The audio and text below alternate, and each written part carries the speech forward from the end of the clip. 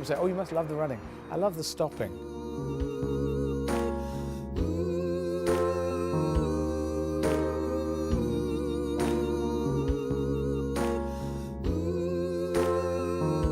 It's not a body thing, it's a mind thing.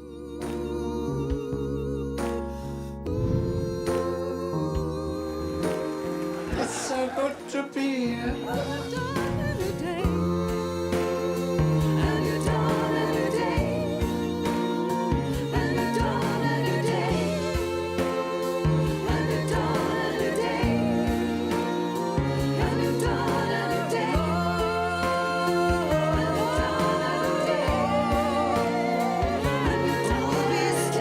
All the money goes to charities that make humanity great, because they do wonderful things out there.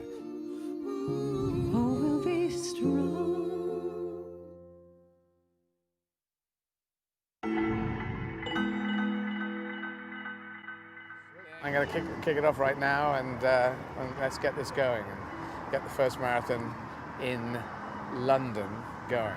Cheers, see ya. Boys. I have just finished in Portugal. There you can see the Portugal flag. Got a train, night train, from Lisbon to Spain to Madrid. So I'm going to start running right from the station. Italy now, yes, there we go. Italy. Running through the streets in Malta, in Valletta. Is it the 6th marathon? Nicosia in Cyprus, which has had its own problems of separation, division. In Greece, in Athens. Sofia, Bulgaria. Day 8. Here in Bucharest, in Romania, running in the snow. This is Hungary. Hungary is in Budapest. The February 11th and 11th marathon. You see, it all ties up. And this is Slovakia, Bratislava in Slovakia. Off to Vienna.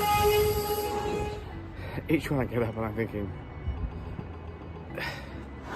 Zagreb, Croatia. Here we are. Slovenia. Ljubljana.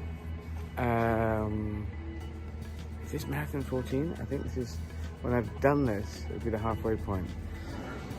Thank you for supporting.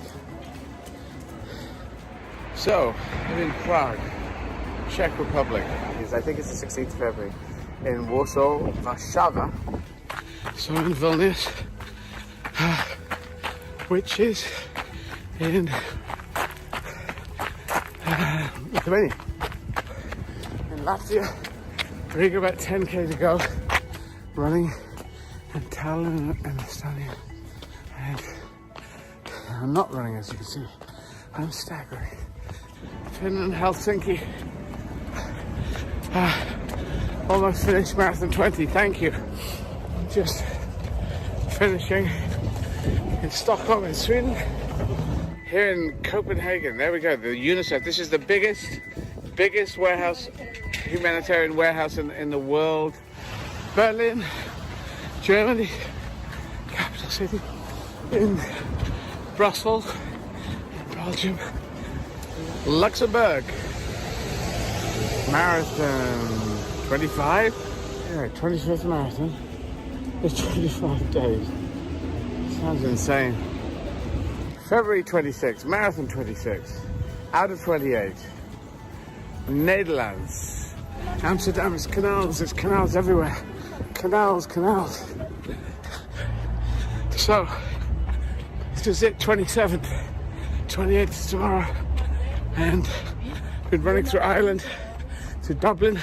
So I'm in France, I'm in Paris. Let's get the French flag in there. There we go. And 28th marathon, 28 days. I said I'd do it, and I have. It looks like I'm going to do it. So that's nice. It's nice to stick to your guns.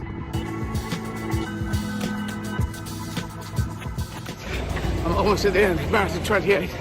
I'm going to do a gig now, do a stand-up gig, and look at this. Da da da.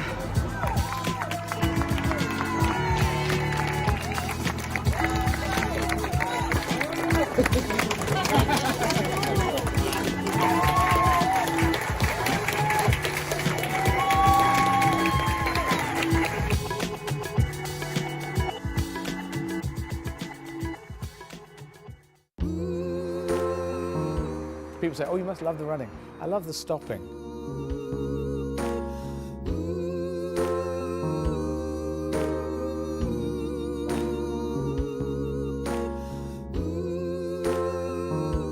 It's not a body thing, it's a mind thing.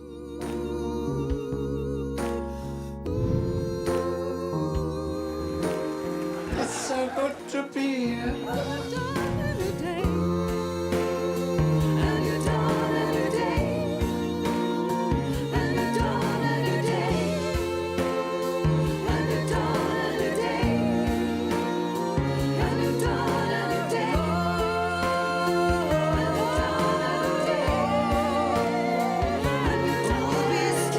All the money goes to charities that make humanity great, because they do wonderful things out there.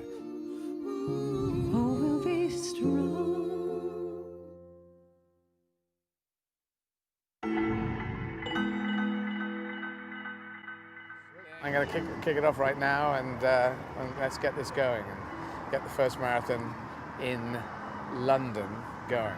Cheers, see ya. Boys. I have just finished in Portugal. There you can see the Portugal flag. Got a train, night train, from Lisbon to Spain to Madrid. So I'm going to start running right from the station. Italy now, yes, there we go. Italy. Running through the streets in Malta, in Valletta. Is it the 6th marathon? Nicosia in Cyprus, which has had its own problems of separation, division. In Greece, in Athens,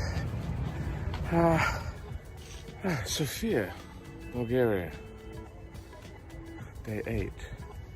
Here in Bucharest, in Romania, running in the snow. This is Hungary.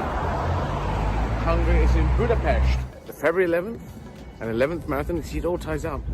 And this is Slovakia, Bratislava in Slovakia. Off to Vienna. Each one I get up and I'm thinking, Zagreb, Croatia. Here we are. Slovenia. Ljubljana. Is this marathon 14? I think this is, when I've done this, it'll be the halfway point. Thank you for supporting. So, I'm in Prague, Czech Republic. I think it's the 16th of February. In Warsaw, Warszawa. So in Vilnius, which is in Lithuania. In Latvia, Riga, about 10k to go. Running in Tallinn and Estonia. And I'm not running, as you can see. I'm staggering. Finland, Helsinki. Almost finished marathon 20, thank you. Just finishing in Stockholm in Sweden. Here in Copenhagen, there we go, the UNICEF. This is the biggest warehouse, humanitarian warehouse in the world. Berlin, Germany, capital city. In Brussels, in Belgium, Luxembourg. Marathon 25? Yeah, 25th marathon. It's 25 days. Sounds insane. February 26, marathon 26. Out of 28. Netherlands. Amsterdam is canals. There's canals everywhere. Canals. So, this is it, 27th. 28th is tomorrow. And been running through Ireland to Dublin.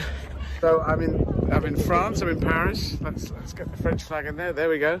And 28th marathon, 28 days. I said I'd do it, and I have. It looks like I'm going to do it. So that's nice. It's nice to stick to your guns.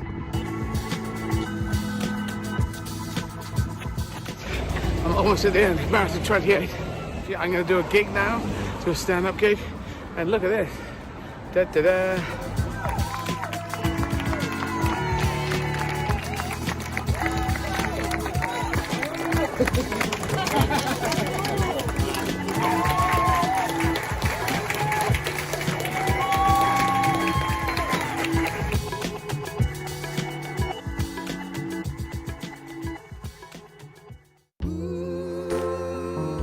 People say, oh, you must love the running. I love the stopping.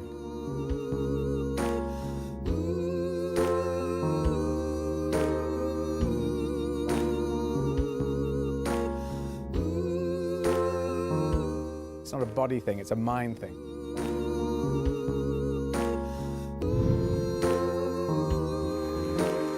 It's so good to be here.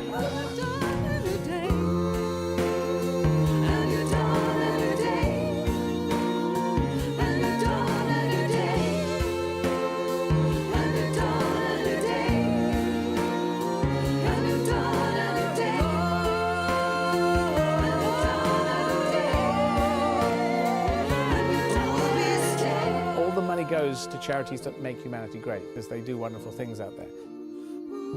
We'll be strong.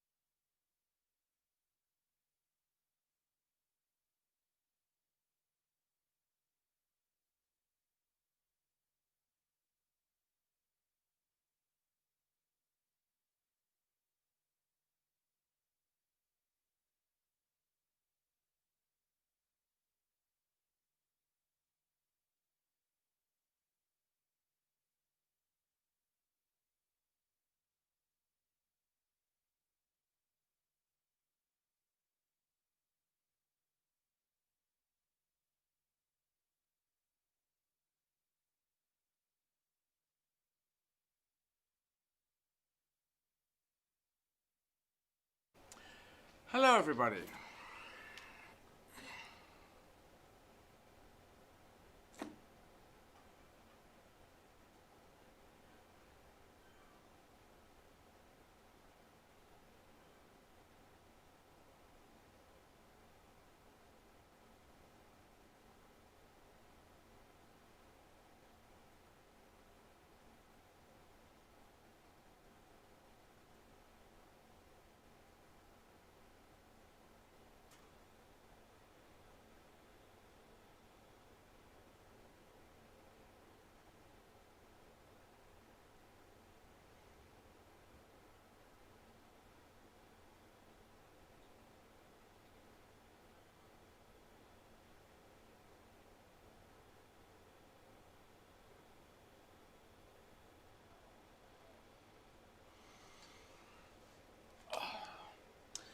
So, just taking the knee for Black Lives Matter, because Black Lives Matter.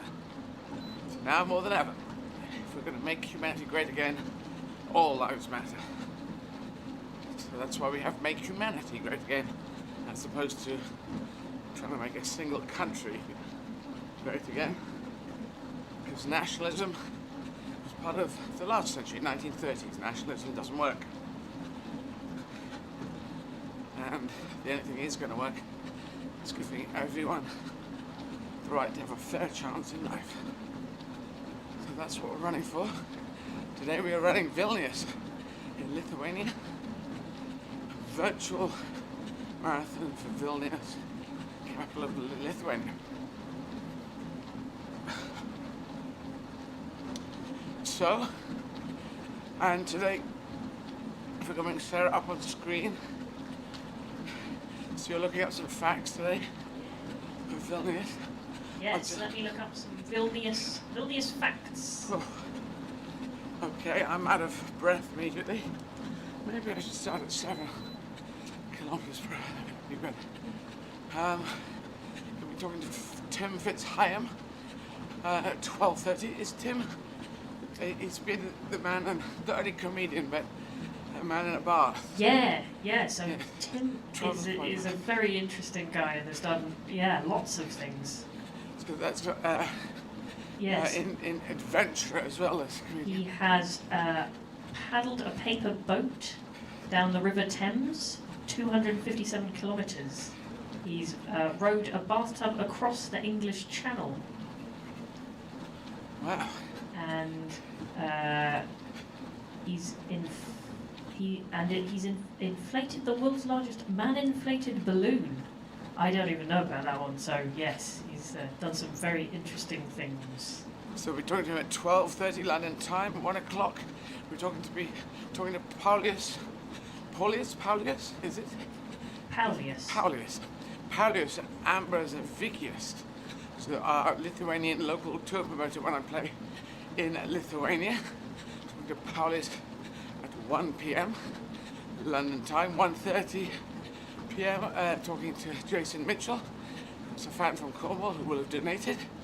So if you do donate, I think it's £50 or more that you can get the chance to have a chat, which is nice. 2 p.m. talking to Daniel Sloss, who's a Scottish comedian, actor and writer, and now playing around the world. 2:30 Marcus Holmes, a talk with Marcus, who is running with me on Zwift from the US. Marcus, so might well be running at the same time, which actually makes it harder for me. I prefer people having a rest, otherwise I just feel as tired as they look. 3 p.m. Derek Traub, who is a fan or supporter from Los Angeles. 3:30 social media questions on Facebook, YouTube and Twitter. And then 4 p.m. I'm talking to Sophie Aldred and Vince Henderson, a wonderful couple I've known for a long time. Vince Henderson, a presenter and a street performer and performer in general. Just a funny, very funny individual, very laconically funny. And Sophie Aldred, actor, and with Sylvester McCoy was the partnership of Sylvester McCoy's Doctor Who, and Sophie was his companion when Sylvester was being Doctor Who. So that's at 4 p.m. London time. 4:30, talk to Ruby Wax, who went to RADA at the same time as Alan Rickman, and is and was being an actress, and then became more of a presenter, and an American who got very well known in Britain. And it's calling us from South Africa. We'll see what she's doing. She's doing her own one-woman show, and but she's in South Africa at the moment. So that's 4:30 UK time. 5 o'clock. Now it should be 5:30. Melissa Courtney, British middle distance runner, on with Tim. So we're going to just adjust that.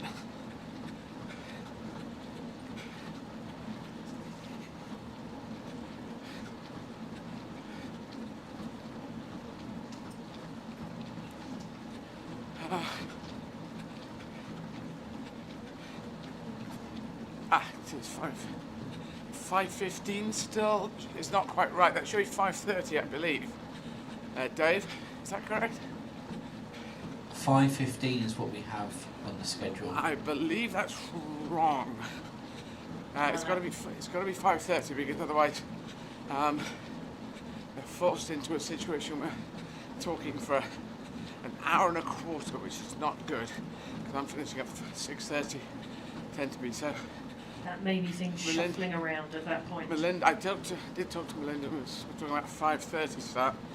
So just double check on that, because otherwise they're locked into a massive long chat. Yeah, I'll check in on that. Okay. I've started running, so of course I want to go to the loo. Cannot get beyond this situation. God, it's annoying. So, doing an early pit stop again. Sorry, guys. Gonna do this. Ridiculously early pit stop.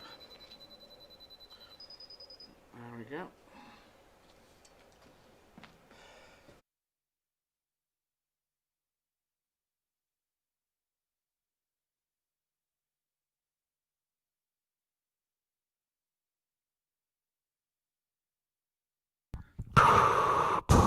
will have penne alla arrabbiata.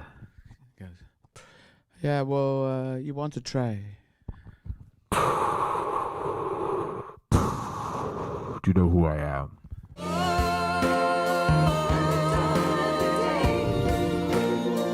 All the money goes to charities that make humanity great, because they do wonderful things out there.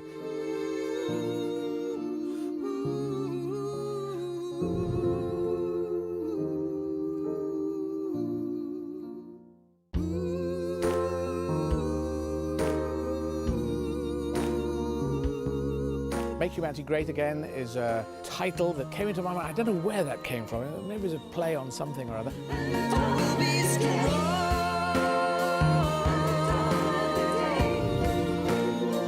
All the money goes to charities that make humanity great, because they do wonderful things out there.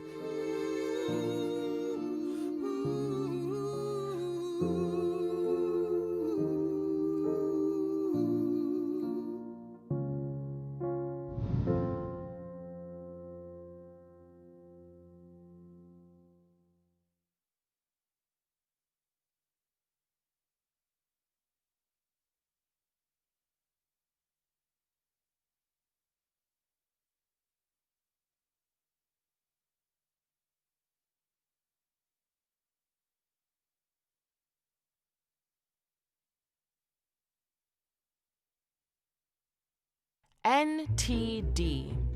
It's not terribly descriptive. Needlessly tricky denomination. We need to disentangle, need to define, nothing to declare, National Turnip Day, never tickle dinosaurs. No, that's daft. Now the disclosure. Neglected tropical diseases. Not that difficult. Neglected though? Deserted. Disenfranchised, desperate, dying. No, that's dreadful. Now these diseases need to discontinue, need to disappear. Never mind the difficulties. No more tedious delays. Now's the decade. Nations together declare no to disease, no to discrimination. Nobody treated differently. Neglected tropical diseases. End the neglect.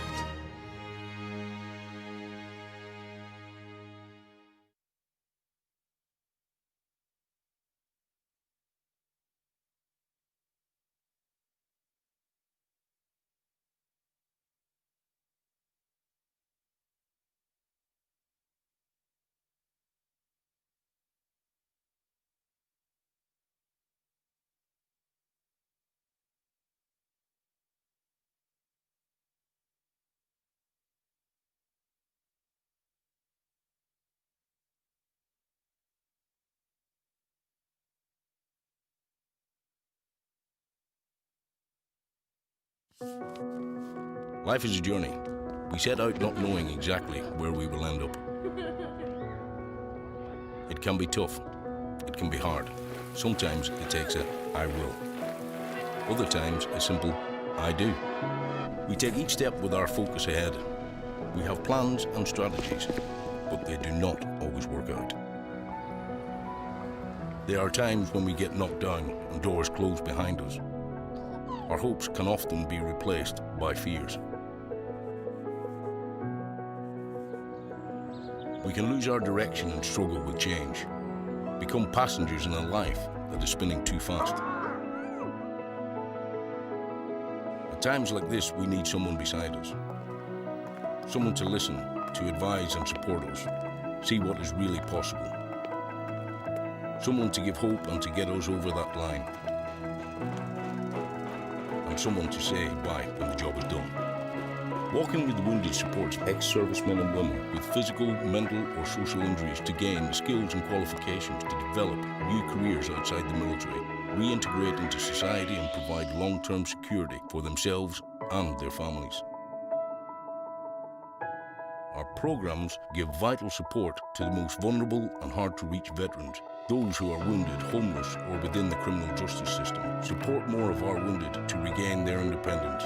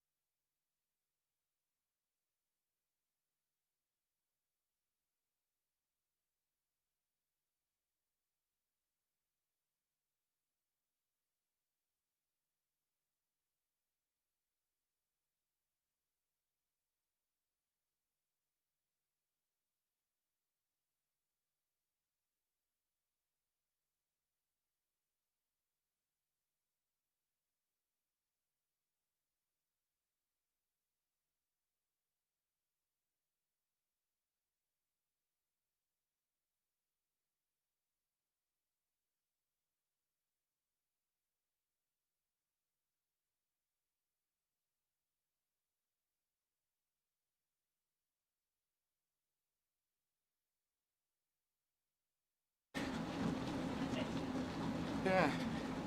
See if you'd like to come on. Thank you. We're back. Loo break. I need to talk about loo breaks.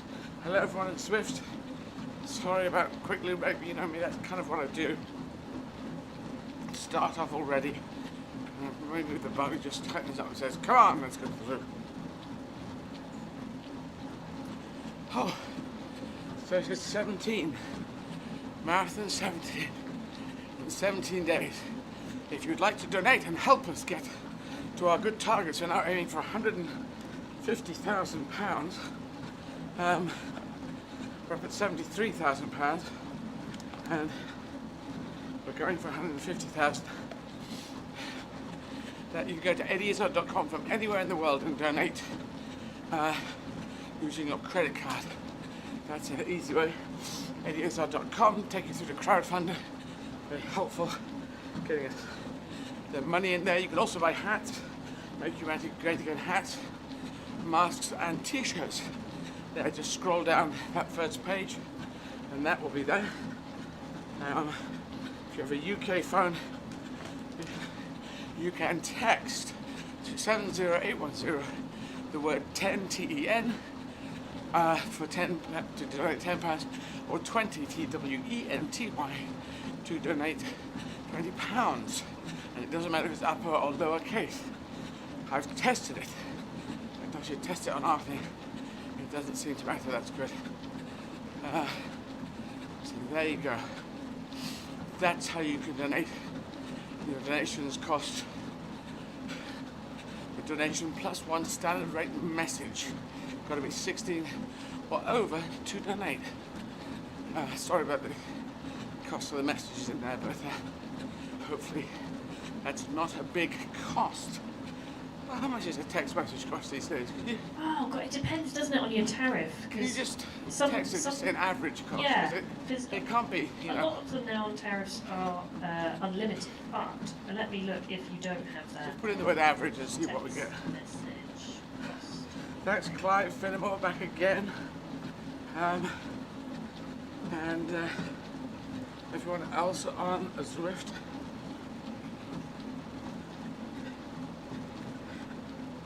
Everyone in the blue shirts. That's the ZLDR runners nearby me. I'm not sure what that stands for. Richard Mellick's out again from Zwift. Hello there. And a number of people. So hello to everyone. Oh, so we'll see how we get on today. It's I've still got Tino synovitis in my right leg, which is sticking around. I was hoping it would ease up. It doesn't. It seems to. Well, it doesn't seem to me. It always seems roughly the same. Actually, 2 nights ago it seemed better than last night, but yesterday we're doing good strapping, and that helps. So we shall see. And the nail on my left foot is threatening to fall off, to rip up and fall off. But it's inflamed, as you might have seen, or swollen up. But we're trying to keep that strapped and going on. Early part of the day, I start to feel hot and cold at the same time, which is not so good. But yes, let's go for some facts. So if you haven't got anything on the text thing. Yes, I'm just trying to look. I think somewhere is saying 1.9p per message, but that seems very low. That seems like some sort of special deal. No, I think it probably is. And Maybe it is. That's what you search with the word average in there? Yeah.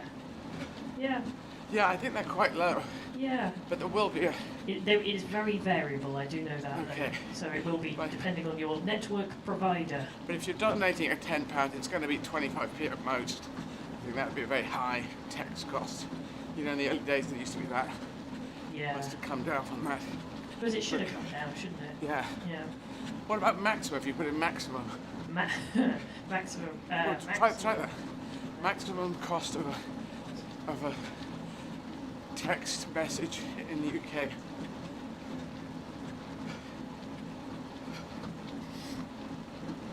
Oh, here's a Vodafone charge guide. Oh no, it's a very... plans without a data allows us data. Here we go. Messaging within the UK from UK mobiles. Here we are.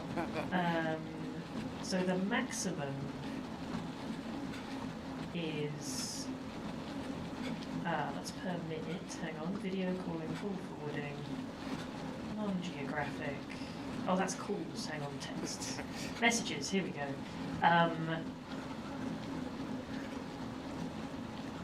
35p. There we go. So, okay. That seems to be the maximum they're saying there, yeah? Oh, yeah, yes, 35. I mean, that's an example. Okay, so hopefully good. They're editing a tenner. You can manage another 35p, but that will happen. Hopefully you're okay with that. But it will probably be less than that depending on your tariffs and whatever deal you have. Yeah. Yeah, that seems to be, takes longer to explain than just saying. Plus a standard text message cost. So that's where we are now. Facts. Facts for Vilnius in Lithuania for today.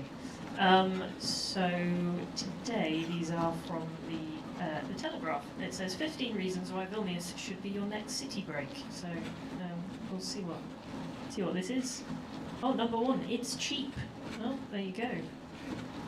One of the cheapest city breaks in Europe. Oh, that's a thing. Well, this is from 2017, so we'll see if this is still the case. So let's look at some nice facts. There you go. It says Vilnius has a wealth of effortlessly trendy bars serving Lithuanian craft beers, as well as more traditional, sweetly strong brews. Okay. I don't know if that's a specific type of local drink. I don't know.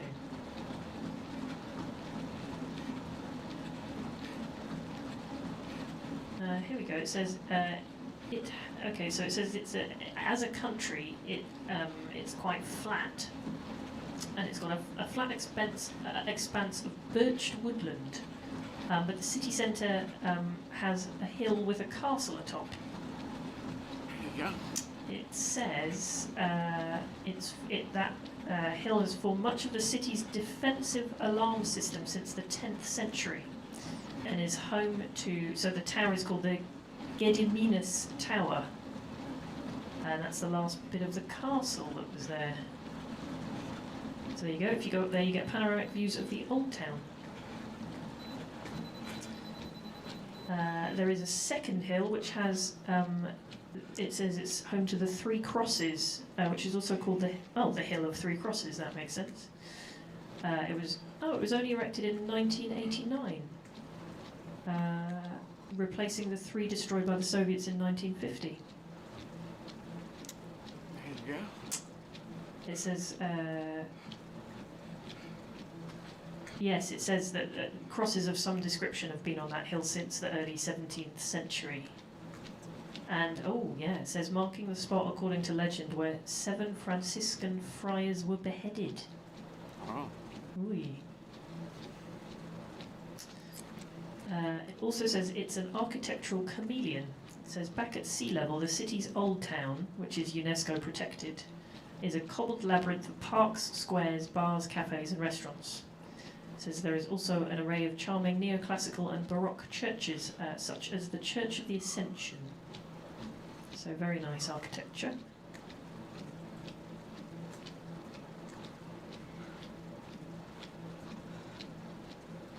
Very good. Oh, this is interesting. There is a declared republic within the city. Uzupis, but the Z has got a little hat over it again, so I'm not sure the exact pronouncing, but there you go. It says that's a cool and edgy neighbourhood. It says on the wrong side of the Vilnius River. I don't know what makes it the wrong side. But it declared itself an independent republic in 1997. Right. So there you go. I'm not sure if that's official. I'm not stopping, I'm just adjusting. So yeah, so that's sort of a trendy area that declared itself independent, but probably not recognised fully.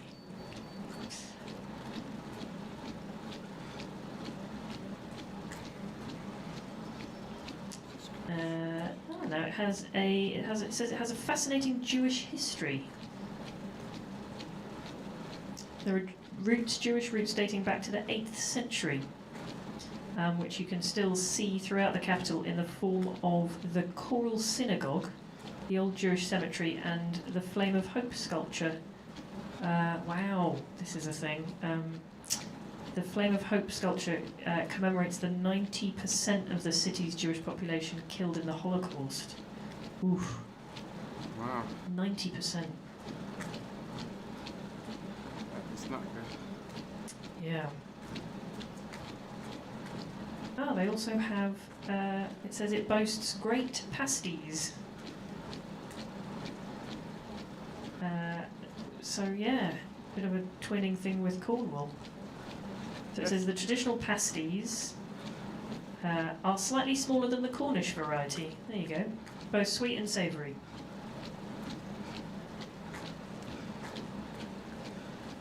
So lots of pastilles and different things. And my publicist, Ina Tresiokis, hails from there as well, from Vilnius. Her parents do, both her parents were born there. And I think Ina was born in America. But yeah, both her parents were born there. So we're back running here. We learned how to say Ina's name in a Lithuanian way, I think. Well, with the more proper accent of Lithuanian language. Yeah, Trechokas, I Oh, is it? remember. Yeah, yeah. Which I think meant three brothers, or... And I think Paulius told us, he'll be on later, that there's also, I think, a brewery with that name. So, there we go. There we go. Okay. Running again. I've just changed my hair colour, everyone, on Swift.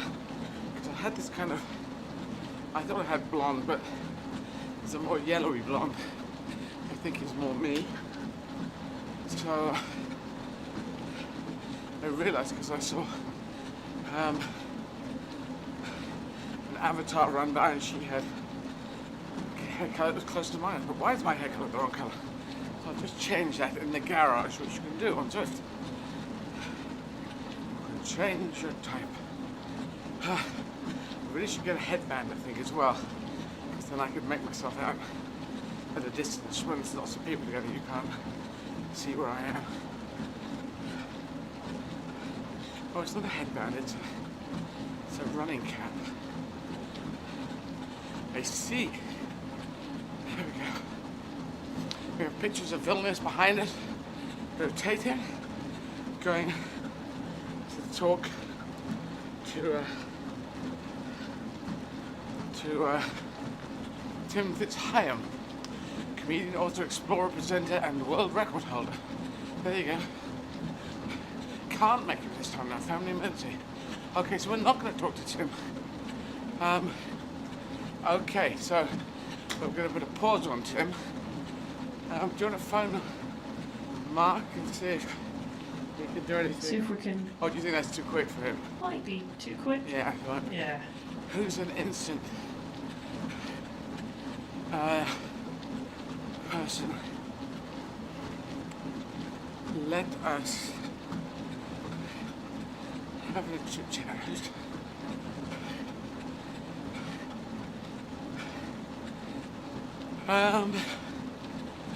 Who would be a good chit chat?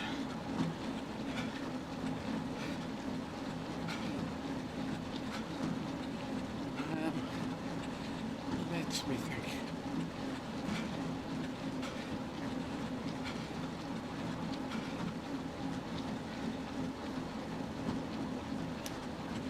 Would Mick be up for chatting? I was just thinking that. Come on.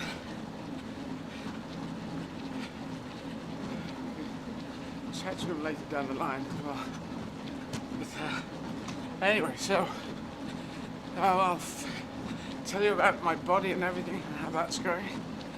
I'm exhausted every day.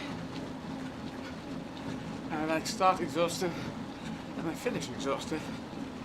And that's what exhaustion, well, it just goes on.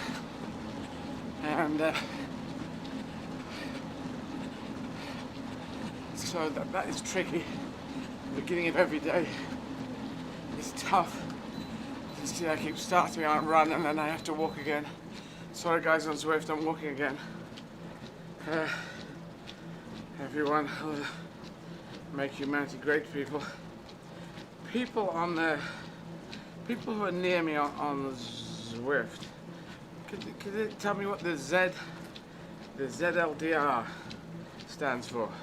Because there's a lot of ZLDR runners as well. Just like to say hi. Anyone on Zwift?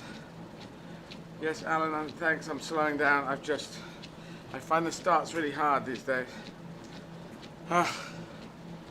So that is.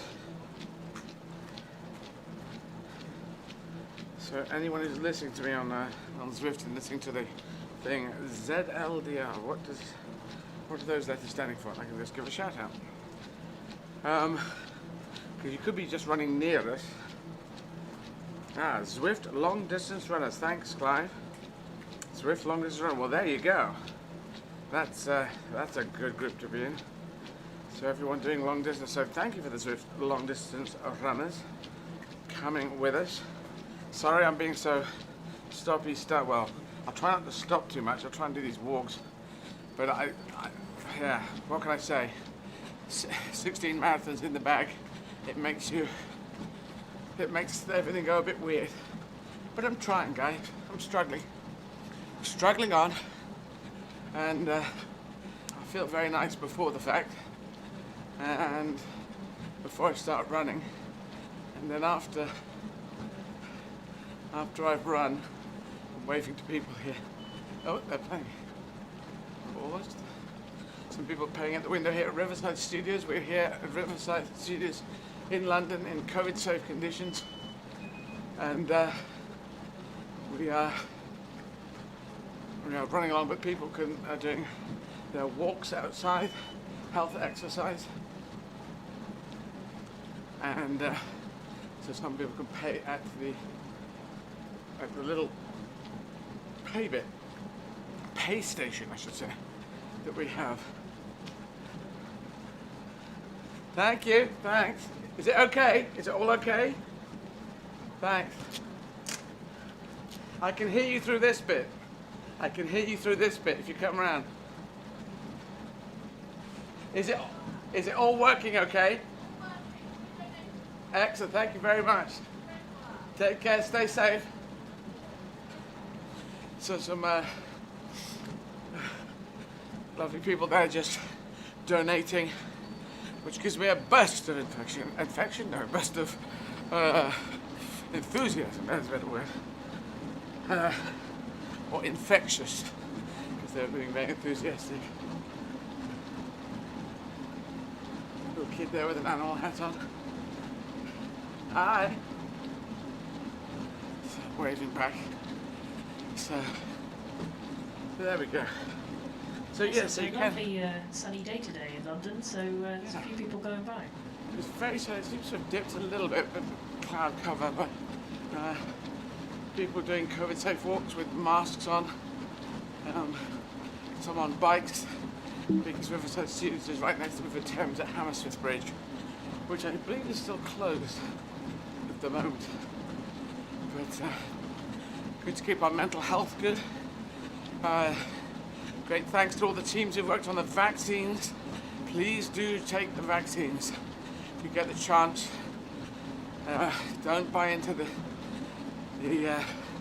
conspiracy theories, because if you do that, you're going to buy into all conspiracy theories, and they can be made up at the drop of a hat. We're going to have to trust our governments and the drug companies coming up with them. Surely we're trying to save humanity. So the idea that you want to actually catch COVID and suffer from it, or get very ill on it, or worse. You won't want that, so the idea of just avoiding it is not a good way forward. But anyone who's watching this, you're probably not that kind of person anyway. So thank you for being positive on humanity. And apparently, having heard from someone who did take, has been given the vaccine. It's slightly stronger than a flu jab, so you will feel a certain amount of effects from it. The left arm they felt drowsy later, and the left arm sort of had certain aches on it for a day, but I think a day and a half later, they were past that. So we were talking to John Bishop last night, comedian and actor from Liverpool, and very well known in the UK, who got it, and he's a very fit guy. This is a guy who used to teach, was a soccer coach, and him and his wife keep fit, but he caught it. So this is what we are finding. Before it was taking senior citizens, affecting them easier, but now even younger people, young fit people can get this. So beware. Sense of smell. That was a thing, because you check your sense of smell. We should check that as well. Yeah, make sure we're still smelling things. Yep. But hopefully being fit is a good defence, and hopefully I'm fairly fit at the moment. Fairly knackered, but fairly fit. So that's what is going on. So I'm going to talk to Holius Amber Zavikius, who is our Lithuanian tour promoter when I play in Lithuania, in Vilnius, which I think I've only done it once. I think I've run there once and I've played there once, I believe. Because I think I played Riga and Estonia more times than anything like that. So. See, I think we have maybe twice, but you might be right. You might be right. Yeah. Yeah. We definitely, definitely played there in 2019 on the Wunderbar tour. Now, you're looking up the things from Shall I say more things? Yeah, because you could also do Wikipedia, that front bit of Wikipedia, or is that a bit heavy and a bit ancient if you found? Maybe. I also looked up 10 interesting facts about Lithuania generally as well. And this is from Air Baltic, so I thought they'd probably know their stuff. Right. But yes, actually, one final little fact from Vilnius. Really big graffiti art scene in the city. Oh, wow. Yeah. There's some pictures here which are great. Yeah. In fact, the graffiti usually starts in a certain place, but it's now ending up in great artworks is a wonderful thing. Street art. Having been a street performer for 4 years, all in flavour of that. I remember seeing some great street art when we were in Paris. The big culture of that there, I guess. I'm going to do it. Guys, I'm stopping for a second on Zwift.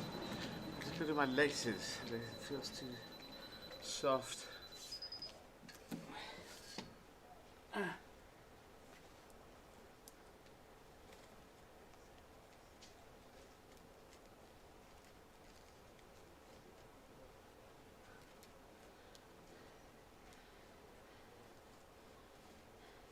Anything from Mick?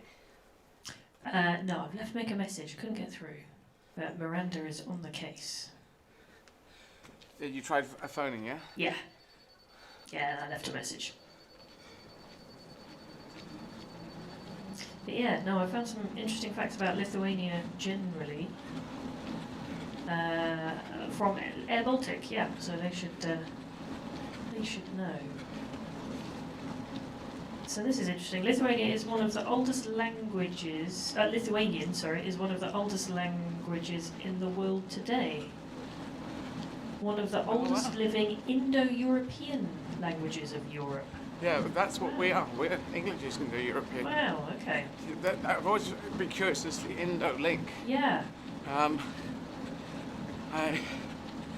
So that's maybe a longer thing. Can you click on Indo-European languages? Yeah, no, yeah, but I'll wiki it. Yeah. Because I know our number system is Arabic. They came up with 00 as an Arabic invention. And yeah. So languages have changed. Well, there's this whole thing that, as people will know who are watching, that some right-wing extremist ideas of purity of the races, the nationalism, we're better than you, it's all about purity of the races. It's rubbish. It's complete rubbish. We know this from dogs. The mongrel dog, the word mongrel, seen as a very negative word that's attached to a dog. They are the strongest. Their genetics are quite mixed up, and it's the strength of the blend of your genes which makes you tough. Purity, or the same groups, inbreeding leads to inbreeding. It's there in the word. So the pure races are the inbred races, and they have congenital defects and have great difficulties in many things, from actual things to do with health, things to do with, well, you have to look that one up to see exactly how that spreads, but inbreeding is a bad thing, and that's what Hitler's going on and says, yes, let's be inbred, and we know that's bad, and he went on and on about it, and it was a lie, another one of the lies. The politicians that do these big lies. It's Joseph Goebbels, head of propaganda in Germany, said the lie's big enough, a number of people will believe it, or a lot of people will believe it, and that Trump has been doing the big lies. He did lots of smaller lies, built up, grew in confidence because he just went on and on and on, and was the first fake president America's ever had. They've had some not so good ones, but he was a fake one. Fake president. There you go. But we're now on the 17th of January, and on the 20th, Joe Biden will become the next president. So, looking forward to that, to help make humanity great again. Well, I'm just looking here, and well, actually, Dave was telling me about this. I'm going to ask Dave about this, who is trying to learn Finnish, I think. And we were talking about language trees, which is a new thing I didn't know about language trees. So actually, I've just looked up the language trees for Indo-European. So Indo-European is a branch of the Austronesian language tree. Austro what? Austronesian. What does that mean? Well, there's a whole list of languages that are in the Austronesian tree, including Indonesian and Malagasy, and it looks like Indo-European comes off the Indonesian-Malagasy branch, so hence Indo-European. And then that goes into branches that kind of a French, Spanish, Italian, Romanian, Irish, German, Dutch, English, Swedish, Polish, Russian, Bulgarian, Lithuanian, Latvian, Kashmiri, Hindi, Persian, Albanian, Armenian, and Greek. So it's really interesting. Hence, yeah, Indo-European, because it comes off the branch which is Indonesian originally. But all of those languages come off that same branch. It's really interesting. Yep, so everything flows from everything. We were 20,000 people about 200,000 years ago, and now we're 7.8 billion. And of course, we're all related. We're all human. And Shakespeare said, if you cut us, do we not bleed? And that was used for a particular group. I think that was in Merchant of Venice, but it's everyone. If you cut us, do we not bleed? And our genetics are the same. And it's only right-wing extremists who lie about this and use hatred as a tool to whip up people who are dissatisfied with certain things, or with their lives, or with themselves. And then they use hatred or the threat of violence, or actual violence, to put forward their politics. And that we must not stand for. Black Lives Matter, peaceful protests. They got whipped up by people pushing against them, and when Trump wanted to go and show a Bible. He obviously doesn't believe in God, doesn't do anything Christian as far as I know. He wanted to hold that up in front of a church, and so he got the police, very strong police presence, to aggressively push back on Black Lives Matter, which didn't happen on the 6th of January 2021. Another day that will live in infamy.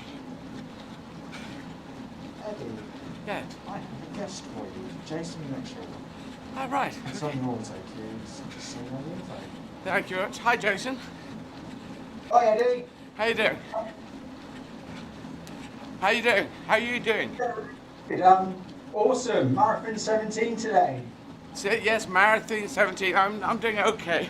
I keep going between running and walking, which is, you know, I'm just exhausted. So I start exhausted and I finish exhausted.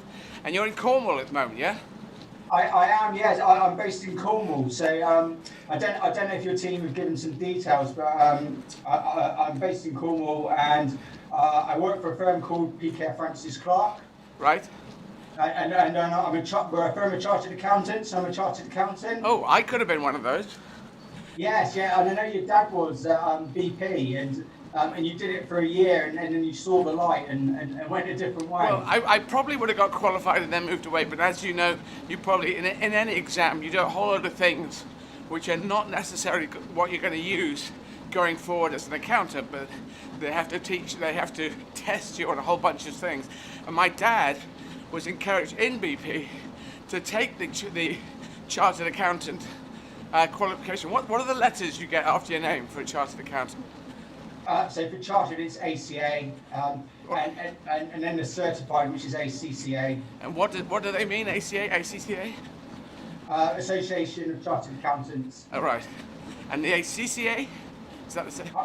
Because I'm not a member of that one, I should probably know it, but I don't. All right. It's So not the funny. Association of Chartered Accountants, yeah. And Dad was going, well, I'm in oil refineries. He's working in oil refineries, and we do this type of accounting. And I think he was happy to do any exams that taught him about that, but stuff about other stuff, he's going, I'm not going to use it. So he refused to, and he never told us, me and my brother as kids, that he had refused to do his exam, because he never went to uni, you see. So he kept that in his pocket, and I did accounting and financial management with mathematics, this big long degree. But the mathematics was taught very badly. And I passed the accounting exam. I passed, I think I'm a natural accountant. There you go, which is quite bonkers. Because I do love, you know, maths. I'm dyslexic, but I'm not dyscalculic. I have a great, you know, a kind of a love of the numbers and an awareness of the letters. But anyway, so you work in this for PKF, or Francis Clark Chartered Accountants. Tell us, so you're raising money through crowdfunding. I do have details in front of me, and you're running every day on Swift. Yeah, I mean, I've been running with you every day on Swift with basically Steve Cousins and the MHG gang. Yes. Today's going to be my 6th marathon with you. So Yes. I've done 5 of them so far. Thank you so much. Thank you for doing 5. And I think I've done shout outs to you, haven't I? Yeah, you have done, and I was raising a glass with you yesterday at the halfway point, which was a pretty epic moment, really. Yes, it's good. So, how long have you been doing Swift? Not that long, to be honest, because I really don't like treadmill running. I'm an ultra runner. Right. I like to get outside more, and the treadmill thing really started because of Stephen Cousins on Film My Run. So Yeah. he's a big ambassador of Swift, and I know Stephen's from local ultra events and things. So he got me into it, and I bought the treadmill for that, but I rarely used it. Right. And I've got to be honest, the treadmill certainly had a dusting off in January.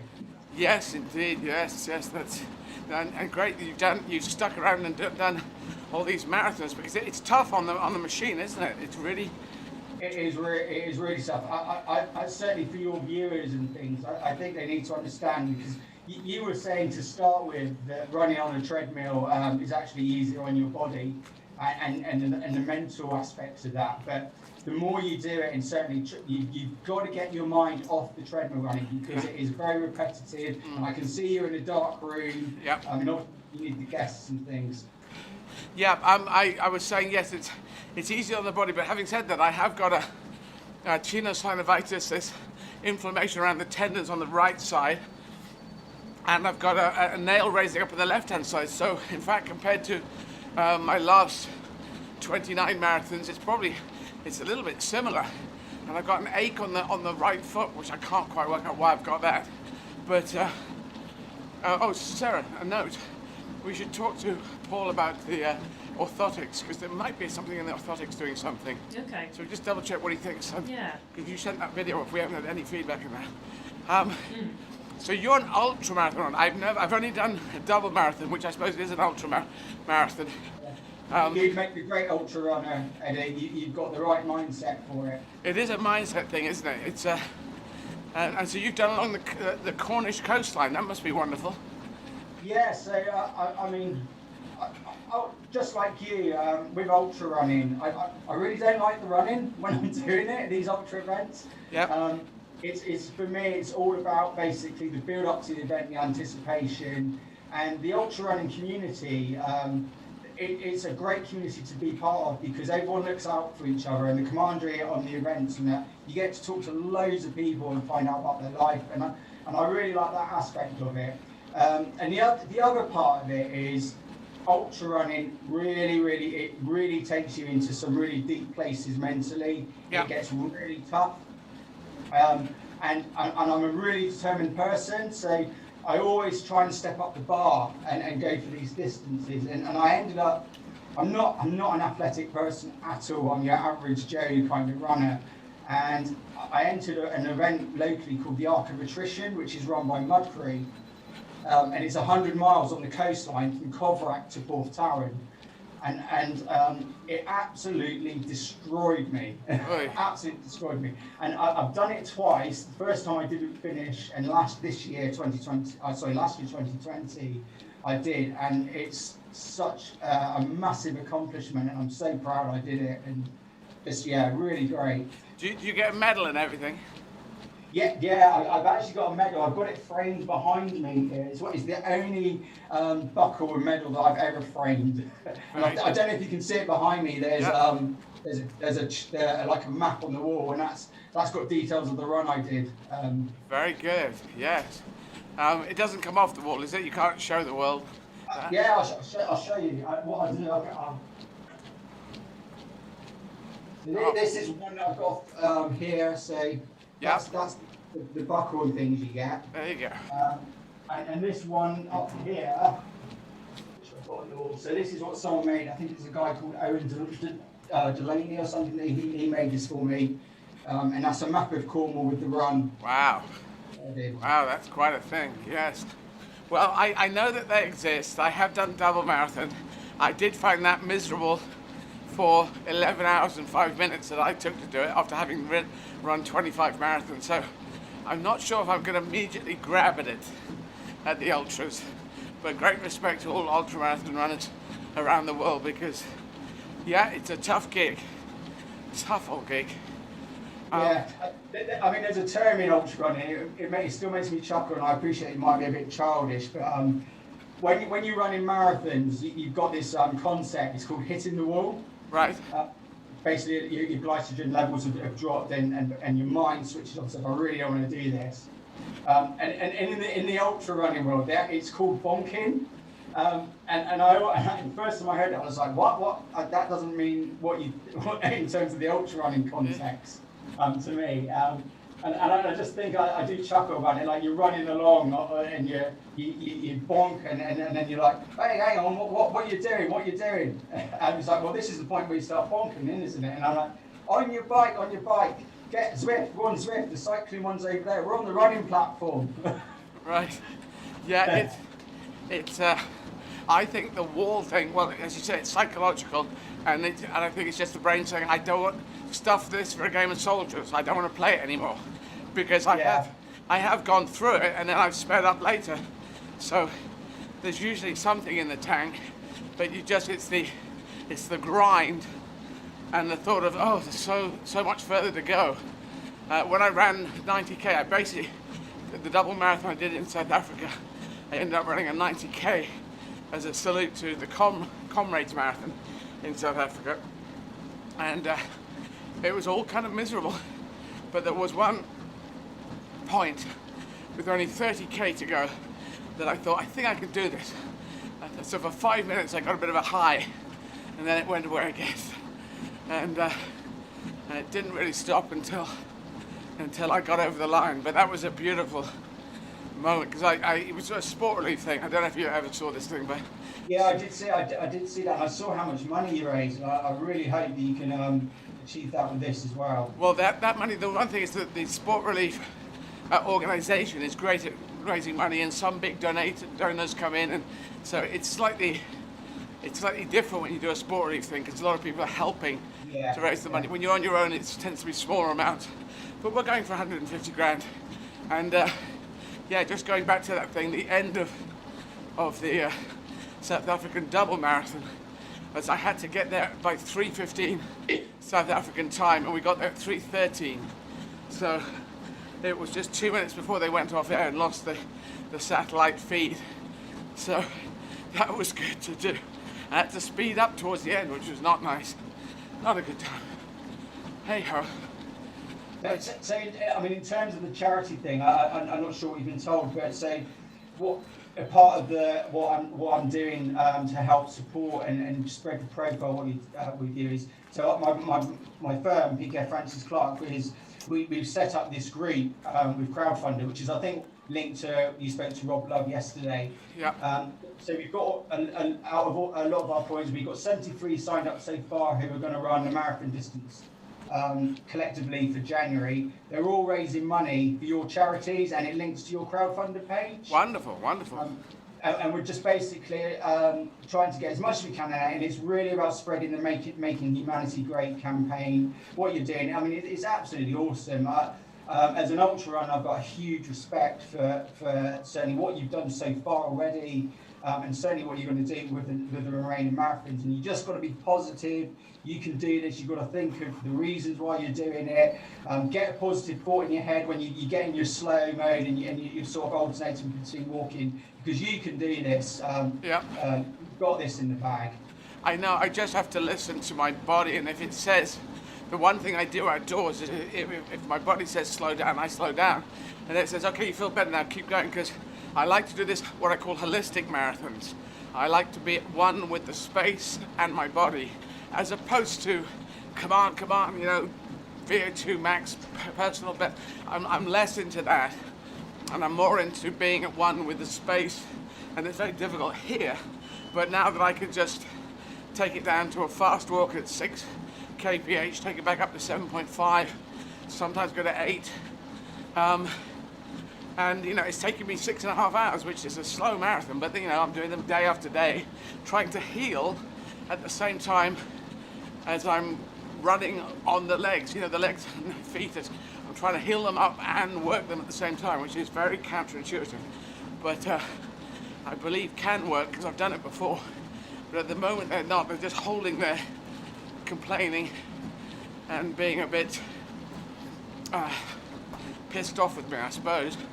And this weird thing on the outside of my right foot is aching a bit, and I don't know what that is. That only came up yesterday, so we'll find out. Yeah, I'm sure Tim tells you this, but whatever you do, don't take ibuprofen for it. Not great for when you're doing long distance running and things like that. Don't worry. I've got Dr. Gary, my sports doctor, and physio Tim, and I'm getting very good advice on everything. Yeah, I know you will. And while you're talking about your foot, I saw your video on Friday, and I have to say, I think if you get an award for this, Sarah should get one as well, because I'm sure at no point did she think she was going to have to take a scalpel to your foot and drain your foot, which wasn't a great thing to see, I must admit. But yeah, she definitely deserves a medal. So you're around the back. You want to you can get on the camera. There's Sarah just there. But yeah, I think Sarah quite enjoyed going in with the scalpel, didn't you? You didn't? Yeah, it's anyway, so it goes on now. You you're raising money for food banks, mental health charities, and the NHS as well, or is that all part of what we're doing? Those are things I've done previously because, Alright. I mean, I do running because it's just a personal thing for me. But what I've done with some of that, and it's quite difficult because I'm a part of a guardian of our business, and I don't like raising charity in the business, particularly when it comes from a lot of my colleagues and things. But we do a lot of charity events and things, and I use running to basically raise money for charity. And my very first marathon, actually my only marathon event I ever entered was the Bristol to Bath Marathon. Right. And I used that to raise money for Children's Hospice Southwest. We raised a good level of funds for that, which was great. Part of my workplace, we used it to raise money for the local food banks because that's something that's quite important and certainly key to my heart. It's one of the charities I voted for. And I've just used it for lots of things like that. There's a local run it's called a Rock 5K, which is Robert Owen Communities, and it's Devon and Cornwall sort of aspect of the charity, but it's actually part of the United Response. And that's to do with basically helping people with disabilities and making sure they have a place in society. And we sponsor that on it for the last 6 years, I think, since it started. And again, I'm very passionate about running. I'm very passionate about, I've made my success in my career, and I'm very passionate about giving things back to the community. And if I can do that through running and through charities, with all the other people that do that with me, I just feel like I'm making a difference, really. Excellent. No, that's great. That is an interesting point you say. I think if people are coming up and getting their lives started, it's very difficult to feel generous if you haven't got any money and you haven't got your career going. I know when I was younger, I didn't feel this way. I just wasn't looking for doing charity things. But if you do get somewhere, there's a whole number of people, hopefully like both of us, who say, come on, let's help other people up. We don't want to bring some well-off people, Sarah, if I could do it. Some well-off people say, oh, people on lower incomes, you're trying to pull us, say one of that, please. You're trying to pull everyone who's got more money down to, we're not, we're trying to pull everyone up to, if we're in a good place, we want everyone to be in a good place. It's not pulling people down, it's pulling people up. And a number of people like you and I, we think, come on, let's do that. And some people make a lot of money and they just want to keep it and make more money, and it's a very odd thing, because when you die, you can't take it with you. And I don't know if they quite understand that, but it's all about how much funds they can obtain, or houses, or whatever it is. I don't know. Different mindset. I mean, I certainly, like, when I started following, I've obviously done a bit of research into what you're doing, first of all, we're in COVID and we're in a lockdown. It's January. I was meant to be doing this 100-mile run again at the end of the month, and yep.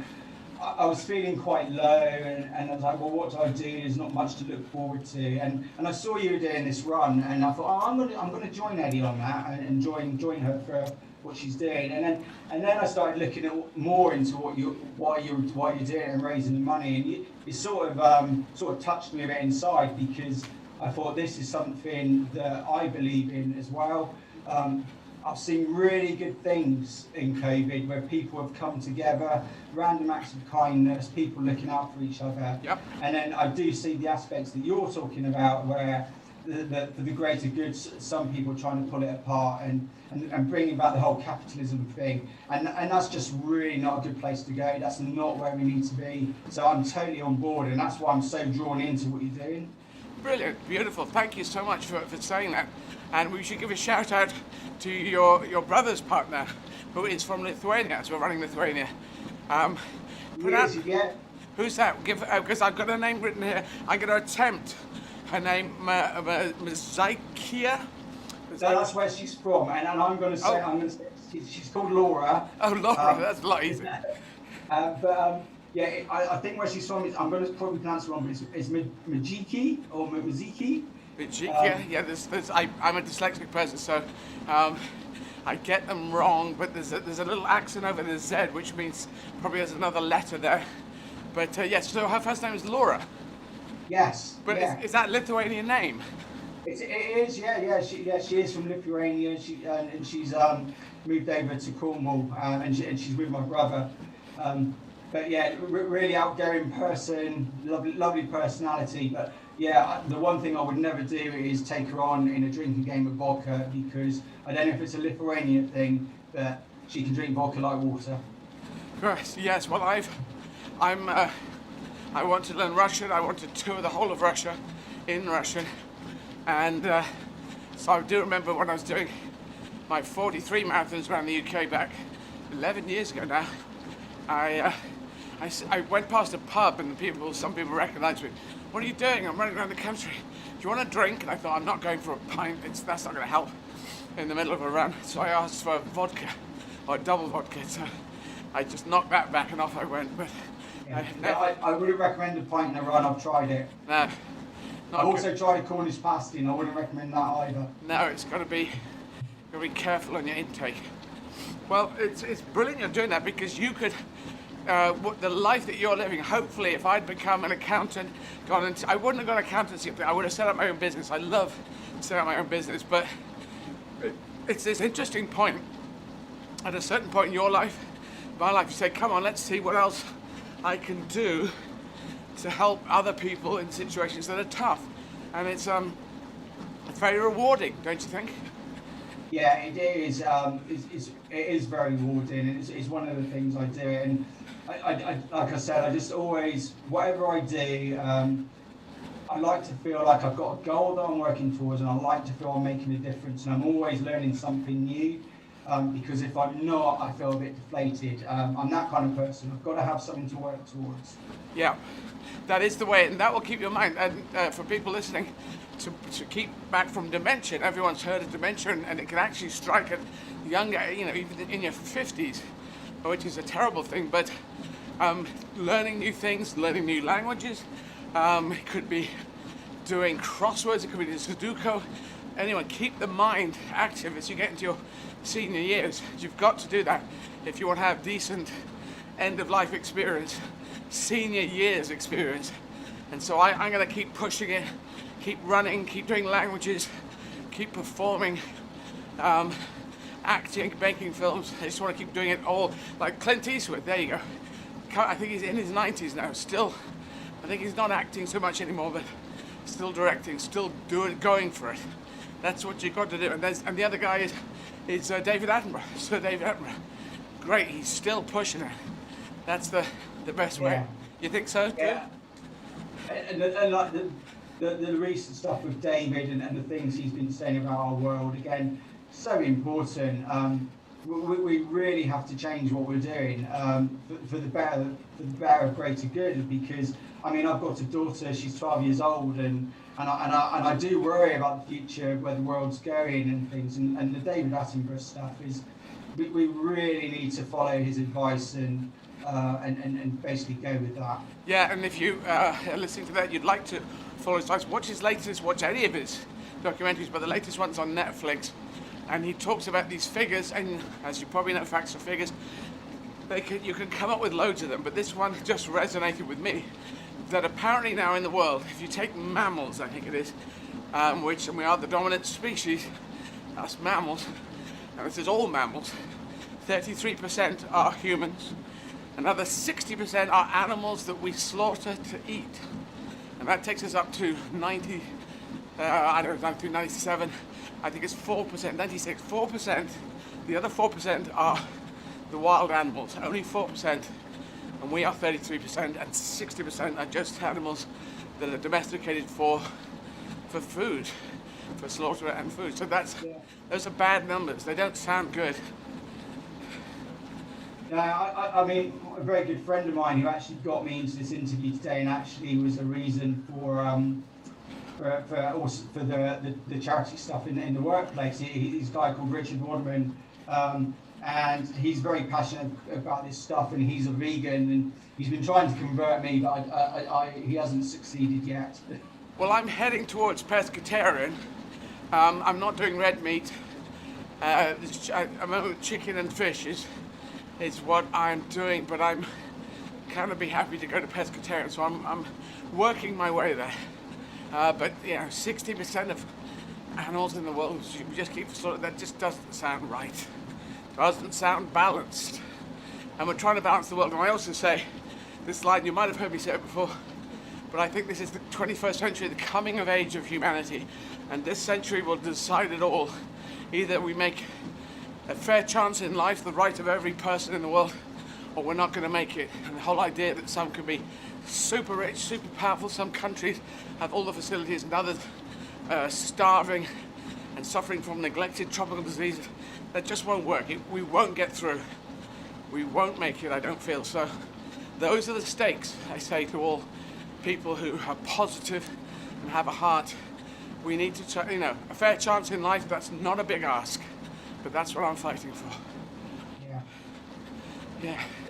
I've heard you talk about dyslexia and things, which again is something that sort of interests me. Do you find that's held you back in life? I'm lucky. I think I'm lucky because I'm severely atypically dyslexic. It's atypical. The dyscalculia that people also have bad with numbers, I'm very confident with. Hugely, I had all my 12 times tables sorted out in my head when I was 6. So I can function. My spelling's all over the place. We have spell check these days. My writing's all over the place, but on computers. So I can get through, and I think sideways as well. I can think up and down, but I can also think sideways, which is more dyslexic. But I think it strikes people. It obviously strikes people in different ways, and some people have it very tough. But I've been lucky. I think lucky in the way. And it can be a gift if you can look at it that way, because I think it makes you think in a different way than straight up and down. It's quite creative. Yeah. I work with some people that have dyslexia, and to be honest, I really like working with those people, because not only they seem to have really great determination and have a will to prove people wrong, but with the dyslexia, your brain's wired a bit differently, and people with dyslexia bring a different view and a fresh view to a scenario, and it's really great for team working.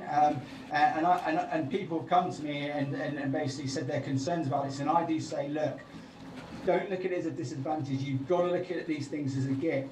You've got to play the card you're dealt with in life and turn it around to be good. And I'm like that, because I in my 20s I got smited, and I've got arthritis. It's some ankylosing spondylitis, and it's a horrible form of arthritis that fuses the bones in your back and things. Oh God. And one of the things of that is you've got to keep active. Yeah. You've got to keep doing things. And I used to do a lot of weight training, and why I've gone to the running. And I don't look at this thing as something I've got to live with and as a hindrance. I look at it as a good thing, because if it wasn't for that, I don't think I probably would have got into certainly some of the athletics and sport things I've done in my lifetime. Right. And it's always kept me active, and I look at that as like, you've got to take a bad thing and you've got to make it a good thing. Absolutely, I totally agree with it. I mean, being trans, being LGBT plus, any of those areas, alternative sexuality, it can look like a negative, but if you come out with it, talk about it, you have to defend your space, but it is much better for your mental health to be out. And so I totally agree with you. But I have to jump off now, Jason. We've got another guest coming on. Thank you so much for coming in at short notice, and keep the running, and I will see you on the Zwift. Yeah, no problem at all. I'm very happy to do it, and best of luck with it, Eddie. You're going to smash it, and we're all going to be there. I think with Stephen Cousins on Film Run, we're trying to get as many people as we can running with you on the 31st. You have my full support, and you're inspiring the nation and internationally, and you've got a lot of people behind you, and best of luck. Wonderful. 31st will be representing virtual marathon for New York. In America, so that'll be a nice reach there. Hopefully we get some New Yorkers, some Americans up early morning and running with us. Take care. Yeah, take care. Best of luck. Cheers. I am now having a quick pee, and then we're going to talk to Tim Fitzheim, who's come back. He's had a bit of a slight emergency beforehand. I will be back in just a second.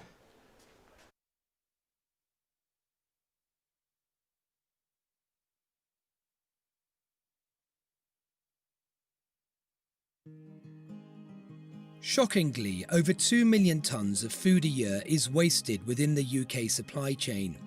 FareShare is tackling this problem in a strikingly simple way. We work with farmers, producers, distributors and retailers to save good quality fresh food from being wasted, so we can get it onto people's plates instead. In practice, it's a huge logistical feat, involving hundreds of volunteers working tirelessly to unload the produce, unpack and sort it at any one of our network of food warehouses across the UK. The food might be surplus, but it looks and tastes just like the food you'd eat at home. Most of it arrives well before it would have hit the supermarket shelves. Food becomes surplus for all sorts of reasons: a glut of courgettes from overproduction, or a lack of demand as unpredictable weather plays its part. Incorrect packaging and labelling, wonky fruits and veg, and cancelled orders. Wherever it comes from, with the support of our team of volunteers, we prioritise the incoming food, itemising it for traceability and breaking it down into smaller quantities for redistribution. FareShare gives nearly 11,000 charities access to food, all of whom are onboarded safely and meet all food safety regulations. These charities and groups range from food banks, children's breakfast clubs and homeless centres to small local community groups. Not only does this food save charities thousands of pounds on their food bills, it means they can offer the people they support more fresh, healthy fruit and veg and a wider range of food in general. New innovations like the FareShare Go app have seen direct pickups from the supermarkets, meaning perishable goods like fresh bread and fruit can quickly be redistributed. FareShare is more than meals though. Food brings people together. It helps local organisations tackle loneliness and isolation within their communities, or help connect struggling families with the services that can support them.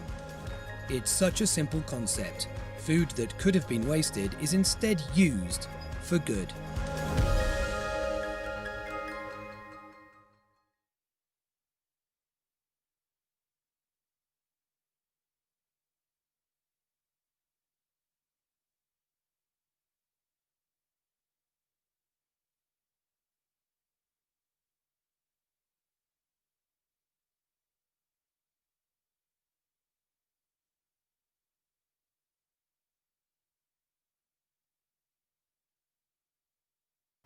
Hi, I'm Kevin Ryan, the President and CEO of Covenant House International. For nearly 50 years, Covenant House has been a place of promise and of hope for young people experiencing homelessness. Now more than ever, we need partners in the community to unite with us to end youth homelessness. Every person deserves a safe place to sleep and hope for a brighter tomorrow. For young people, homelessness interrupts progress toward adulthood and a future of independence and self-sufficiency. Covenant House's doors are always open to all young people who need housing and help, regardless of their race or their religion, their sexual orientation, their gender identity or expression. Our trauma-informed services help bridge the gap between potential and progress, and we also advocate for systemic change through public policy while promoting awareness of the critical issues related to youth homelessness. The Covenant House mission is centered and built on community, where youth and staff and volunteers and our partners love one another unconditionally, respect each other absolutely, and dedicate ourselves to a covenant of compassion and hope. Learn more about resilient young people at Covenant House and our life-affirming services at covenanthouse.org.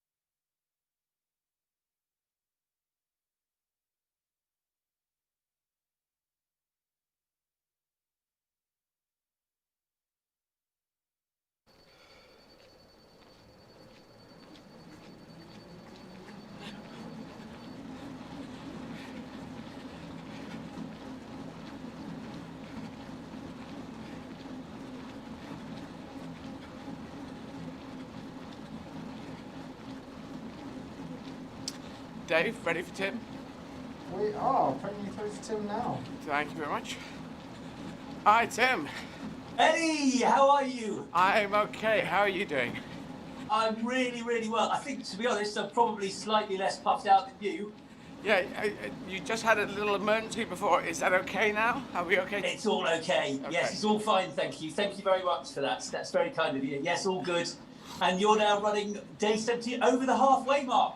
Over the halfway mark. Over the halfway mark. Yes, that's all very good. I just said, Dave, up in the ceiling, can you just tell Paulius that we're going to come to him just 5 minutes late, if that's okay? Dave? I'll get the message through. Thank you. So, Tim, Yes. tell the world everything about yourself. It's the stuff in the boats and all the as the adventurer. Yes. It hasn't got down adventurer, but explorer. Would you prefer explorer or adventurer, or both? Well, every adventure is an exploration, isn't it? That's probably a fair thing. Yes. And yeah, I mean, everything you do is an adventure. Everything everyone does is an adventure. Yes, I think it's just how you look at it. It's the best way to look at your life, because then everyone has downs in their lives, but that is part of an adventure. No adventure works without the down parts as well as the up parts. And but tell everyone about your thing. So the paper boat, I knew about the bathtub, which we'll talk about in a second. The paper boat one, I just maybe escaped me. I didn't quite take it in. Now, how was it? How did you make the paper boat? Yeah, so I came all the way down the River Thames to break the world's oldest maritime record. Wow. From the source to Tower Bridge in a paper boat, a boat made out entirely of paper, and the paper boat record was set in 1619 by a man called the King's Water Poet, who was a guy called John Taylor, who was renowned for being the second worst poet in Europe at the time. And he was in the English Civil War. He fought for the king in the English Civil War, and the royalists captured the parliamentary army, and the king was going to kill one of the parliamentary army. And John Taylor, the King's Water Poet, ran out of the ranks of the army and said, "Stop! Don't kill him! Because this guy is the worst poet in Europe. And if you kill him, that'll make me the worst poet in Europe. So please, spare him, spare him." And the king spared the worst poet in Europe, so that John Taylor remained famously the second worst poet in Europe. Now, that does sound. I feel like I want to take that with a pinch of salt. Have you fact-checked that? Is that backed up? Well, I mean, I wasn't there, so it's reported. But some of his poetry, I could probably give you a verse or something.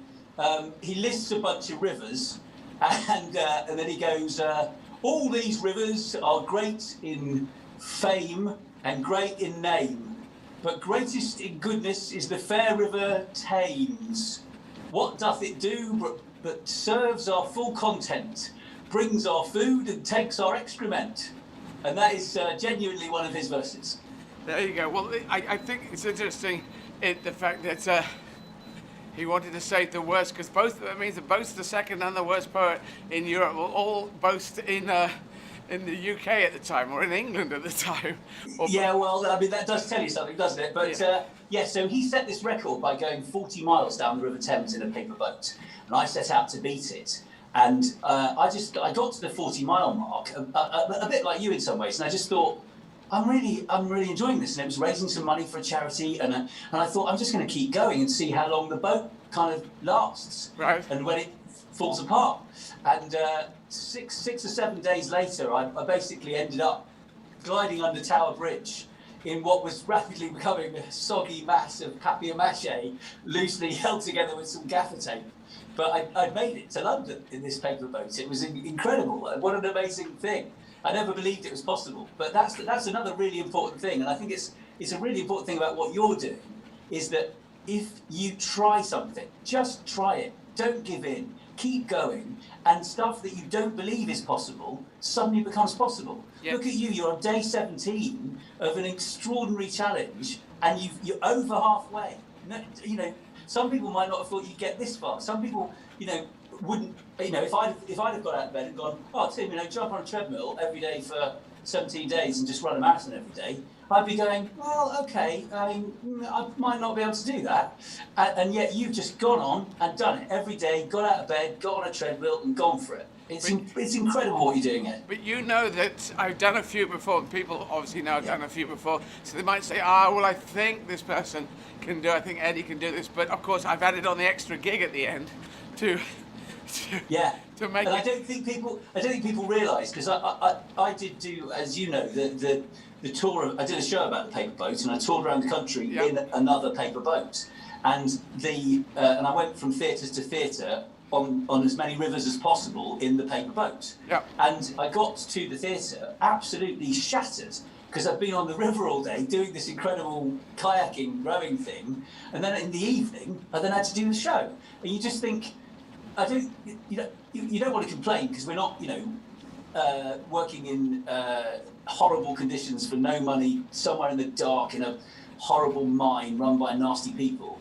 We're on stage, we're doing what we love, and so there is that. But by the same token, it is a tiring thing to be out on the stage, giving everything you possibly can to get the jokes over the line. So I think that's right. The extra thing is no mean feat either.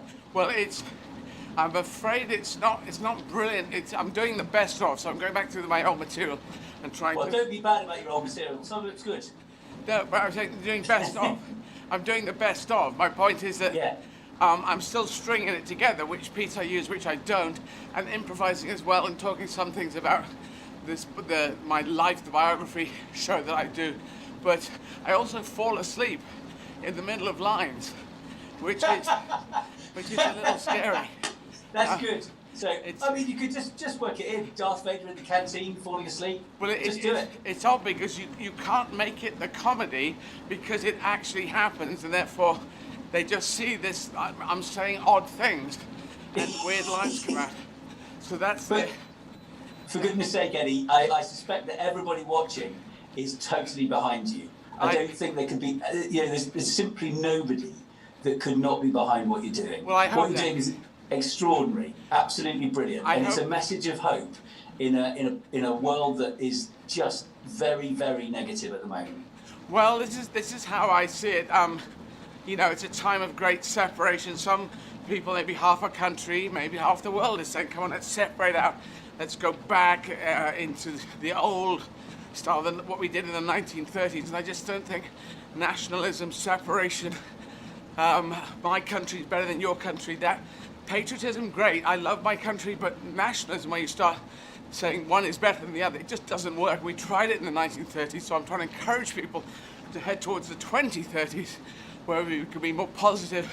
Maybe we'll turn the ship of humanity around. Donald Trump is disappearing in 3 days. He will disappear. I think he doesn't want to disappear. He wants to stick around, but we will see.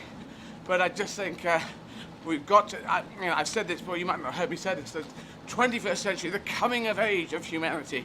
I know the 21st century is just a number, a bit arbitrary, but it does. I do think this century will decide whether we become a fair world for everyone, or I don't know if we're going to make it, because the darker side of human beings, that could just take us down. That sort of pitting each other against each other, using hatred, the threat of violence, all that stuff, which I just hate so much. We've tried it; it doesn't work.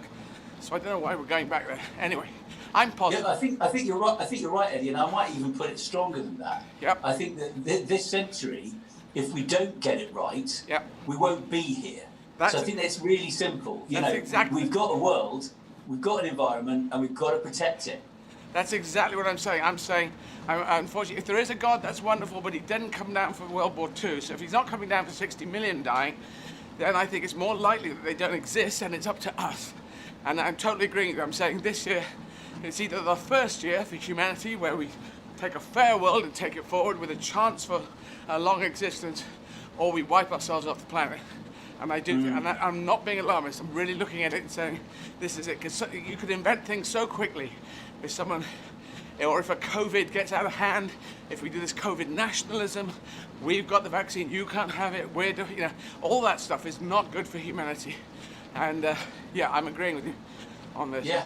Well, I mean, you probably, I can't remember if I've told you this one before, but I did do that World Environment Day stuff as much as I possibly could for that, and I blew up the world's largest balloon, singly inflated, 6,630 breaths. Me sitting there with a massive balloon going, just desperately trying to say to people, this is the world's largest balloon. It took me 6,630 breaths to blow it up. But this is the same amount of carbon monoxide that is emitted by a single passenger on a single plane for 1 hour in the air. And that's the world's largest balloon. Wow. So it's trying to get these messages across, and that's what you're doing. And I'm so proud to know you, mate. I really am, and I'm so proud you're doing this. And I think it's a fantastic thing. And I hope you raise as much money as possible for as many things as possible.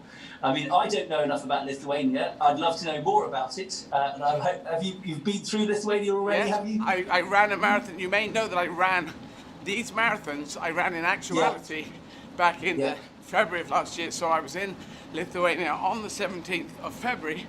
I was running a marathon there. Then we got a bus up to Riga. And so we're going to do Riga tomorrow, which will be Latvia. And then went on to Estonia. So, and I've played there as well on my Wunderbar tour. So all the European cities are open. Of course, it's harder to play there now and to trade with there. We've got Brexit bureaucracy to deal with. You won't get your healthcare done there.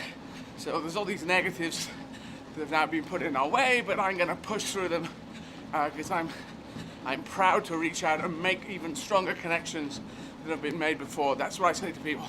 If some people are saying separate and retreat, I'm saying no, the rest of us make even stronger connections than we've ever made before. And I mean, I think the thing that COVID should have taught people, hopefully that they've taken from it as a takeaway, is that if you don't see people, it's impossible to communicate with people. Yeah. If you don't see them, you can't communicate with them.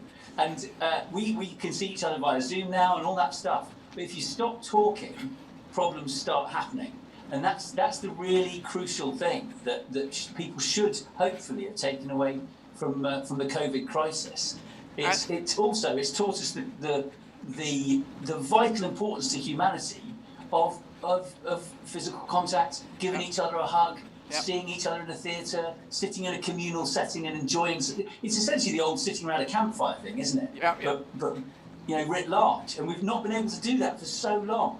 And it's so important that people don't undervalue the vital nature of that. It's vital. Yep, you're absolutely right. So we should say at this point, because I'm going to have to say goodbye to you in a second and talk to a friend in Lithuania, but can you give a shout out for how people can donate? Do you know, have they told you how I can donate? Or I do. You can donate at eddieizzard.com. I'm very clear on that. You can go to the website, click on a link, and you can do that. Do use the hashtag #MakeHumanityGreatAgain on any social media. Let's get as many people watching this as possible. Let's get people behind it. You can donate £10 in the UK by texting 10 to 7810, 70810. And you can donate £20 by texting 20 to the same number, 70810. So please do that. Get involved and let's make humanity great again. Let's do that. Thank you very much, Tim. Thank you. I'm sorry it went a bit weird before, but I'm glad that's sorted out, and thanks for coming back. I love you, man. Keep doing crazy things. Cheers. I love you. Take care. Bye. So, now that was Tim Fitzhyam. Now, as we're going down here, Dave. Hello. David. Hello. You remember, before we just go to Poliet, remember on the first line of everyone we were going to have who I've just talked to linked up. I know it's Tim Fitzhyam because I happen to know it. Oh, and actually, you know what, Eddie? I was taking that on and I just haven't done it. Okay, today, so no problem. yes. Sarah's going to do that. All good. I'll do that. Thanks, Dave, I'm ready for Poliet anytime. Okay, we'll get It's that ready. link changed over. We'll get to you as soon as.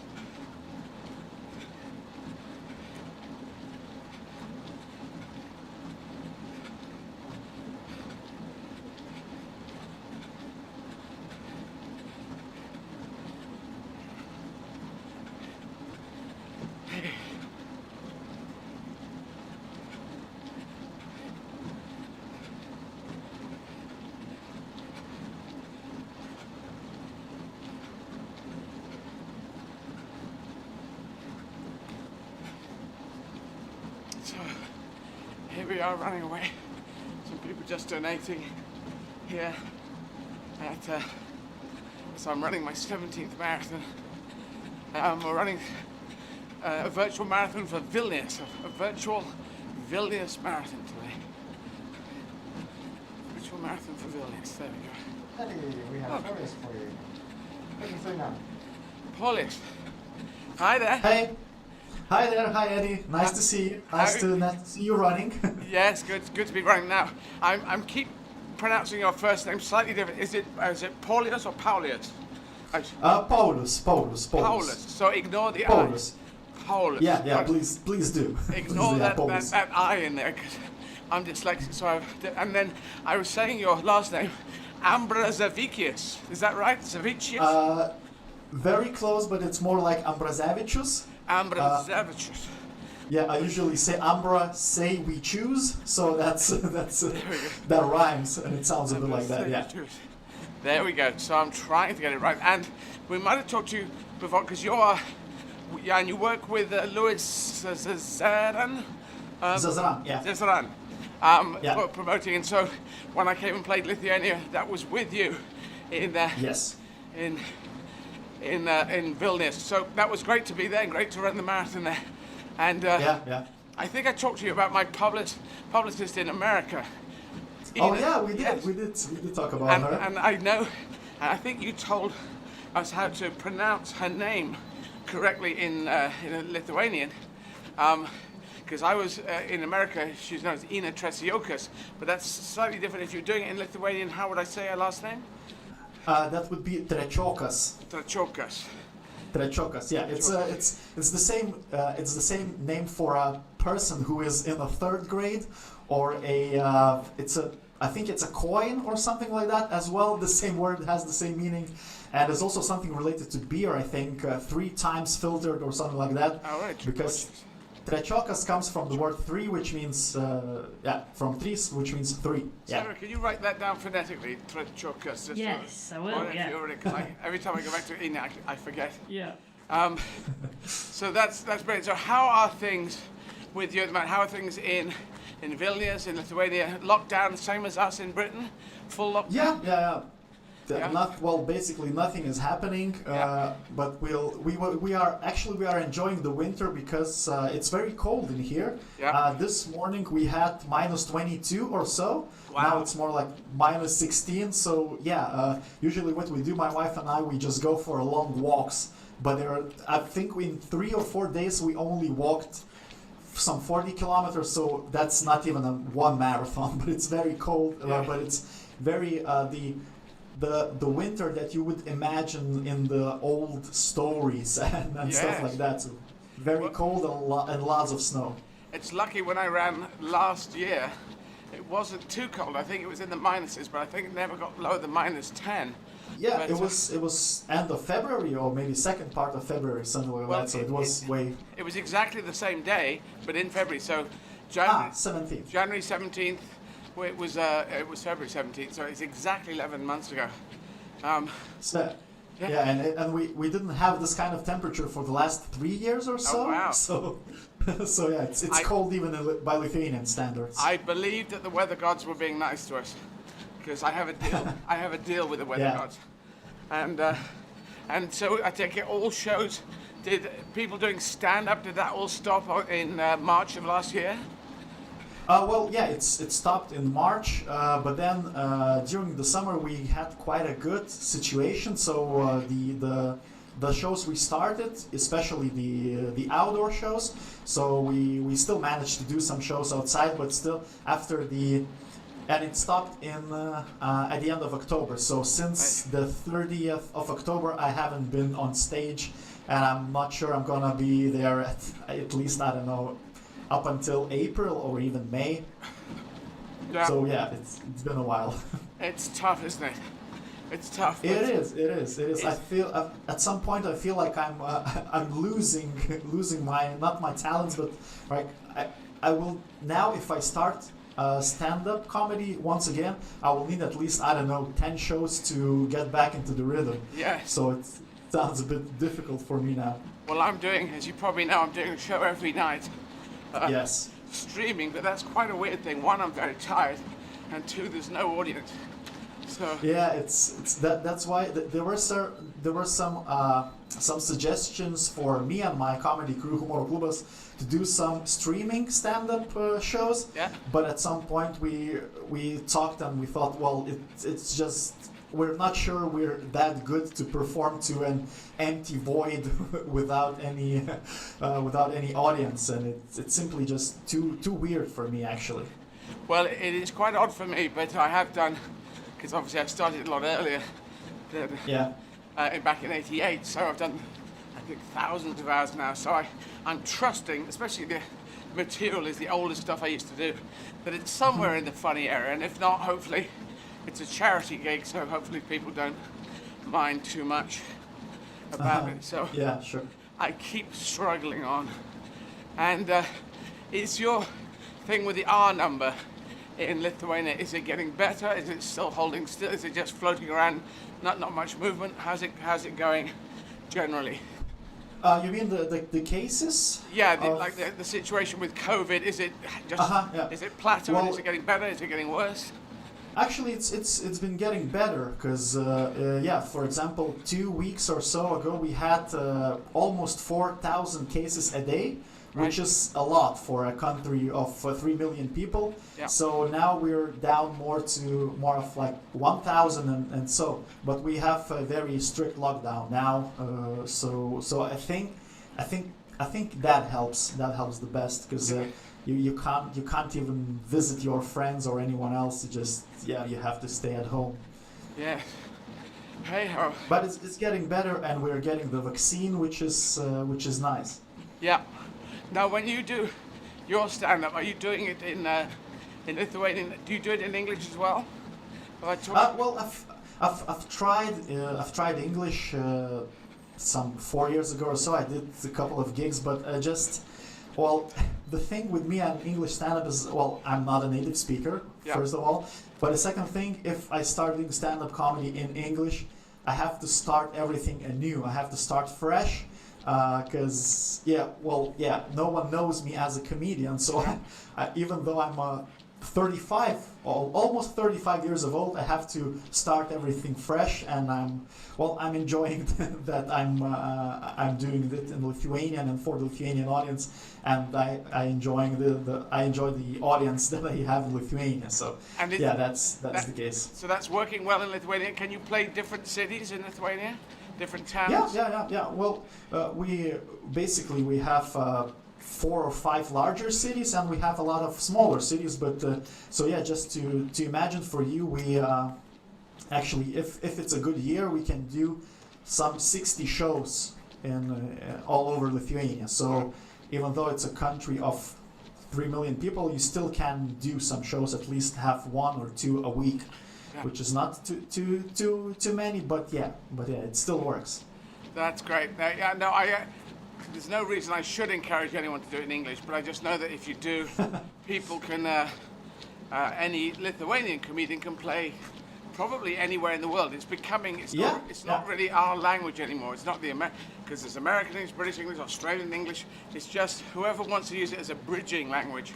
And I know my friend Yassine Bellou's a French comedian playing in... He played in the Vilnius. He played in Vilnius. There you go. Some time ago, yeah. So that's a great show. That's great. That his stuff is wonderful, and we have a similar taste in comedy, and he's adventurous in going out there and doing that. So I love that. And the fact that the Lithuanian audience are listening in English, a second language, and he as a French person is performing in English, a second language, and it connects, which means that's something beautiful.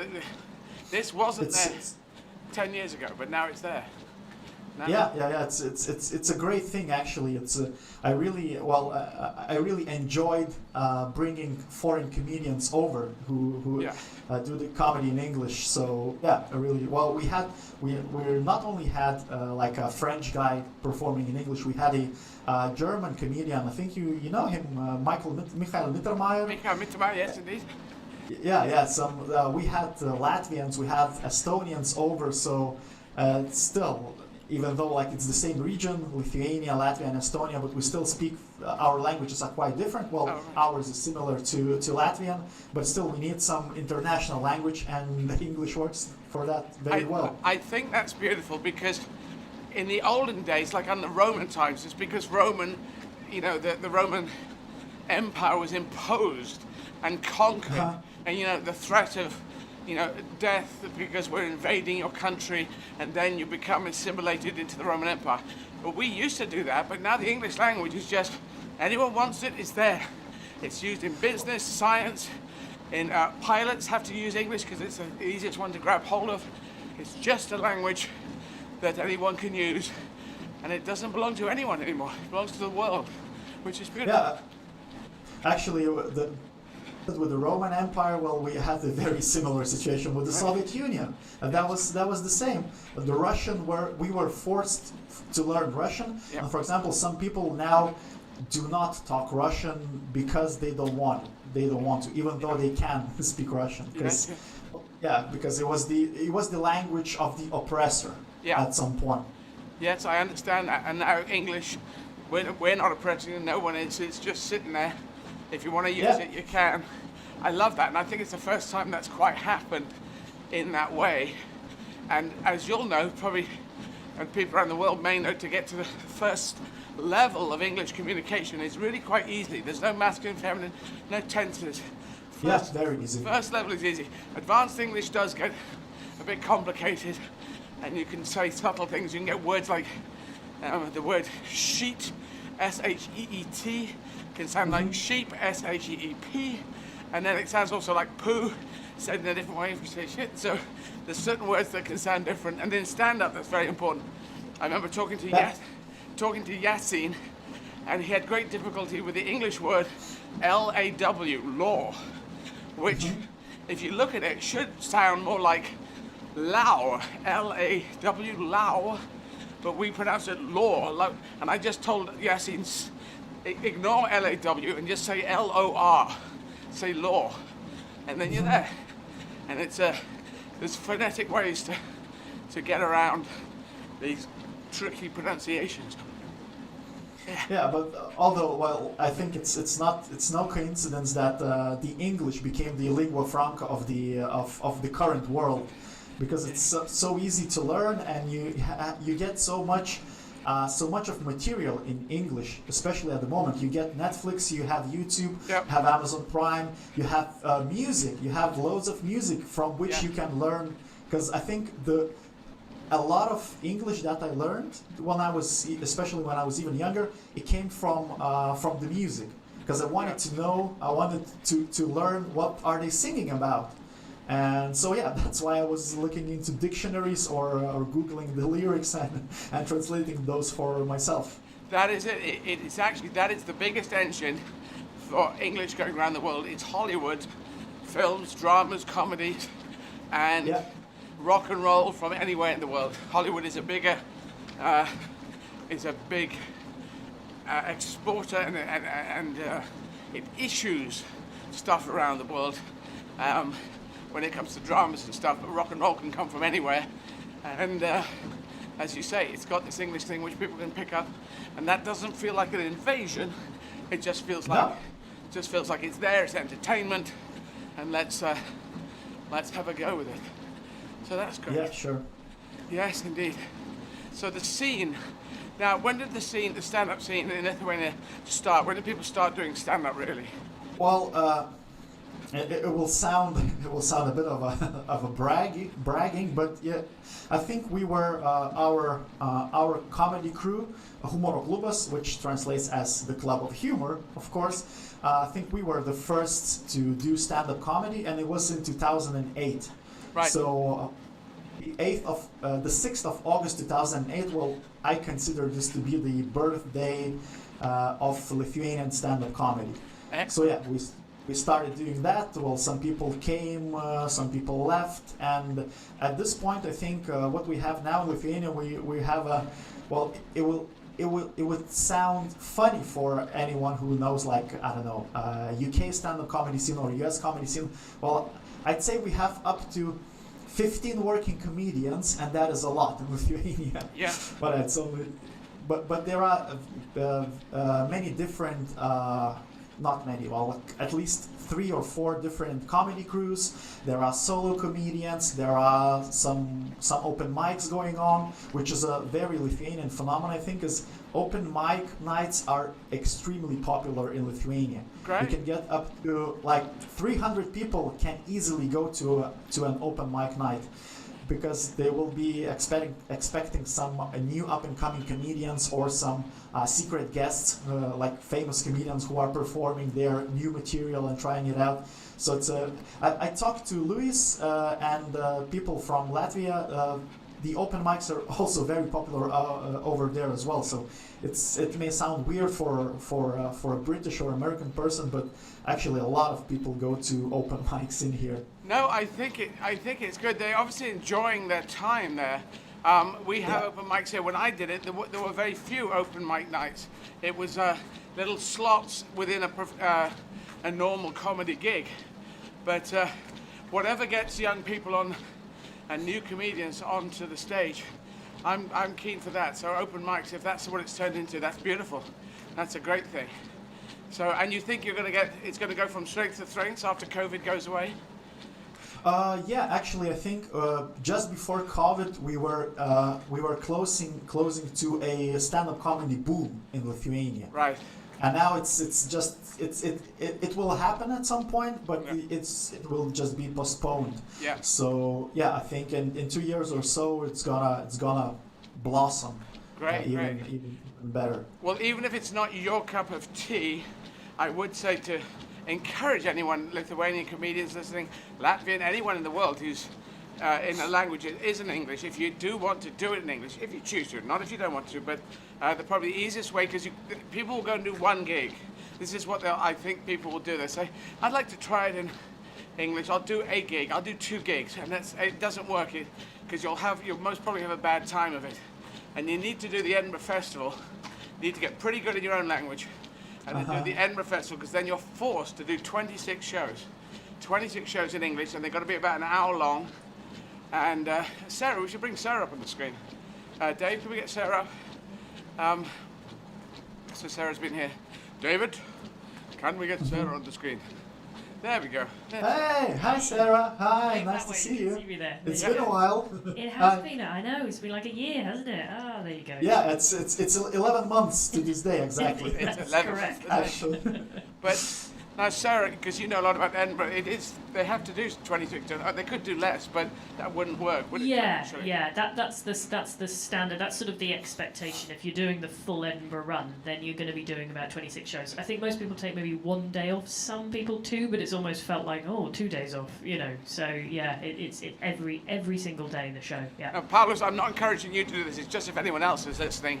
If you do it, yeah, sure. If you do it, you get such a baptism of 26 1-hour shows in English that you'll talk for 26 hours, and therefore you have to get better. So that's the beautiful thing about it. That's what Yasin did, and a lot of the guys have done.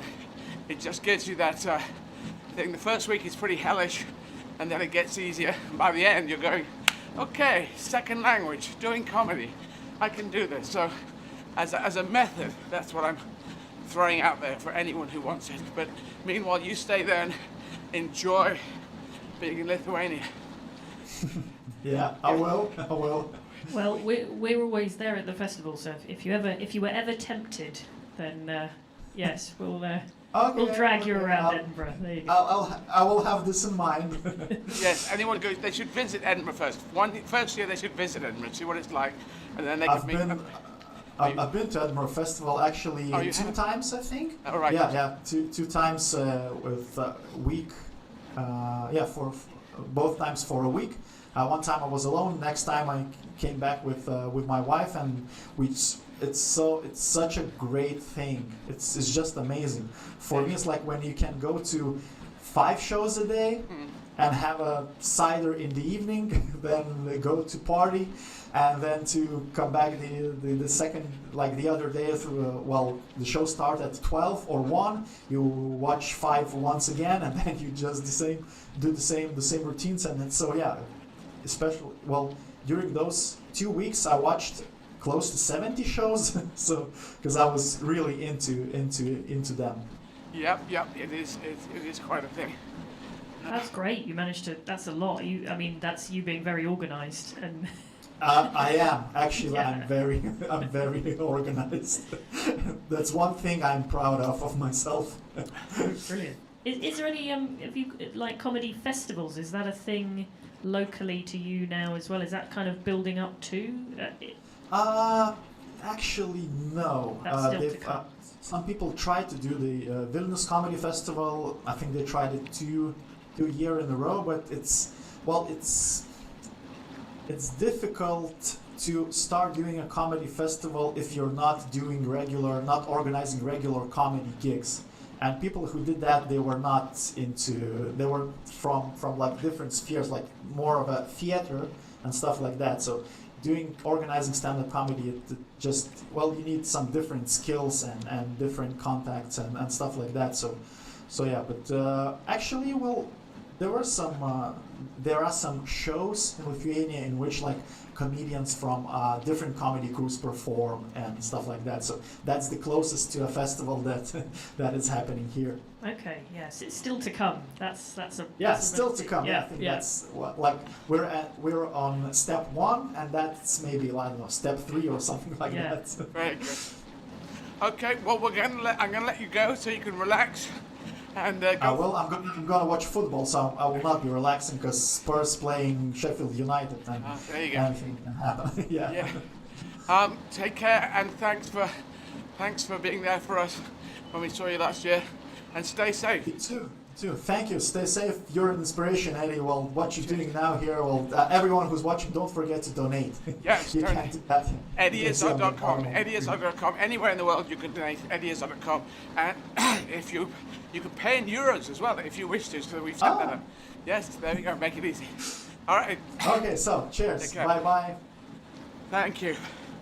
Now we'll stop again, and then we're going to talk to Daniel Schloss. Is it Daniel Schloss or Daniel Schloss? With an H sound? No, without. I'm sorry, Daniel, I'm putting an H in there. I'm going all German on you. I'll be back in just a sec. God, me in the loo.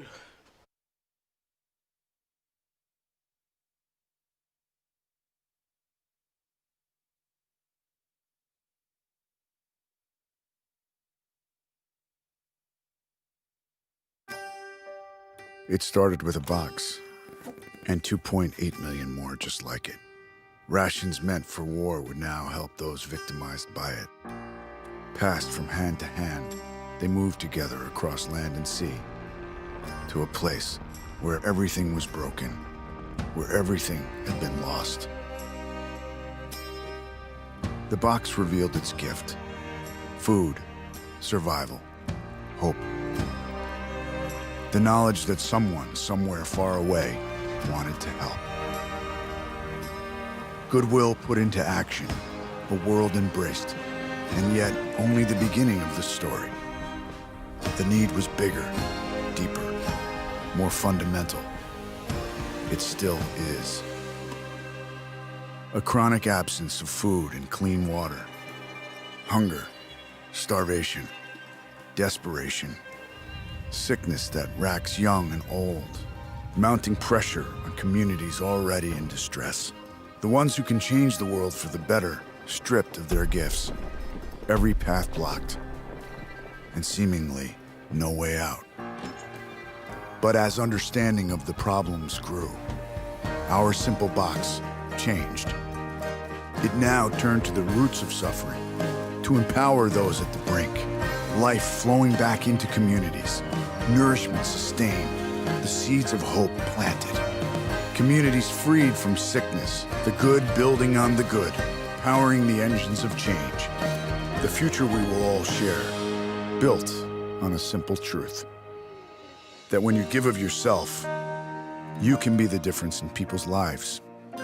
you can help deliver lasting change. Its colors are different. Its mission has grown, but it's the same care package. The simple box that gives us all the power to change the world for good.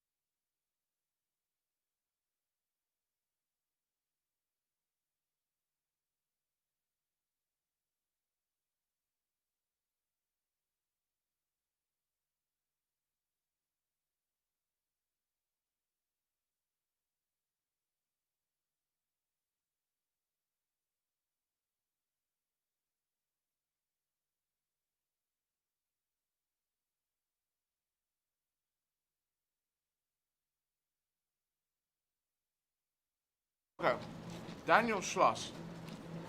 Daniel Schloss. I'm so sorry. I'm going to talk to Daniel any second now. I can put you through now. Yeah, brilliant. Daniel, hi. Hey mate, how you doing? I am all right. I'm so sorry. Because I speak German, not brilliantly. I keep putting an H sound into your last name. Is it a Scottish name or is it? It comes from Norway, but Sloss is Norwegian for fight. So we think the family history is after the Vikings did their whole, murdering and pillaging and stuff, and once they realised that, some Scottish women weren't too bad, they started settling down the north and the west coast. So you find little pockets of Slosses there. Right. But everyone often thinks it's German because it sounds a lot like castle. Right, yes, but it's Schloss and it means fight. You're Daniel Fight, wow. Daniel Fight, and which is very funny if you've ever met me, because I've never been in a fight in my life, and I'm not a fighter. I'm not even a lover. Well, that's an interesting thing. My mum, I did the genome on my own, my own personal genome, and I found that my dad was what do you call it? Was the sorry. Viking? No, it's the opposite of Viking. What's the other one? Saxon. Saxon, that's it. Saxon. Dad was Saxon, but Mum, who was a nurse, very loving person, she was Viking heritage. And I just thought, Mum did not seem to be like a Viking. But apparently, but you know, I was very happy to have Viking heritage, but Mum was just a loving, nice, caring person. I just didn't think, Viking. Anyway. Yes. Also, I'm pretty sure there are Vikings and Saxons rolling over in their grave, knowing that like 500-600 years in the future there would be, you know, some sort of unity, let alone a loveful unity. Well, exactly. And of course, you probably know Viking just means pirate, actually, because it was the second and third sons who were not going to inherit, and they said, "We're fucking out of here." Yeah. Did you know that? Yeah. I absolutely did not know that. I'm a big fan of history, but like trying to find what part of history to start at is dead like difficult, because you start learning. I started learning some American history, and then they started talking about like the Protestant and Catholic wars in the UK, and it just felt like a season that I'd missed. And I was like, oh God, now I need to learn about that, and I'm still trying to piece bits together. I'm very, very bad at Scottish history, surprisingly, despite the fact that we've got a lot of it. Well, there's the Scottish history, and it'll be very interesting the Norwegian history of your family name, because, yeah, I do. If you watch the Vikings, there's the series, The Vikings. I think it's on Netflix. Is that Amazon? Amazon, yep. And if you watch that, it's interesting because it leads up to a guy who had a very odd name like Pogo or Drono. Anyway, he went. There's one of that group later on who ends up going to northern France, and so they're all attacking there and killing lots of people and deciding to settle as well, and causing the erstwhile king of France, but they're probably a bit fractured, a bit tribal at that point. But he does a deal with this guy, whose name has walked out of my head, this Viking guy, and they agree to settle in the north, and they become Normans, Norsemen, Normans. And that's who attack us later, because William the Conqueror felt he had a line through his Viking heritage to inherit the crown of England. That's fascinating, and I had no idea. Now that makes sense. Norseman. I had no idea that was the etymology. That is how it is. But they had learned French. They had assimilated. Rollo, that's his name, Rollo. So Rollo was the guy who sounds like a roller, but R-O-L-L-O. Right. And the last one as well. Yeah, and he was a big chocolate guy, and that tastes lovely. And anyway, so yes, so they kept the Norsemen, and they had assimilated French, and I think just dropped their own language. Interesting how, you know, attack got in there 200 years, picked up French, Norman French, that came in, became our over language in England, not in Scotland, and that's why for 300 years, I think after that, 300 or 400 years. No, 333 years, I talked about this. You got French as an over language, and Anglo-Saxon as a working language, an under language, never written down, which is why there were no rules for the Anglo-Saxon, and we dumped all the endings, masculine, feminine, neuter, we dumped all of that because it was a street language, it was a working person's language, and no one was coming up with rules. And okay. Yeah. Well, I guess that makes sense. I mean, if you're just talking, you're not going to write it down. No, and all the words in the field, hen is German, Feld is from field is German, hen is hen, cow is Kuh, they're all Germanic words. On the plate, Bœuf is beef, and mutton, and there's other ones.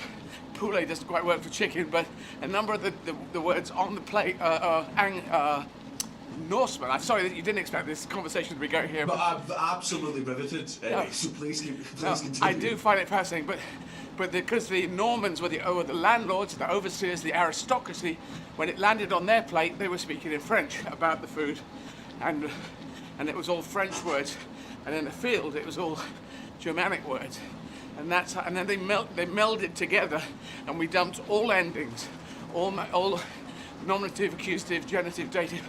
Everything went out the window, and we end up with English. This weird thing.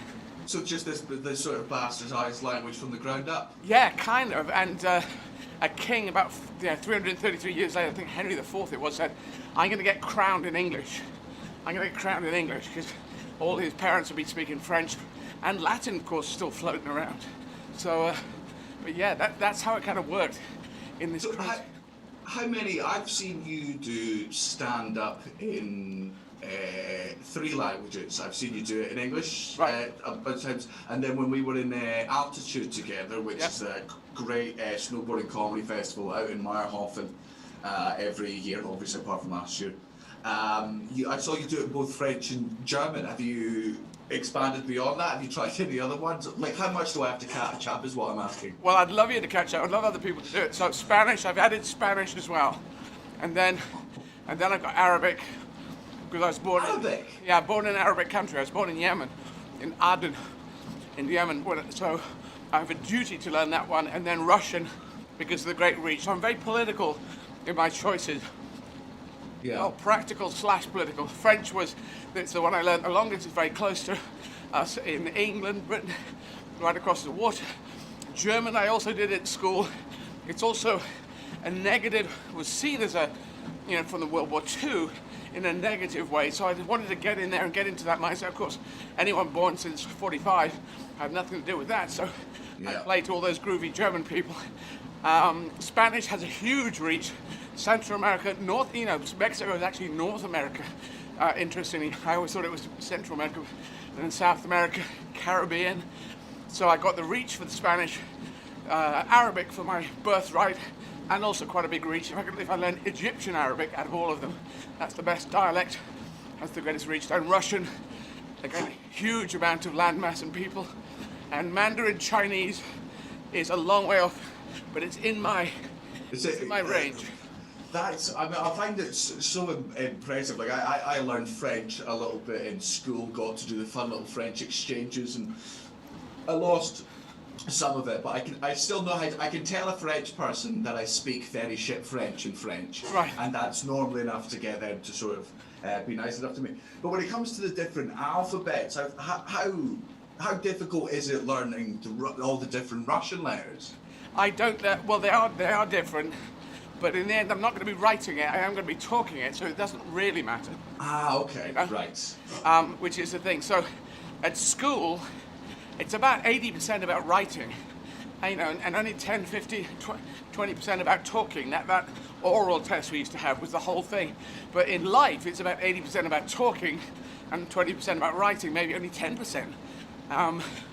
So have you played in different languages? Have you got an ambition to do that? No, I mean it's to call it an ambition would suggest that I've put any of the groundwork in so far. But it's something that definitely interests me, because it was you. I don't know if you know this, but it was you that talked me into touring Europe about 5 years ago. My agent phoned me up and she was like, "I'm fancy setting you up a little tour around Europe. Is that something that takes your interest?" And I was ignorant as hell at the time, and I was like, "No, I don't want to go to other countries that don't speak English and, perform to like the 20 people in that country who can understand English to such a degree." Because for me, the idea of, laughing at comedy in another language, I'm like, I love people like Michael Mittermeier and Dagsson, the Icelandic comic. But if they were to do it in their own language, I wouldn't understand it. And then, so I was like, I'm not interested in doing this tour, it just sounds weird and too much of a risk, I'd like to tour in the UK. And she was, a bit upset, she thought it was the wrong decision. And then 2 days later I get a phone call from a number I don't have, and it's you, so I'm 25 years old, getting a call from Izzard, and you're like, you need to do the European tour. And it was the greatest chess move she's ever played, and I absolutely love it. I've toured it extensively since. Excellent. It's the most fun in the world. I saw you talking to the lovely Paulius earlier on, before this. Yep. He was so good to us when we were out in Lithuania. So part of me does feel a bit guilty, because you go to these places and they understand comedy to such a degree in their second, sometimes third language, and it would be nice to maybe not do like a full show, but to have enough in maybe like French or German to be able to do like 5 minutes even. So I imagine it would be only puns. Or do puns exist in other languages? They do, but they don't really work. So if you've got an English language pun, it won't work obviously in the next language over. So if you did that, they would like that. If you did 5 minutes, you'd have to translate it phonetically. Is there any one language you like more than the others? French I like because I learned it all the way through school, and I do remember being like, I've got a reference point in my brain where I was definitely holding conversations, a very little conversation, but I understood it enough. So I think that would be the one I go back to since I've got a foundation. Let me put this to you. I would advise you, because I feel that you have an ambition in the good way of ambition, you know, because you're going to be ambitious to do bad things, and, you know, 1930s and all those idiots, dictators. But there's ambition to do good things, do more comedy, reach around the world. You saw this thing, you went for it, you weren't sure, then you went for it, and boom, and you said, yes, we could do more of this. If you did it, you would... So there's the 5 minutes, and you could learn that phonetically, and you could do that, and they would like that. At the end of the show, you could just come on and do 5 minutes at the end. That would be your starter place. But if you ever wanted to go for it, I would go there too, whichever country, and do gigs there. You'd have to be a month minimum. And you'd have to do 6 days a week. I did 3 months when I did my... Because first of all, I did a week, and I thought, well, that's quite good. And I did 2 weeks. I thought, that's better. And I thought, it needs to be longer. I did 3 months, and then I got it. And you jump over this thing. But what it will do for your English gigs is your confidence goes through the roof. It's ninja training, if you think about it. Who does it in a different language? You know, no one's really following this path, and I'm doing it for me. I'm not trying to encourage it. A lot of people are coming into English, but not a huge amount of English speakers are going into French, German, and Spanish. But the confidence it gives you is ridiculous. You wouldn't believe it. You come back and you think, this is just English. I can do English. I was doing French. You know, I was doing it in German. And it gives you this amazing feeling. And, you know, you're special forces of comedy trained. So if you ever do want to do it, we can tell you how to do it. I just find that fascinating. So you went over to France just to the comedy scene there, and just went, I'll just break into this again. Essentially as an open spot. Yeah, well, not as an open spot, and not on the comedy circuit. There was a very small circuit. I did a week. I always played a theatre, a small 100-seater theatre, and I did a week in '98, and then I did 2 weeks in 2000, and then I thought it's got to be longer than this, so I did 6 gigs a week for 2 weeks, and that got quite good. We recorded that one. That one is out there floating around somewhere. But then I thought I'd got to come back, and it took me 11 years to clear the decks to come back. And in 2011, I did from the 1st of April, May, June, to the end of June, 3 months, 6 gigs a week, and I just became a French person. You know, it was springtime in Paris, and it was just beautiful, and the weather was beautiful, and I was living, and I did French conversation. I found some friends, they weren't really teachers, but I sat every day between 2 p.m. and 5 p.m. and did 3 hours of French conversation.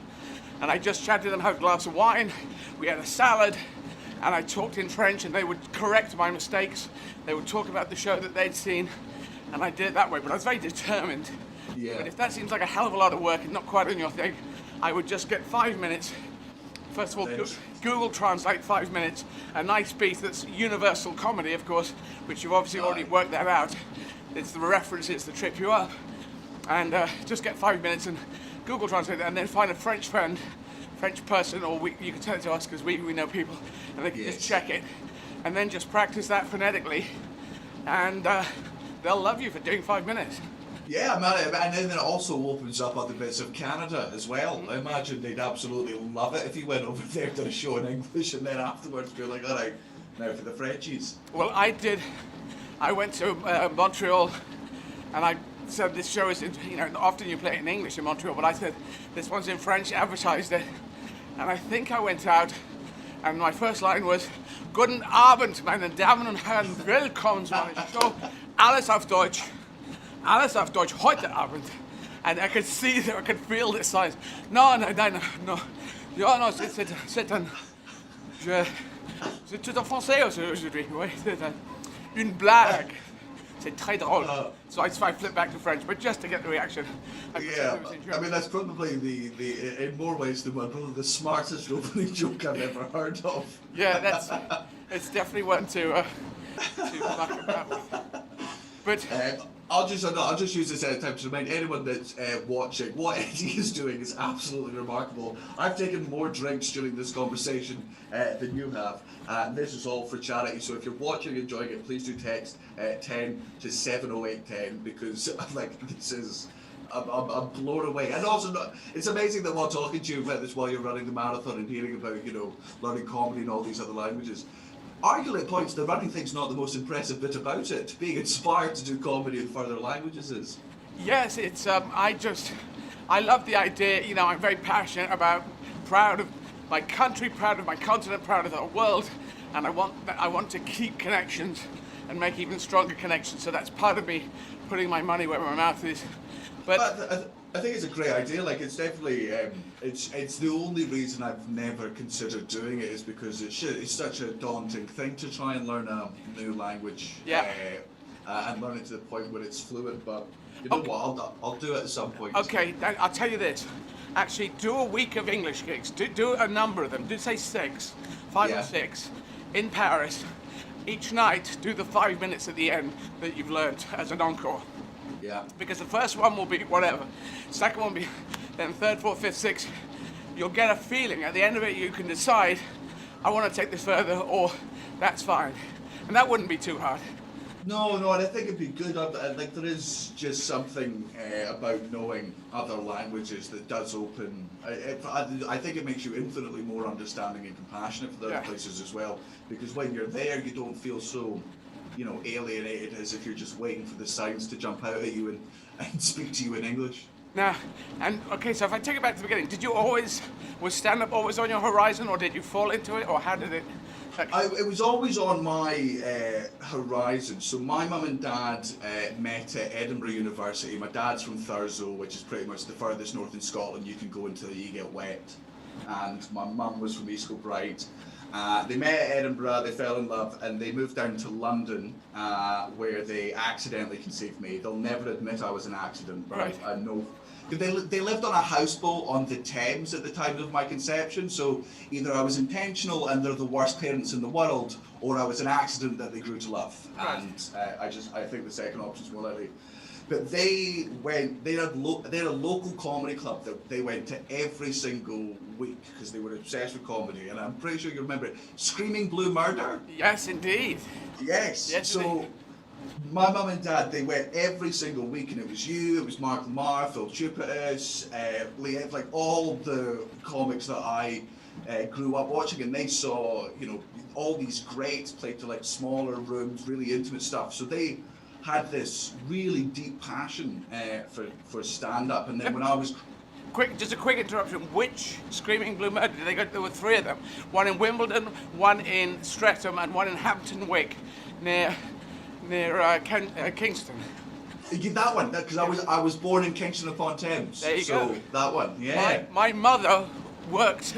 She got her midwifery exam in that hospital where you were born. That's where my yeah. Oh. Yeah. Unfortunately, my mum died when I was very young, when I was 6, back in '68. But she did, and I track her. She's the Viking, the Viking nurse, and the lovely person. Anyway, yes, continue the story. So Hampton Wick, that's where you went to, and I was regular comedy. I was there every week. Yes, and when it wasn't you, it was either Phil Jupitus or Stuart Lee. So they. So whenever so my parents have been fans of you since like then. So I grew up as a fan of you and Mark Lamar, and I remember being young, like I love making my parents laugh. It always has been one of my favourite things in the world. Not just them, but people in general as well. And there would be nights on like Friday or Saturday where my bedtime was 8 o'clock, and I'd go to bed, but I'd hear both of my parents laughing downstairs really hard, and I was like, I have to know what that is. Like, I need to know what is making them laugh so much. And I'd come downstairs and they'd be watching any number of stuff like Nevermind Buzzcocks or one of Jack D's specials, and I wasn't laughing at the jokes. I was laughing at grown men and women saying swear words, which to me at the age of 6 was the funniest thing in the world. I just remember being like, I can't believe you're allowed to stand in front of a room full of people and swear, and they clap. Obviously there's more to that, but you know, in my stand-up, not much more. And so I just grew up watching it, consuming it. Like in the days before Netflix, I used to have to go on eBay and just type in comedy DVD and comedy VHS. So that's why I've got like really obscure things like Alan Davies' one and Marcus Brigstock and Omid Jalili's old stuff and obviously all of your DVD collections. And I just consumed and consumed. But it wasn't until I was 16, like I'd done stage acting before at my local theatre because my mum wanted me out of the house because she works from home, and I'm immensely annoying.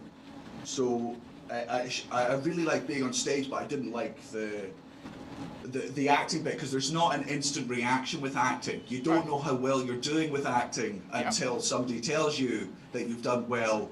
Whereas anytime we did comedy, I was like, oh, I'm in control of this, right? I know how to do that. And then I just started asking for gigs. My mum signed me up to like a comedy course, which had a gig at the end of it. And then the Stand Comedy Club in Edinburgh just really, I wasn't great the first couple of times, but they saw something in me and they really supported. And you know, the way that so many comedy clubs do, where they just, you know, nurture talent. And you were only 16 at this point? Yes, 16 was my, me and my dad debate about how old I was, because I did one gig when I was 16, but I don't consider it a gig because it was like above a pub to like 9 people and 3 of them were my mates, and if you ask anyone in that audience, what I did was not comedy. But then 2 weeks after that, I did my it was a gig. It was after my 17th birthday, and it was at the Stand in Edinburgh. Right. And I was like, "That's a real first gig." Yeah. So yeah. Yeah. And was it good? Was it okay? It was. I wasn't nervous because I was so young and I had like the arrogance of youth. It never occurred to me that it going badly was possible. Right. And or at least I wasn't nervous before. And then I walked on stage and I was so young looking. Before I even got to my first line, 2 women in the front row just went, "Aww." And I was like, and I had no idea how to respond to a heckle at that point, let alone a heckle that wasn't even that bad. And I sort of, stumbled through 5 minutes of jokes about masturbating because that's all I had to talk about at the time. And it was enough that I was like, I definitely want to do that again. I got bit by the bug. Yeah, yeah. And it's from then on, you just powered into it and off you went. Yes. I went. How old were you when you started? Well, you see, I was 16 at a boarding school, and I said, I'm definitely going to do this performing thing. I had wanted to be an actor at 7, but then I sort of dumped it and concentrated on Monty Python sketch comedy and said, I don't think drama is my thing. And at 16, then I had to go to university, so in inverted commas, sort of parental pressure, got to Sheffield Uni doing accounting and financial management. I did a show straight away, like I wrote my first story. I sort of weirdly constructed my first show at the end of that first year. And I took a show up to the Edinburgh Festival. I was 19. So that's wow. What was the festival like back then? Because like I love the Edinburgh Festival. I think it's one of the greatest festivals in the world. But I'm so fascinated to hear about what it was like before I even got to visit it. You were growing up in Edinburgh, were you? No, I grew up in Fife, but from about the age of 10 onwards, my dad, who worked in Edinburgh, would drive me into Edinburgh, drop me off at the Royal Mile in the morning with like £2. So I just go up and watch all the street performers, all the jugglers, all the comics, all the bands, and then he'd come have lunch with me, and we'd go see a show, and then he'd go back to work, and I'd just hang out at Edinburgh more, and then we'd go see some shows at night time. But that was in the 2000s then. That was in the 2000s, because I was street performing up in Edinburgh in 80.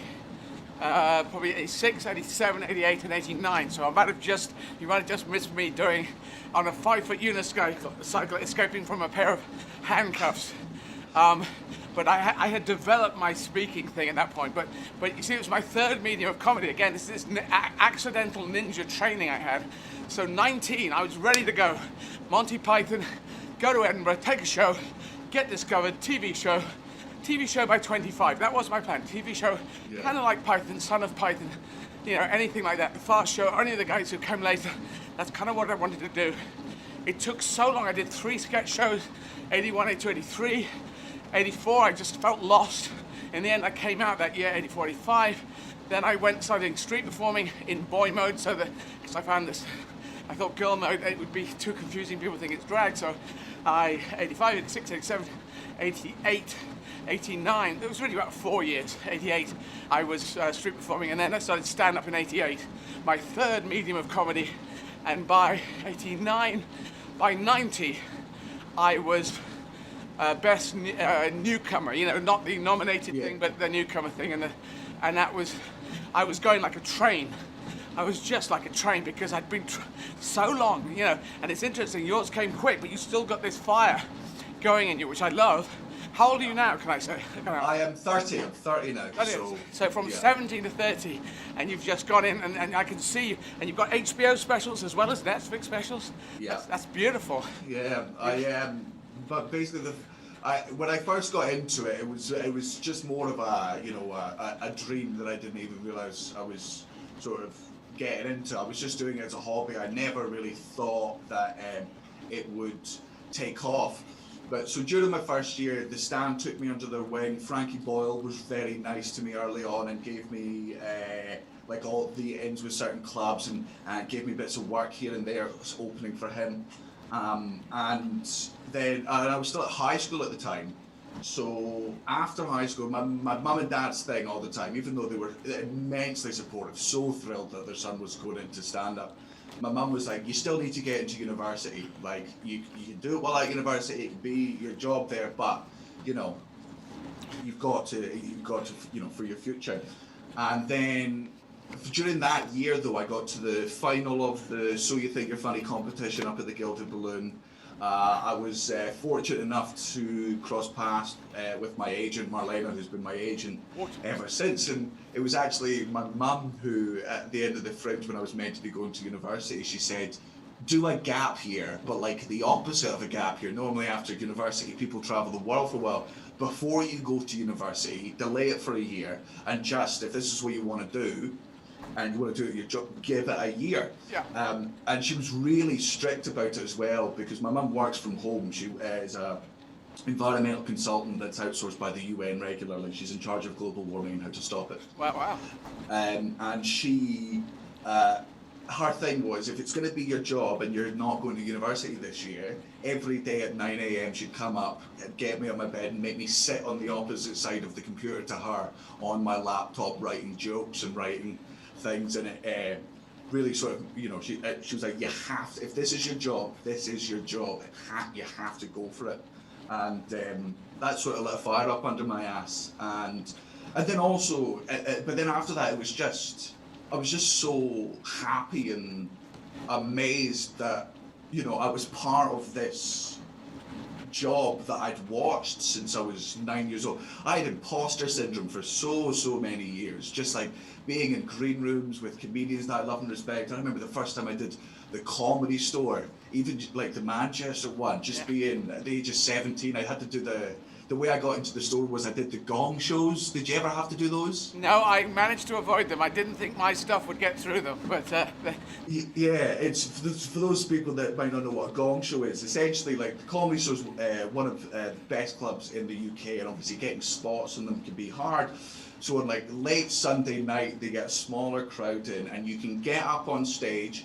And if you last 5 minutes, congratulations, you get through it. But there's 3 people in the audience with cards, and if any of those cards go up whenever they think you're rubbish or you're not doing well or they hate you, when all 3 go up, no matter how well you're doing, you get gonged off and you stop mid-joke, and that's it over for you. It's a very terrifying sort of the closest to the Colosseum I think we get in stand-up. Colosseum of comedy, yeah. Yeah, you're at the mercy of, you know, these drunken people. Thankfully, because I was 17 and therefore adorable, it bought me an extra couple of minutes at the start. And once people saw, you know, because I looked young, people expected me to be crap immediately. Like, you know, their expectations went down, so it's quite easy to jump over them. And then I won it, and then I started doing bits of the Comedy Store, and that was, yeah, everything was just a dream come true. So I just kept doing it just because I really felt that, you know, at one point people were going to just, you know, comedians I grew up watching were going to turn around and be like, who the fuck are you and how did you get here? Like, this is our green room. How did you intrude? But I've only ever been warmly welcomed by most people. Well, it's a great fraternity. I think comedians, we're kind of cold at people coming in, but once we've accepted in, you're in, and yeah. It's a beautiful group.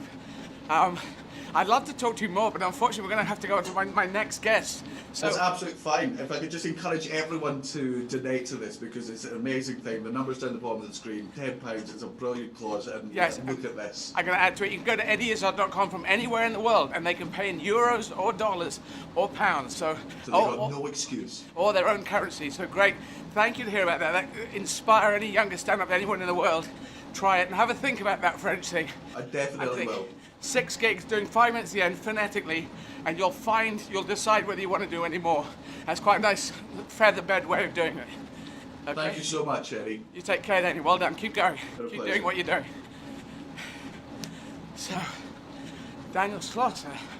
Great. What a fire I can feel coming from him, and done so much already in only 13 years. So Marcus Holmes. I'm now going to talk to Marcus on Zwift. Sorry, Marcus, I'm a little late. Ready, Dave, when you are. Yeah, wow. Just doing the changeover. Sarah, can you check out what 8,000 miles is in kilometers? Yeah, sure. Because that seems further than I've gone. How far have I run? Not that far. Not yet, but yes. Mark's calling in from Virginia in the US. Great state of Virginia, where I have played once or twice, I think now. But I know not a lot about, because I know a lot about Civil War, US Civil War, which is a very tough time, and hopefully. So 8,000 miles yeah. is 12,874 kilometres. 12,800, wow. Eddie, we have Marcus for you. Hi, Marcus. Hi, Eddie. How are you? I am good. How are you doing? Oh, not too bad. Probably better than you. Well, I'm not running at the moment. You're not running. I have asked some people wanted to come and be with me and running along with me, but I find it more relaxing to watch people resting in a big bath, having a glass of wine, because then I think, that's where I am. So I don't know whether they said that to you, but and I've got a piece of information straight away that says you've been running along with me on Zwift, and hopefully I've been doing shout outs to you, but you've run 8,000 miles so far. With it, is that right? 8,000 miles? I think that's right, yeah. I started running on Zwift about 2.5 years ago, and I liked it a lot. And so I every day I hop on and I do, maybe 10 miles or 12 miles or something, and it just adds up. And so I didn't really intend to run all the time on Zwift, but it just happened because I liked the platform and I liked the people that I met on there, and I liked all the interaction, and so it's been great. And so I guess I'm now the de facto leader. Oh yeah, in terms of miles run. That's what I'm reading. That you are the person with the most miles run. Just so you know, in other money around the world, you run 12,800 kilometers plus change. It's a bigger number, so you can use. Sounds more impressive. I know you can use both of them, but wow, that is because I'm only up to a small amount on here at the moment. But yeah, I'm getting there. Well, you know what it is I think, it becomes just a community. So I think if I didn't have people that I was interacting with and sort of knew based on the runs, I don't think I would use it as much. But I have now friends on Zwift, and we do meetups and we run just like we would out in the quote unquote real world. And somebody once said to me, they said, well, you should do some running in the real world. And I said, This is more real world than anything. I can have runs with people all across the country or the globe. I can chat with people, So I actually think that Zwift in many ways is more real, certainly than the pandemic running that we have now. And so for that reason, I really like it. It is more communicative, isn't it?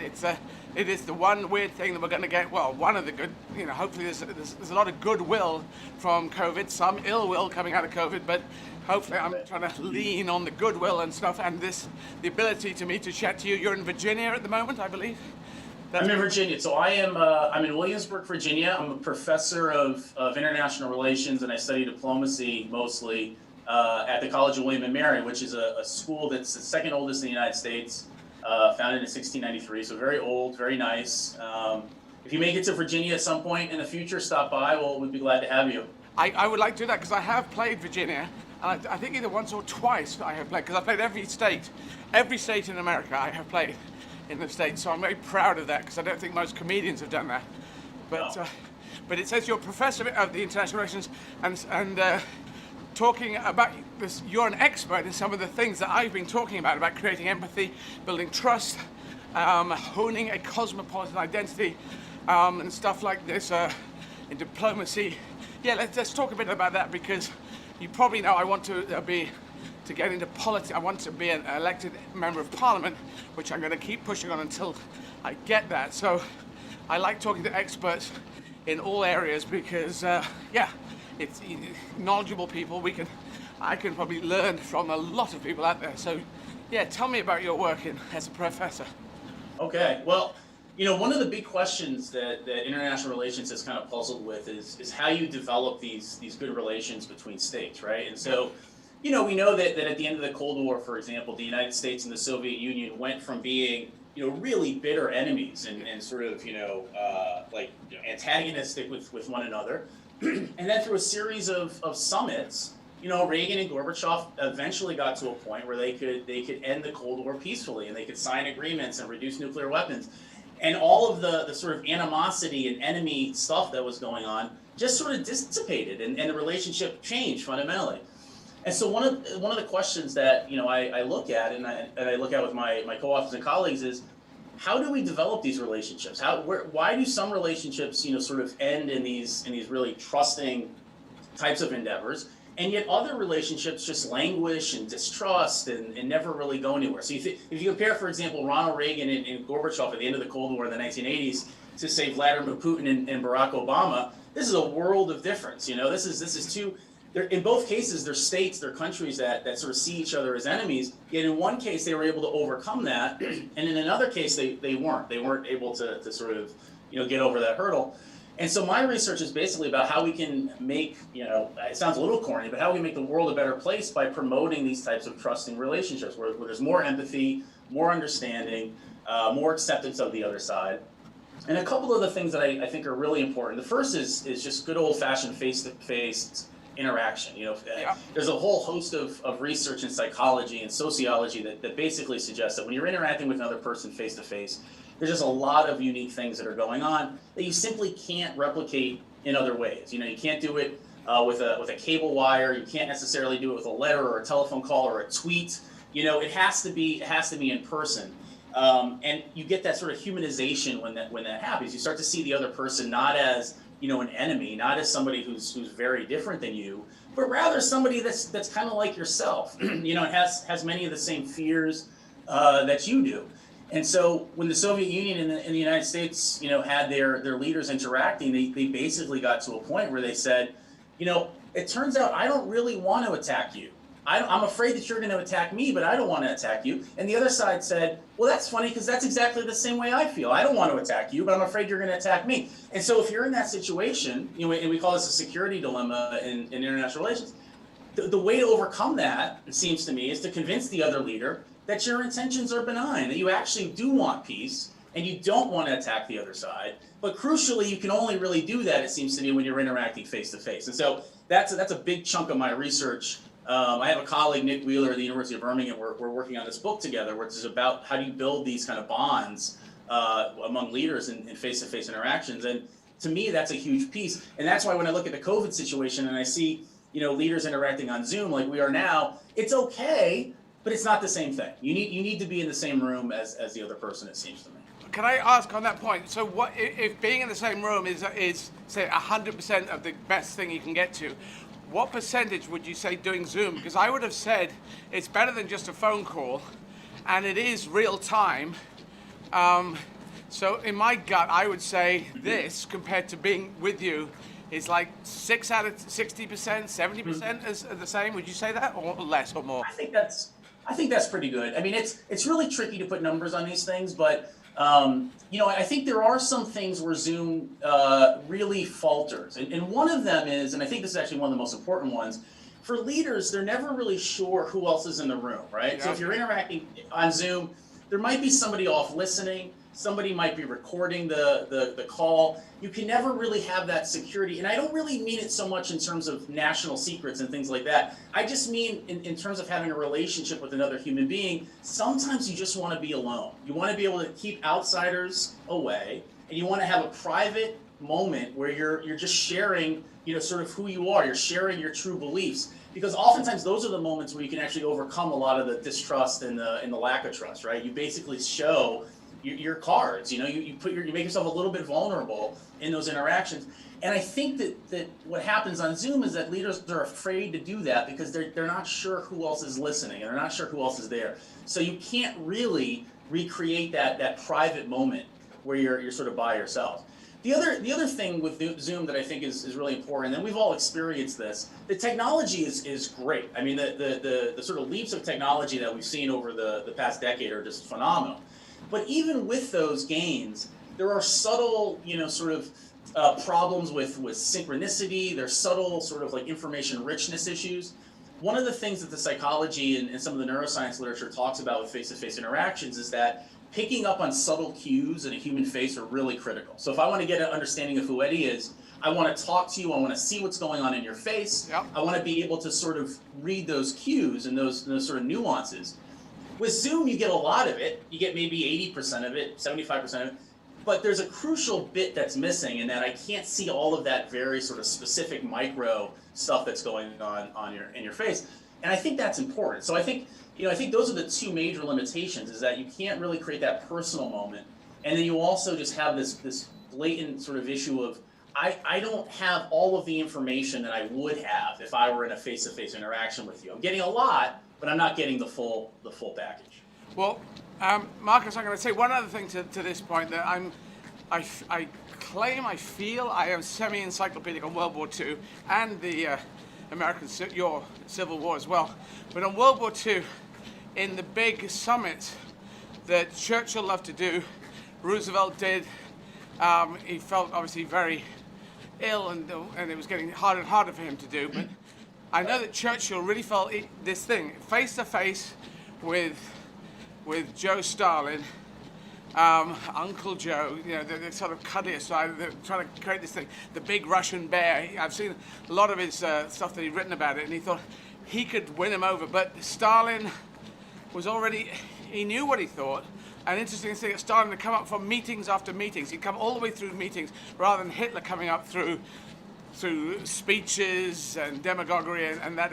I don't know if Stalin ever did major speeches, but Stalin just controlled those meetings in the way he did, because he just wouldn't give anything away, and they couldn't turn him, they couldn't move him. And also he knew that his you know, millions of his soldiers were going to be on the landmass of Eastern Europe.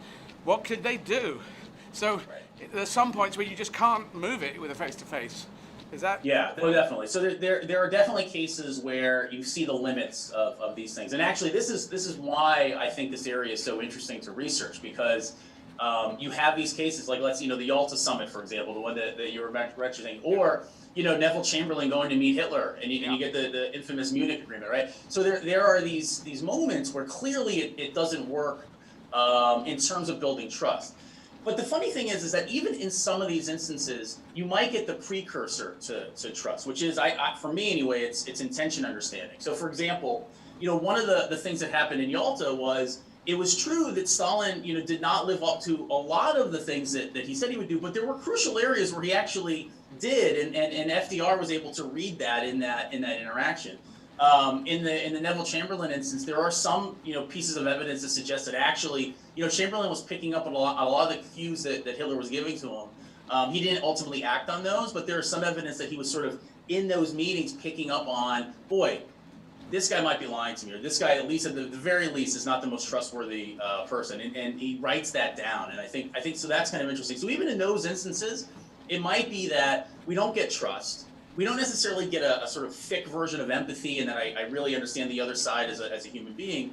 But what we do get, at least a little bit of potentially, is intention understanding, which I think is important. But I think the other thing that you hit on, which is also true, in some of these interactions, interpersonal power becomes really, really important. One of the cases that my co-author and I look at is Kennedy and Khrushchev, having this sort of infamous summit in Vienna. And Khrushchev just dominates the conversation. His presence is just so overwhelming. And, John F. Kennedy goes into that meeting and I think is a little bit nervous. I think he's a little scared, and he gets sort of put off by the sort of overwhelming presence of Khrushchev. So there is something about this, the ability in a face-to-face interaction also to be a little dominating and to sort of evoke interpersonal power over somebody, which doesn't always lead to great outcomes. And so, this is why, again, this is why this is all fascinating, because there's so many different outcomes that happen in these meetings, and we try to get at, kind of what explains one outcome versus another. And it's complicated, it's not easy, but I do think that there's the potential in these face-to-face interactions, to build empathy and trust. And by the way, not just among leaders. I mean, I think one of the things that you do, which is so important, is just sort of people interacting with other people, whether it's in these cultural exchanges, whether it's through study abroad programs, that type of thing is very important as well, because that builds trust sort of from a bottom-up perspective. And so, while the research that I do is on leaders, I think a lot of the same lessons can be applied to everyday people, traveling the world and seeing different places and having interactions with other people and realizing, hey, this person is not all that different than me. They live in a country that's very different. It's halfway around the world, but they sort of see the world the same way I do. Their fears and concerns are the same as mine. And so I think a lot of the lessons from international relations really do sort of apply downwards as well. I'm going to put something to you. Thank you for that. I'm going to put something to you, which is my summation of this century. And I want to see what you think about the whole, it's not long, it's only a few lines, but I have said a fair chance in life, this is my worldview, a fair chance in life should be the right of every person in the world. 7.8 billion, fair chance, not a free life, not paid for by government, not lifted late, just the chance to have as good a life as anyone else. And that's obviously very difficult to, but that's how I'm articulating it. And I'm saying this is the 21st century. It happens to be a number, but we should take it as the coming of age of humanity. And I think this century we're going to either make it a place where everyone has a fair chance in life, or we're actually going to wipe ourselves off the planet. And I think those are the stakes. And I want progressive people, moderate people to know that we have to get up our arse and fight, because the extremists tend to use, they're louder, they use the threat of violence in the way they protest, or actual violence. What happened on the 6th of January is something to look at. But this century, if we don't make it a chance where everyone, the whole world, has a fair chance, and I don't think we're going to actually make it, because I'd love to believe in a mystical God, but he didn't come down for the Second World War, so I don't think he's coming down. It's up to us. What do you think of that? I think that's right. I mean, I'm probably not quite as pessimistic that this is the end if we can't do it, but I do feel that we're at a very precarious time where, you look around the globe and you see, the rise of authoritarianism, and you think about the challenges we face with climate change. You think about, trying to reverse some of the trends that we've been seeing in taking away democracy and things of that nature. And so I agree with you. This is a very crucial time, and I do like the idea of framing it around this idea of equality of opportunity, where we can't, you can't guarantee outcomes for people. You can't say that everybody's going to get this or everybody's going to get that. I think we would all agree on that. But what you can do is create a structure under which everybody ideally has the same access to resources that will allow them to succeed. And so I think that's the way I look at it myself, and I think that makes sense. And I do think humanity has a way of coming together. It doesn't always seem like it's going well. But there are moments in time where you look and you say, okay, well, we have this pandemic. Maybe we take lessons from the Spanish flu, the 1920s, and we say, okay, after that we were able to sort of come together and have a boom, and everything was much better. So I do take some sort of hope in that idea that when we experience trauma collectively as humanity, that we do respond. And we respond usually or often at least in very productive ways. This time seems particularly dangerous, and it seems particularly precarious. And you look at what's going on in my country, the United States, right now, and it seems You know, it's half the country believes one thing, half the country believes something completely different. And if you're in that situation, it's not obvious how you bring people together. It's not going to happen overnight. But I do think that the idea of sort of creating a structure under which everybody at least has the access to resources to be successful, I think that's exactly right. That's the way I would look at it as well. So you'd be happy for me to continue with a fair chance in life should be the right of every person, every citizen in the world. That's quite a nice worldview to have. I like that. Yeah. I think it's a great one. Yeah. And the other thing, I mean, the other thing I like about what you do is you're promoting what we talk about in international relations as this sort of cosmopolitanism, right? And the idea is just simply that, you know, individuals around the world can have multiple social identities, right? So you can be French, right? You can be part of the European Union. You can be European. But you can also be part of this worldwide community, this globe, right? This sort of cosmopolitan idea of we're all global citizens, we're all in this together. Climate change is going to affect us all at some point, sooner rather than later, depending on where we are. And so the idea is to cultivate something that sits on top of your national identity, right? So it doesn't mean that I have to stop being American. But I can also understand that, yeah, I'm an American, but I also have this cosmopolitan identity, which means that I need to look out for other people that don't happen to be in the United States, happen to live elsewhere, but are part of my community. And it's, you know, you can view the sort of history of the world if you want through sort of the clash of these national identities, right? And this nationalism is often led to, as we know, you know, wars and all kinds of things like that. So if you can create something that sits above those national identities, and in some ways is a bond that ties us all together, I mean, it sounds naive in a sense, and it sounds sort of, you know, wishy-washy, like you have bonds and things like that. But I think if you reflect on it, it's the only way out. It's the only way to move forward is to create this idea that we are sort of all in this together, and that a lot of the things that cause us to not trust one another or not have empathy with one another are in a way not real. They're sort of misperceptions. You know, it's sort of I don't like your country because I feel that you're the enemy. I feel that you're the bad guy. Well, if I go and meet with you and I recognize that you're actually a human being and you have emotions and cognition just like I do, and it turns out that we also think the same way, well then all of a sudden you're not the enemy anymore, you're just another person. And so I think creating that sort of cosmopolitan identity it's you know, it's the work that you're doing, and I think it's theoretically sound, and it's not going to happen overnight, but I do think it's important moving forward. Well, it's been great talking to you. I could talk to you a whole load more, and I'd love to meet up with you. I get down to Virginia next. I don't know when that will be, but let's just put it up there in our mental diaries. But okay. I do have. You may not know this, but I started performing in French and German and Spanish to put my money where my mouth is, and part of that is that thing of saying, you know, the French people, you know, in England more. Say in the UK as well, but in England as opposed to Scotland, whatever, there was this thing of, the French, and they might go, the English. But I go and perform there, I'm with French people, je parle tous les spectacles en français, I improvise en français, and then you get a completely different place. And I've started doing it now, French kids are doing it in English, German kids are doing it in English, and Russians and Spanish, all around the world. It's changed in the last 10 years. Way more people are now performing in different languages, and hopefully this is a little bit of the thing of what you were saying, getting to know you can't be scared of the culture if you're in there and talking to them and they're laughing at your stuff. So that's kind of beautiful. So I'll keep trying to do that. Absolutely, I think that's great. Now, thank you so much for talking to you. That was it was beautiful, and you stay safe, stay COVID safe. I hope America gets onto a much better footing. I'm pro Joe Biden, so we've got 3 days, and then Joe Biden will come in. Hopefully, there will be a calming down after that in the United States. But stay safe and be well, everyone in Virginia and America. Thank you, Eddie. Good luck today with the run. Thank you very much. Take care. Take care.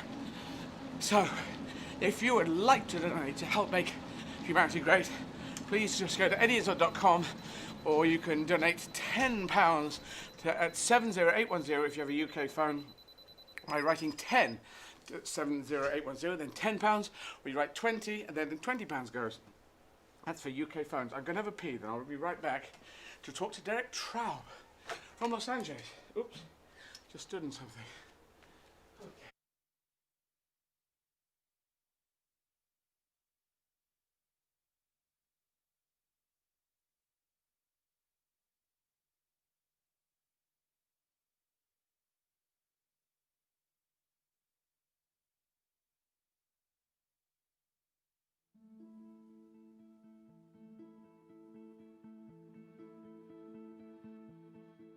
COVID presented itself as an evolving crisis. Women rights organizations were able to adapt to really offer emergency support. But we've seen progressively also women rights organizations realizing that they need to also adapt to being now into the mode of recovery. And that is even where we come in as care.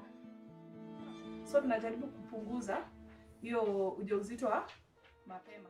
With Superb, we basically reach out to women and girls. We are looking at the reasons, the causes of GBV. How can we come in to ensure that this young girl cannot be exposed to sexual and gender-based violence?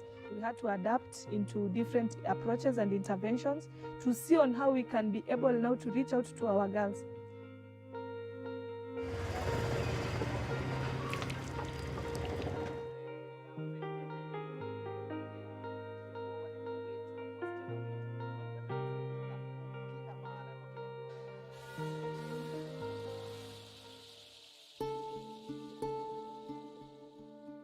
We decided to take a hotline number that is provided nationally, but many women don't know about it, 1195. So as we go around giving them the soap, mask, and sanitizer, we'll give them a briefing on that this is not just sanitizer.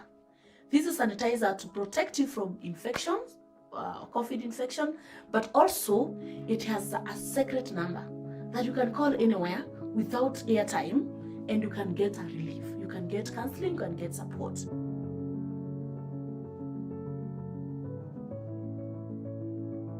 There are two curves to be flattened. There is the COVID-19 curve itself for the pandemic, and there is the curve for the gender-based violence here in Kenya.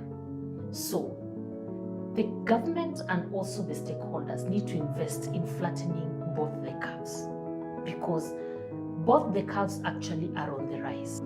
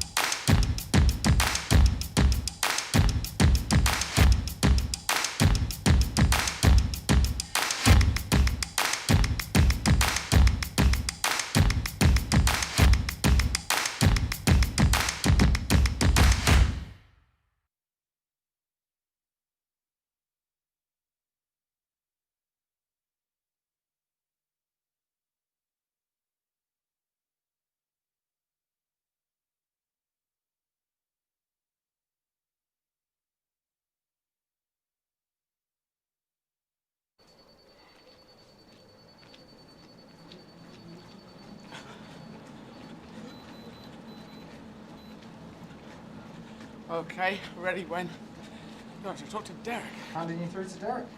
Hi, Derek. Hi, Eddie. How are you doing? I'm doing very well. How are you doing? I am fine. Is it very early in the morning in Los Angeles? A bright and early 7 a.m., but this is when I start my day, and this is a fantastic way to start my day. Very good. Can I ask what area of Los Angeles you're in? Yes, I am right in the heart of downtown Los Angeles. Oh, wow. Now, let's tell the world who is listening about that, because when I first got to LA, I was in a film called Mystery Men. And we did a lot of filming in downtown LA because it was a bit of a broken city. It was a city center officially, but from years ago. It's got a very weird history, but now it's back and is it vibrant again? It's yeah. Yes, it's because LA's kind of famous for being a city of sprawl and suburbs, and we came of age in the 1920s when the automobile became a thing. So suddenly it's like we can all live really far apart. And so over the course of the 20th century, LA's downtown just kind of, it stopped being a residential area and it became a very focused commercial area where people would work and no one would really live. And then as we got into the 21st century and people actually started wanting to be a quote unquote real city again, coming together, the population has boomed, and now there's about, I think, 50 or 60,000 people living in downtown LA, and it's, you know, it's a very old part of the city and also a very new part of the city. So, because this was my problem with Los Angeles, I like a pumping heart, and I felt the pumping heart had been kind of ripped out from downtown. But is it back? Is the heart being repumped? And it's all, so you have residential and you have workspaces and you have cinemas and theaters. Everything's going on there? Yes, and it's like fits and starts, and you know the pandemic has taken obviously a toll on everywhere, and there's with fewer people going into physical offices, there is less of a need for people to live near those offices. So we've felt kind of a drain, but up until about a year ago, like we were just sort of building this critical mass of cultural things and restaurants and just people kind of living together in a very in a real city kind of way. And it's not, I grew up in LA and this is not the downtown that I knew in the 80s and 90s. Yeah, well, I'm glad you're there, because I have been down there since the rebirth, and it's a much better feel than when I was filming down there, where it felt kind of sketchy, kind of out there. No, absolutely. I was just rewatching I can't remember what movie it was. It was using downtown LA for a dystopia, and it's like they didn't need to do any set decorating. It was just, it was Repo Man, and it's just they're going around and using downtown as this perfect, setting. It's so weird, because I don't think anyone else in the world, anyone else in any other city, would understand what happened. Because you used to, I'll dwell on this for a little bit, then I'll move on from it. But there used to be a public railway service, I think, or a railway service taking people down, which I think the car companies got together, bought up and stripped down and threw in the bin so they could force everyone into cars. Is that correct? Santa Monica Boulevard, I think is it Santa Monica? Yeah. That's absolutely right. It's funny, my dad, who grew up in LA, took one of the last train cars to downtown before they closed it in the 50s. And now we're rebuilding our public transportation. And when they reopened the subway to Santa Monica about 5 years ago, where you could ride from downtown to the beach, he and I rode it, and we took the first car. Very good. Excellent. I've got to come back and do that, because when I was there full time, it was, I don't think it was that, but it is. You need that thing, because the pumping heart of a city, because LA, for anyone who hasn't been there, it's people sometimes call it dormitory. People live there, and some people live there, and some people live there, and it was bits and pieces. And I always liked a pumping heart, which I think hopefully in our COVID times accepting, hopefully it will continue afterwards. I hope. So tell me about yourself. I've got details here. Writer and storyteller living in downtown Los Angeles, and the last 9 years you've worked for the Los Angeles Philharmonic. So how does the Los Angeles Philharmonic link with the writer and the storyteller? Great question. So I started working for the LA Phil Orchestra as a grant writer doing fundraising. In the US, the government doesn't really subsidize the arts at all, so we go to corporations and foundations to raise money. And so I started doing that kind of writing, but I had always just loved writing and reading in the history of LA. So over the last 9 years, my job has evolved to kind of become an institutional storyteller for the LA Phil. And we had our centennial in 2019. And so I wrote our centennial history book, and then next year we have the centennial of our summer venue, which is the Hollywood Bowl. So for the last couple years, I've been researching and writing about the history of that venue. Now, the Hollywood Bowl I love. It is my bowl. It's actually your bowl. It's everyone's bowl. It's actually a city park, isn't it?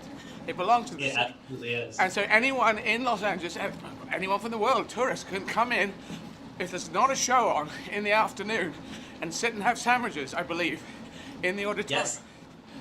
Which? Absolutely. It's open 365 days a year in a normal year. And and then even if you want to go to our classical music shows, there's this culture of tickets prices will always start at $1. You can always get in the venue for $1. Oh, wow. And you may not know this, but I've played there twice. I don't know if you knew that, but yes. Yeah, you knew that. I wanted to ask you about, because you are, I'm sure you know that you're the first stand-up comedian to headline a show at the Hollywood Bowl, and I really wanted to ask you about your experience. Yeah, I'm very proud of it. I played there because, one, because Monty Python played there, and two, because it's beautiful. But then I found out when it was a city park and it's open, I thought that's even more beautiful. And then it's really a Greek amphitheater, and that makes it even more beautiful because the laughter rolls down the hill. And one of the reasons I can play the world, and I play in 4 languages now and whatever, is because part of my ninja training, as I call it, was being a street performer for 4 years outdoors. Now, a lot of bands learn to play together as bands indoors, and then they go outdoors. So there's no big change with indoors and outdoors because they play the music's switched up to 11, and they can see people in front of them, and that's fine. In comedy, the laughter outdoors tends to go up, and it doesn't bounce through to the stage. There's a weird thing. We actually have to mic the audience and put it into my foldback so that I can hear if the audience is with me. The Hollywood Bowl is slightly different to that because it seems to roll down the hill. I think we probably did mic the audience a little bit, but if you can't hear the audience laughing, you think you're dying on stage, but you could be having a good gig. But for music, it doesn't matter because you're playing your music and you don't need that. There's no laughter equivalent. But I wanted to play there. Monty Python played there back in, I think, 1980, 80 or 81. And I pushed to do it. And I knew that comedians had played there as part of someone else's show, but no one had sort of headlined and done their own show there who was a comedian. And Jerry Seinfeld tweeted out, I missed it, but picked up on it later, saying it was really fun that I was playing there. And I was so proud. I was taking a picture of the sign outside, on Highland? Yes. And I felt, wanting to come and do things in Hollywood, in Los Angeles.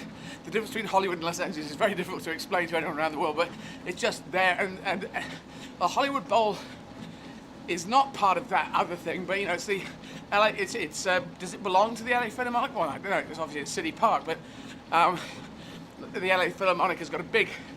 They use it a lot. Yeah, they're very much there all the time, and it's just beautiful to play there. So the first gig I did was amazing, and the second gig was amazing.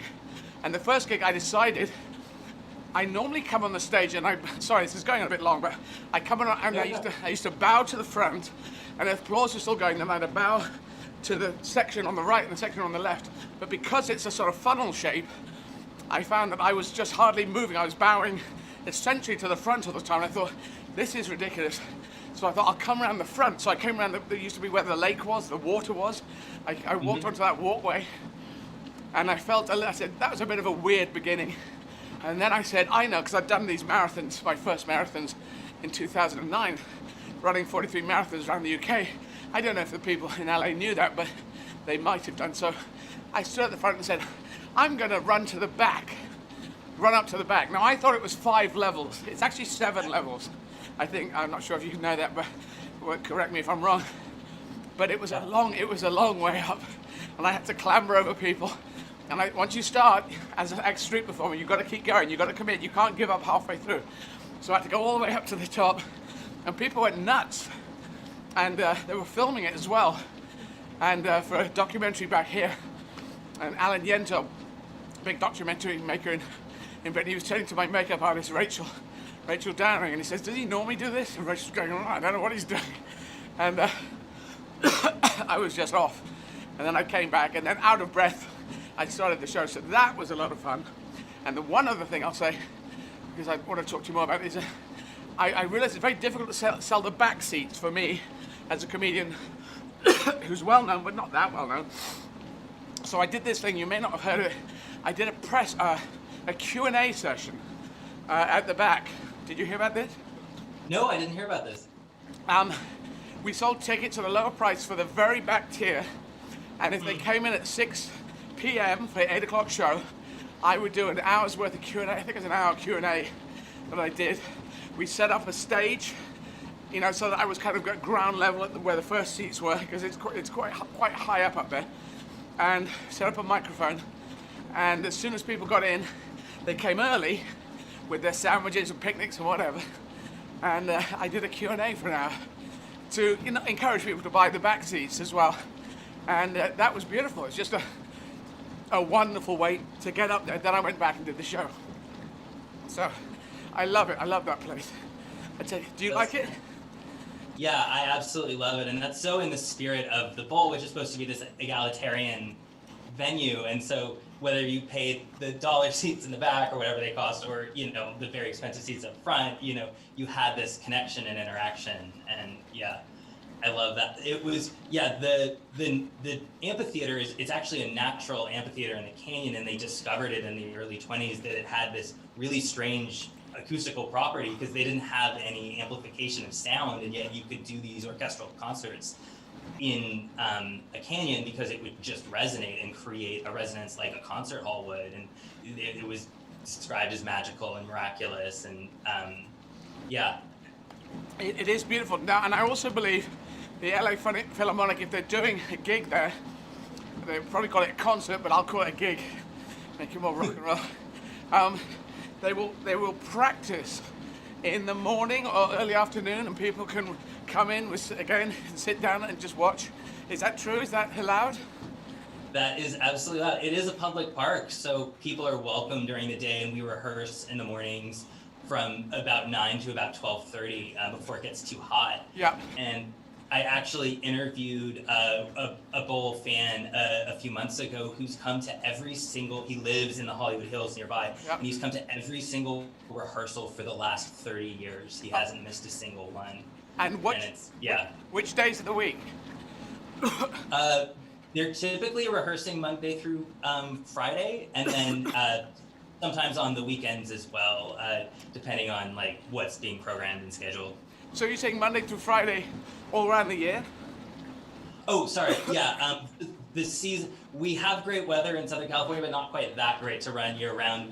Our season starts in May or June and then runs through October, November. So if I was encouraging, I don't want to encourage people or not encourage people, but if people are allowed to go, they wish to go, they should look for the months of May, June, and what were the other ones? Yeah, basically, well, we start doing kind of rock and pop in May and June, and then the classical concerts start in like late June, early July, and then run through kind of the beginning of September. So sort of May to September, that's the time. If they were, well, you can obviously go to the concert and buy tickets, but you can see them also rehearse. It's just a wonderful idea to see a great orchestra rehearse, I think. And it's beautiful. It's nice that the LA Philharmonic allows that, or maybe it's just built into the park, so that just has to go with it. Yeah, it's just a fantastic place. That might be my favorite venue in the world.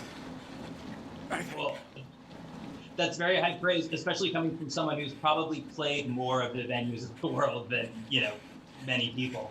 I do try and get around. I'm going to try and play, you know, I think it's about 195 countries registered with the UN, so I'm up to 45 now. I've got about 150 to go. It's quite a lot to go. It'd be nice to get over 100. And, but you know me, as you can see, I'm kind of relentless, so I just keep going until I do things. But I've also got to do politics in the meanwhile. But so you have a book about the orchestra, and you're doing the follow-up book. The follow-up book is about Hollywood Bowl, and that's coming out in the first 100 years. When's that due out? So it'll be out in June, and yeah, it's kind of an interesting time to be writing it because the Bowl was founded. They started working on the project in in 1919, coming out of this horrific World War and this terrible pandemic, and LA was kind of a new city. Everyone was moving here from different places, and they wanted something that could build community. And rather than a church or a this or that, they're like, let's just build a huge temple to music, and that will help us bring this community together. Yeah. And it worked, and we have the Bowl because they did that. Excellent. Well, I'm glad it's there, and I would encourage any other stand-ups, any of the big name stand-ups, do play it. I think they're kind of worried because we stand-ups are normally indoor people, but but it works. It just works, and I've played outdoors so many times. I know the difference, and I'm not worried about the difference. But I don't think there is a difference in it. I think it feels like an indoor gig. But anyway, hopefully that will happen more in the future. I've got information about yourself in front of me. Associate with United Nations Foundation. Yeah? Yes. Tell us about that. So in my early 20s, I moved to Washington, D.C. to work in government. There was a generation of us kids who grew up watching The West Wing and had these grand ideas of going and helping the world. And so I worked on Capitol Hill actually for about a half a year, and then found it really frustrating of how hard it was to get work done in government. And so then I thought, what about working for a nonprofit? And a job came open at this organization called the United Nations Foundation, which supports both UN causes like UNICEF and all the refugee agency and all these UN Women and all these different agencies, but then also has an advocacy arm because the UN has really bad PR and communications, especially in this country, and trying to advocate people to understand what the UN does, why the UN exists, and why it's so important to be a part of it. So I spent a few years, that's where I started my nonprofit career, was writing about the UN and trying to get people in this country to understand really what it means and what it does for us. It does feel the right wing has demonized it as much as they can, as they tend to. I have the UN flag here next to the EU flag and next to the Lithuania flag, so I understand what we were trying to do, what we should be trying to do, trying to stop world wars, but it's tricky. Human beings make it bloody tricky, especially people of the extreme right. I've got to say it, they start the hatred and they use it as a tool of politics. So well done for doing that. And you've got multiple degrees, I see. English, ancient Greek, Latin literature. Is that one degree or is that 3 degrees you've got? It was a double major, so I majored in both English literature and then Greek and Latin literature at UCLA. Yeah, I was doing a double degree. I was doing accounting and financial management with mathematics. I quite liked the idea it was a double, but it seemed there's a lot of work involved. And they taught maths very badly. And I had to go and do this. I had to go and do all the performing I did, so I had to leave. I had to drop out at 19, and then I found that Steve Jobs and Bill Gates, they dropped out at 19. So there is a dropout of university at 19 club, which I didn't realize I was in, but I am in. So that's what I did. And sorry, yes, carry on. Oh, it's an auspicious club to be a part of. And I have to say, as a classics major in the early 2000s studying Roman history, we quoted you relentlessly to each other. My best friend who's watching and I really bonded over our mutual love of your comedy, and is one of the reasons we chose to study Latin. So. Oh, wow. Well, my Latin translation was never very good. I could probably get it better now. But I was good at that's the unseen translation, but the written I think we were doing the Iliad and whatever piece we were doing, I just learnt the whole bloody thing. So wherever it came up and said, we're starting there, are we? And then I just write the whole thing out. So that was my trick on that one, to get my O level, my ordinary level exam in Latin when I was 16. But I was just trying to get lots of qualifications for some reason.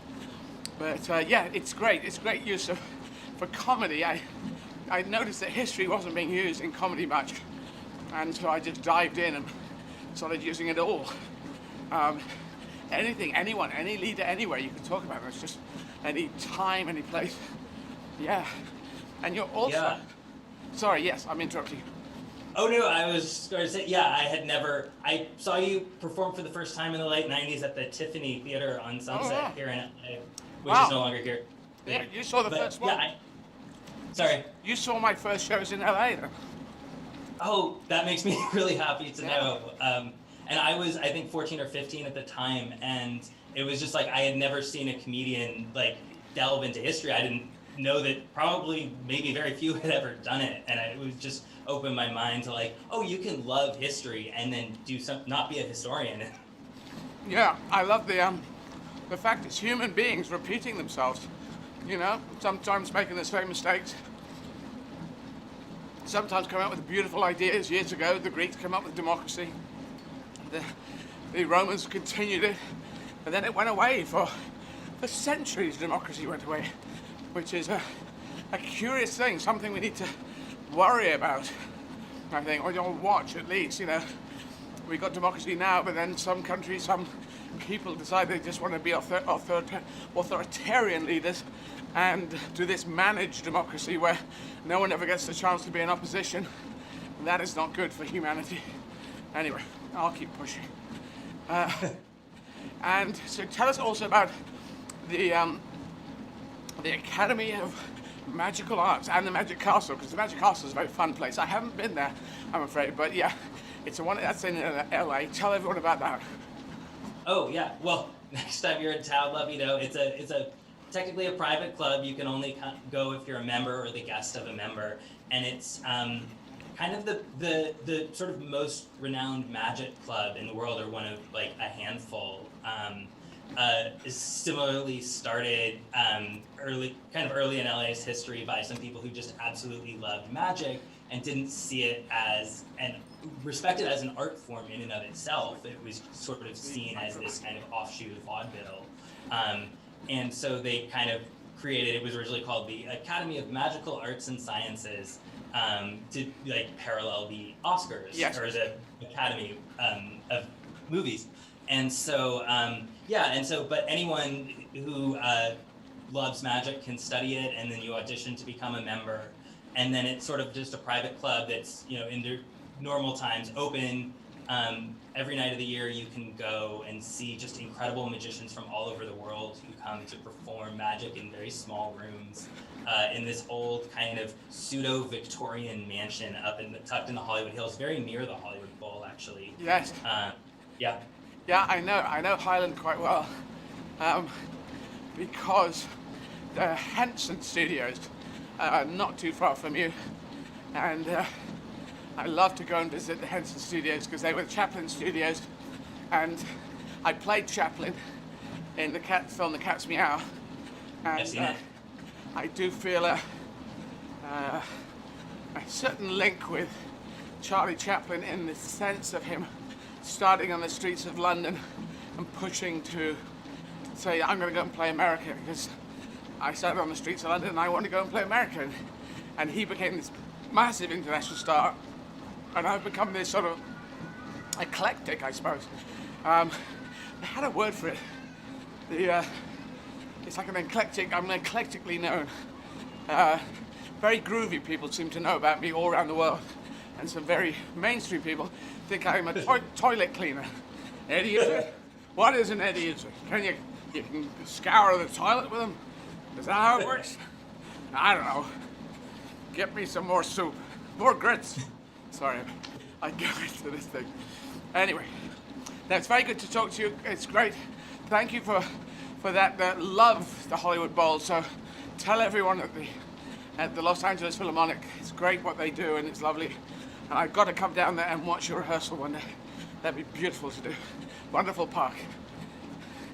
We would love to have you. Thanks for having me. No, not at all. Take care. Thanks for donating and thanks for being there. Alrighty, take care. Stay safe. That was Derek. Yes, if you want to donate, eddyizzard.com from anywhere in the world, you can donate eddyizzard.com, or if you have a UK phone, you can text to 70810, write the word 10 to donate £10, or 20 £20, doesn't matter if it's big letters or small letters. Off you go. And now, it is toilet time again. I seem to be living in a toilet. Living in a toilet, living in a cardboard toilet.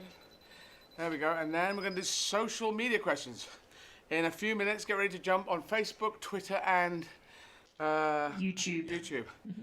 And we will do those questions. Yes, we should say that if you want to put your questions on any of those platforms, if you do that now, then we should be able to see them, and then we'll try and answer as many as we can. I say we, Eddie will. Okay, yes, I will.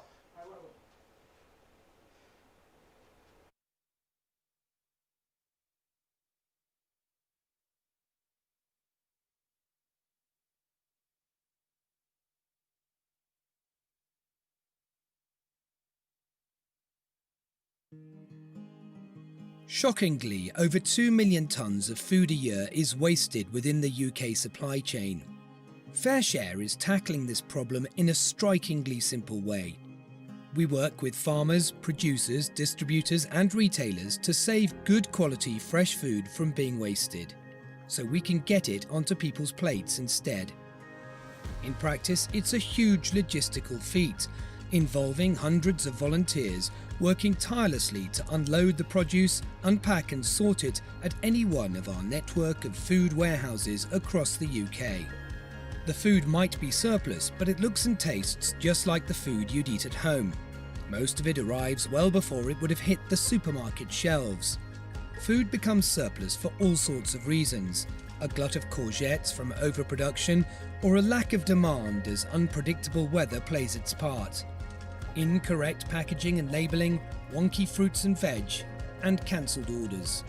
Wherever it comes from, with the support of our team of volunteers, we prioritise the incoming food, itemising it for traceability and breaking it down into smaller quantities for redistribution. FareShare gives nearly 11,000 charities access to food, all of whom are onboarded safely and meet all food safety regulations. These charities and groups range from food banks, children's breakfast clubs and homeless centres to small local community groups. Not only does this food save charities thousands of pounds on their food bills, it means they can offer the people they support more fresh, healthy fruit and veg and a wider range of food in general. New innovations like the FareShare Go app have seen direct pickups from the supermarkets, meaning perishable goods like fresh bread and fruit can quickly be redistributed. FareShare is more than meals though. Food brings people together. It helps local organisations tackle loneliness and isolation within their communities, or help connect struggling families with the services that can support them. It's such a simple concept. Food that could have been wasted is instead used for good.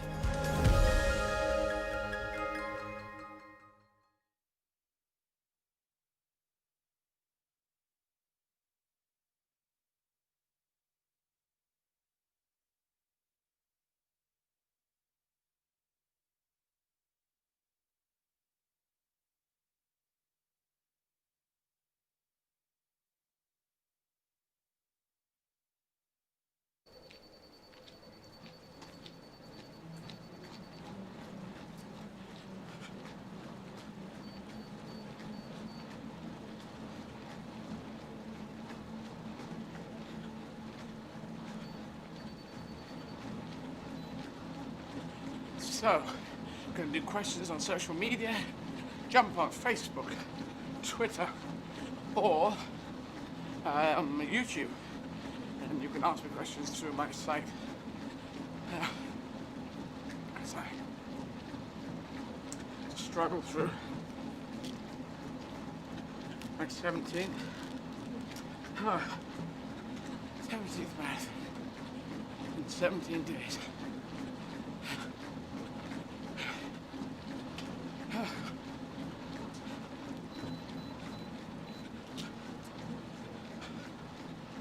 Back running with the blue team and Swift, thank you Swifted. Running along Kim Salt at MHG. Hello. Andrew Asher. Well, we've got some people who are hurt, HERD. Mr. Adam Koffler.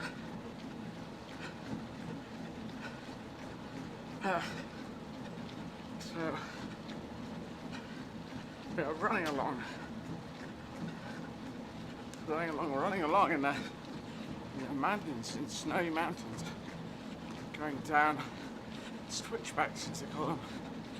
Oh, and we go through pictures of Vilnius appearing behind us, which is great. And going to be talking to Ruby Wax in an hour's time, 4:30 London time. She's in South Africa. Ruby Wax, actor presenter, and one-person show, solo show. That's my solo show, and find out what is she in South Africa? Was she caught there when it's COVID time? Is she now located there? We can chat to her at 4:30. And if you'd like to buy tickets for tonight's show, 7 p.m. show, my best of show, my crazy show, you can be streamed all around the world, anywhere in the world. You can go to eddieizzard.com. You can buy tickets for the show, for tonight's show. All my shows are in English, except on the 23rd of January it will be in German, because we're running Berlin, and the 28th of January will be in French, because I am running Paris. And that's how we roll. And after 28th, 29th marathon, we will run Osaka in Japan, and 30th we will run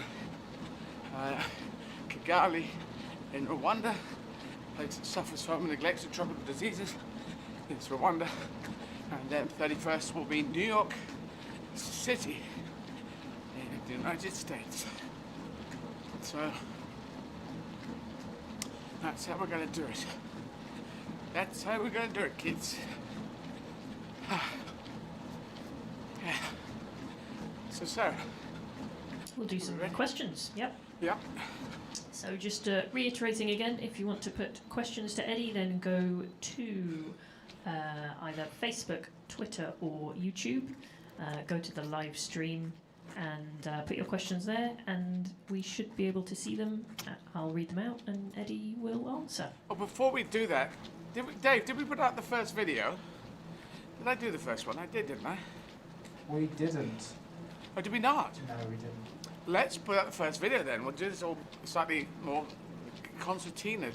But we have a gap here till 4:30. Well, after 4 o'clock. Well, let's put that out at 4. Yeah, we'll do social media now. 4 o'clock, we'll put out that first one. Okay. No, hang on. We'll put the first one out now, and then we can get more into a regular thing. So, yeah, can you wire it up quickly, or is it? Yeah, I'm ready when you are. Okay, do the first one. This is the first one. Sorry, I didn't put it out earlier. From Vilnius in Lithuania. This was exactly 11 months ago. This is how I was feeling at the beginning of my 17th marathon 11 months ago. Far away.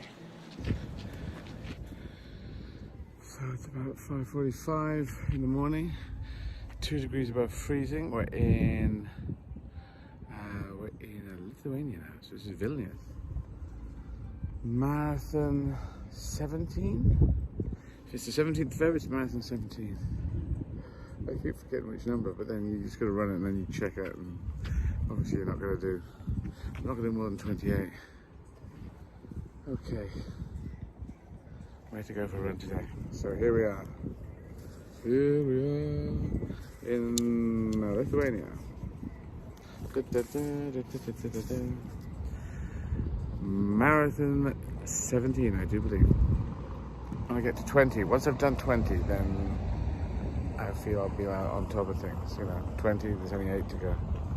But thanks for your donations. Yes, do click on the crowdfunding. We're heading towards raising great money, so thank you for everyone who's been doing it. And the hats are now, we ran out of hats, but now you can order them. We're ordering a fresh batch, and it's all good. Thank you. Talk to you later when I've done some kilometers. Now that was the first video, but as the person in that video said, you can go to eddieizzard.com to donate, or if you have a UK phone, you can write the words 10 TEN to 70810, or the word 20 TWENTY to 70810, the same number. Just write either 10 or 20 for £10, or £20 donation. So that's all good. And now I have questions. Questions from Lovely. Facebook, I think Twitter. we're going to have Tim with us after this as well. So there we go. So first question is from Meg Daintith, who asks, what is Eddie's view on Trump's Twitter ban being an issue of censorship of free speech? And they also say, love you, keep going. Well, I think Trump was encouraging people to break the law, he was encouraging people to hate using the big lie, which is a Nazi technique, comes from Joseph Goebbels. And so you cannot allow people to have a voice if they're encouraging people to create crimes. And that's what happened on the 6th of January. So I understand that. We have to play within rules and regulations, sometimes get wrong. I did once when I was a kid. I did something which was wrong, and so I got punished by the police, and that's what they needed to do, had to do, and I had to pay the fine. So the idea that Donald Trump can lie and lie and lie and do the big lie is part of Nazi doctrine. Was trying to stage a coup against the good American people, trying to steal an election. It's a lie. And he was constantly saying that, and was lied all the way through his presidency. So I believe it had to happen. You can't have people going on encouraging people to commit crimes like that. That's what I feel. Okay, next question is from Haley Hart. He says, hi Eddie, you've answered this before, didn't hear. How many calories do you intake and burn each day for each marathon? I don't know, that's one you could answer really. I mean, it's weird because it seems at the moment I'm supposed to have burnt off a bazillion calories, but yeah. I feel like I've burnt off a few. What is it a day? Oh god, it was like a total that Tim worked out. Well, it was like a bunch, wasn't it? Do you have the last total? You get the total up Let me have a look at the latest, which will be a couple of days out, but let me find. Aren't we getting them every day? Well, it's part of Tim's stats, so usually, well, it depends if I read them out or Tim reads them out. If Tim isn't there, then we need to get them and I'll read them out, or you. I think Tim's probably planning an update later too, but this means that I'll be out of date by a day currently, or two actually, because I think Tim did them yesterday, I think. Oh no, Yvonne did them, didn't she? Okay, so this was from, this is a couple of days out. This is from Wednesday, so Wednesday. So that was about 4 days ago. You were up to 30,328 calories. 30,300. So you say 30,000 up to when? Which marathon? So that's after 13th, I think. So that's 30,328. Yeah. About 13. That's only 2,300 calories a day. But after which marathon was that? 13th. And that was 30,000 calories, say, roughly. 30,000 and a bit. So if you divide 30,000 by 13, you'll get how many calories I'm doing? 2,330, which doesn't seem that much, but yeah. Well, there we are. I suppose it is still a fair amount. So I think, I'm trying to think what your intake is supposed to be normally, but anyway, lots. Yeah, it's yeah, it's all good. But I'm not skinny as a rake yet. But yeah, it's quite a lot. And then I have to stock up after I do my gig at 7 p.m. Yeah, that's how that works. Yeah, you certainly got stronger, that's for sure. That's always a thing that happens. Yes. I think I'm a little stronger. Okay, next question is, if I can make Facebook play ball, is from Tracy Emery. Tracy, hi Tracy. Says, you appear to have a brilliant memory and ability to recall information.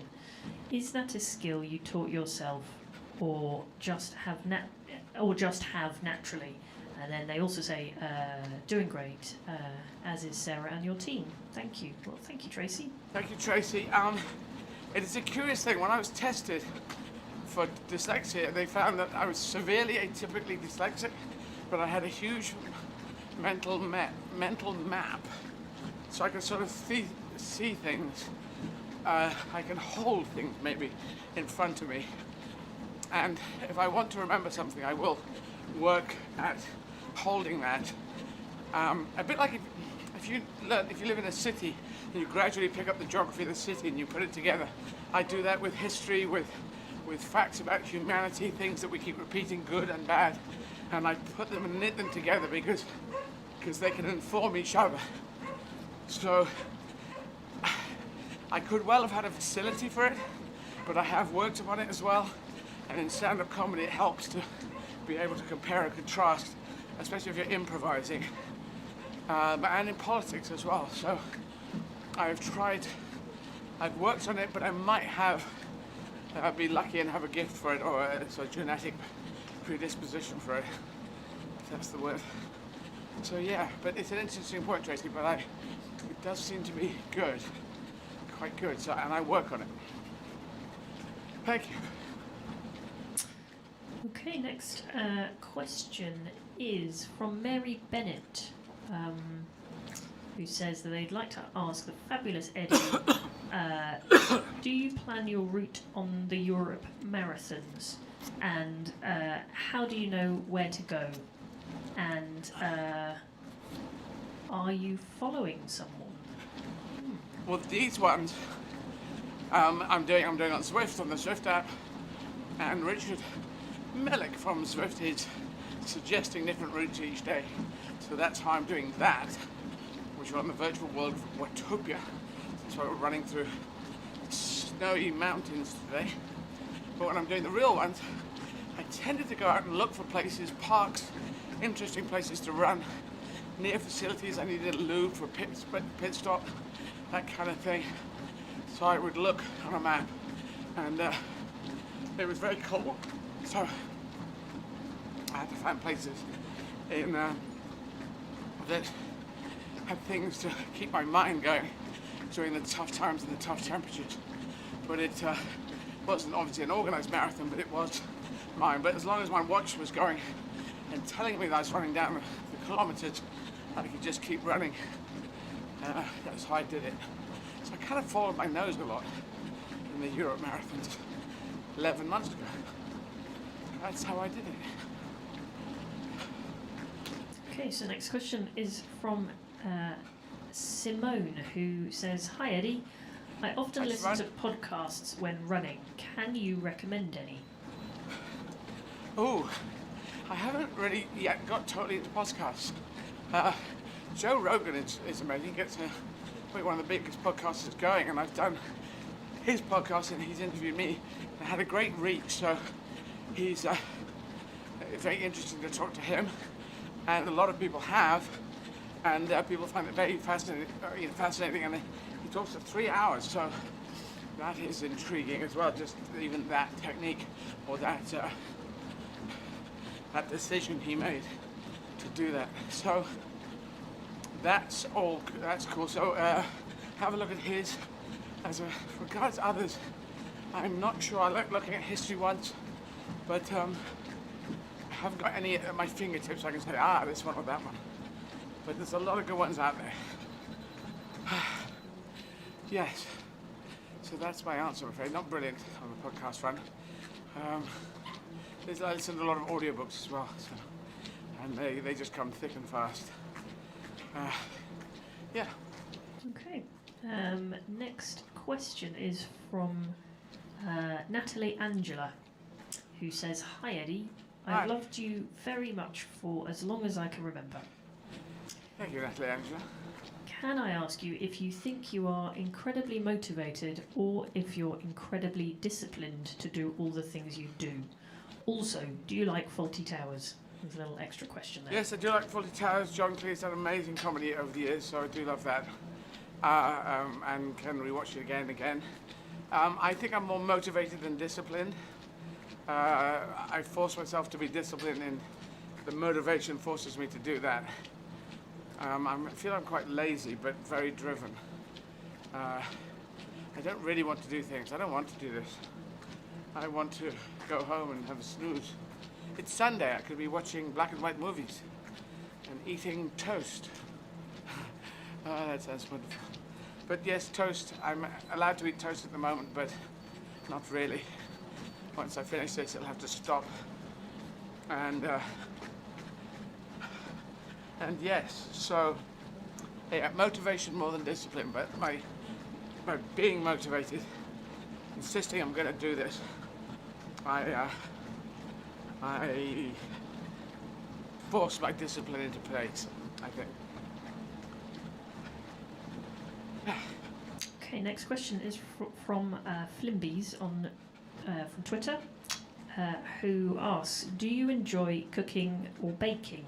They say, I enjoy the eating, but not the cooking or cleaning up. And they also say, doing amazing, much love. Cooking or baking should be my thing. My mum used to do it and I used to help her. I took cookery courses, cookery lessons, cookery club. I was at a boarding school and you could do this. There's a picture of me. Have I showed you that? I've showed you that picture, haven't I? That one in that little bakery? Yeah. Not bakery, it was in a little place where there was a kitchen. But I don't like the washing up.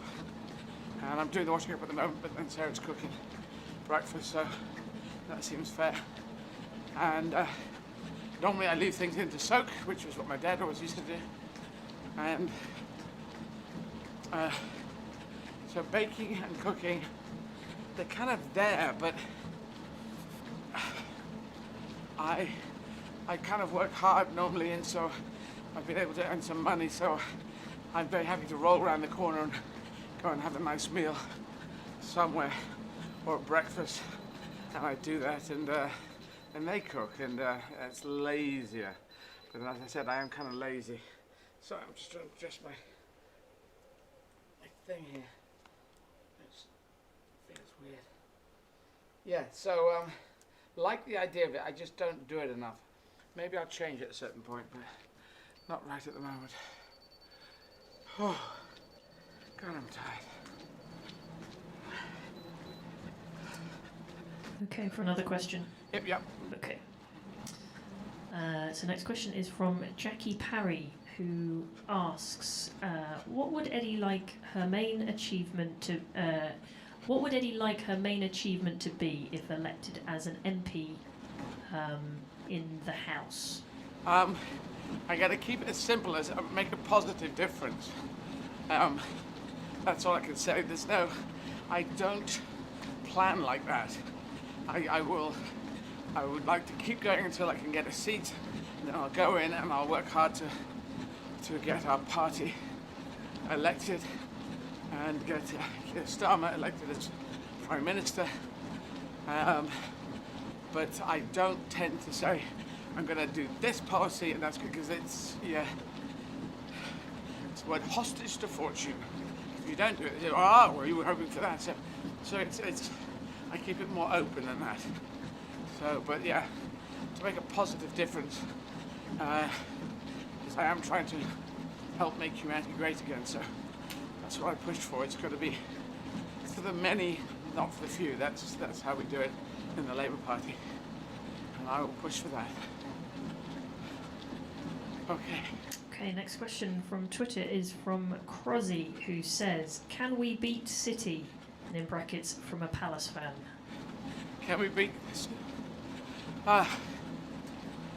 Well, I tend not to look ahead. For any Crystal Palace games, I tend not to look ahead and judge anything. All I ask for, all I want, any fan of any football club wants, or any sports team, you just want your team to win every game from now to the end of time. That's all we ask for, which is an impossible ask. But I tend not to over plan and say this is going to happen. I take it too badly. I'm a bad loser, is the truth of it. So if we draw, I go, okay. If we win, I go, yes. And I have been in many places because there's a football app called One Football. It's very good, it's free, and it's got a lot of details on it. So I went through a lot of apps before I found that. So have a look at that one, One Football. And you get the goals coming through, and you want them to go in your team's direction, Palace's direction for me. So when it does, and or if we're down and then we come back, it's great. But yeah, I'm always hopeful. I'm a glasses 2/3 full person. So when I played football, I would play every second of every game as hard as I could. And we had a blackboard with our scores. The photograph exists. Can we pull up that photograph, the football team photograph? Or would that not be on your... Actually, it would, if you photo shoot, and on my biography, on my website, it's got it on there. So But it's got... We could show you this. I don't know if it's a now thing, or would that be too tricky now? Might take a couple of minutes, but I'll give it a go. If you think it's going to affect the question thing, then we'll do it after. But yeah, we played 14 games. We won 11, drew 1, lost 2. That's a pretty good.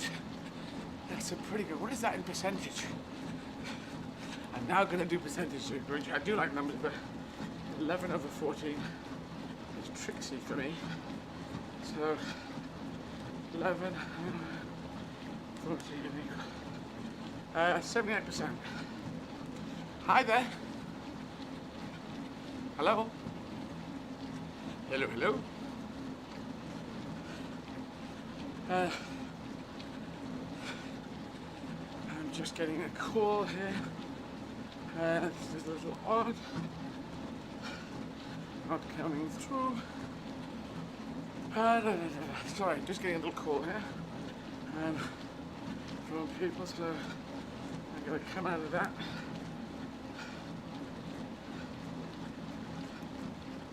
And do this.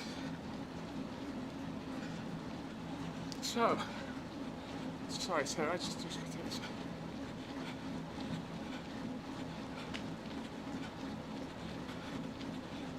Hi.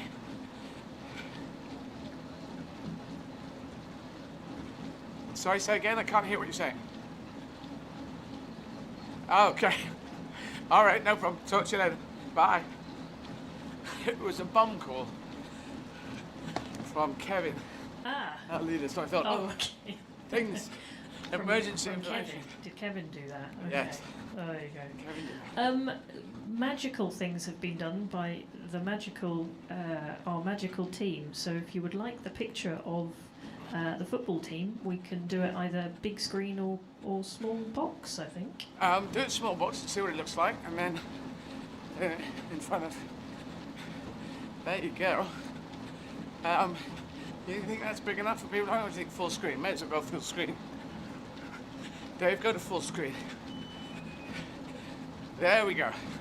Now, if you look at that team, I'm in that team.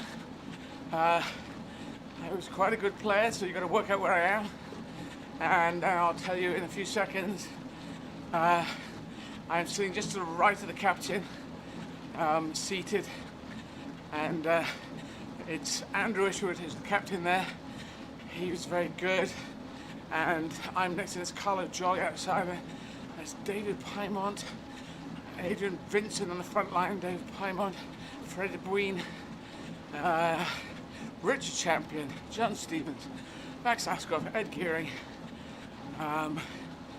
and John Bridges, his first name has walked out of my brain, I think John, and Gary Cunningham.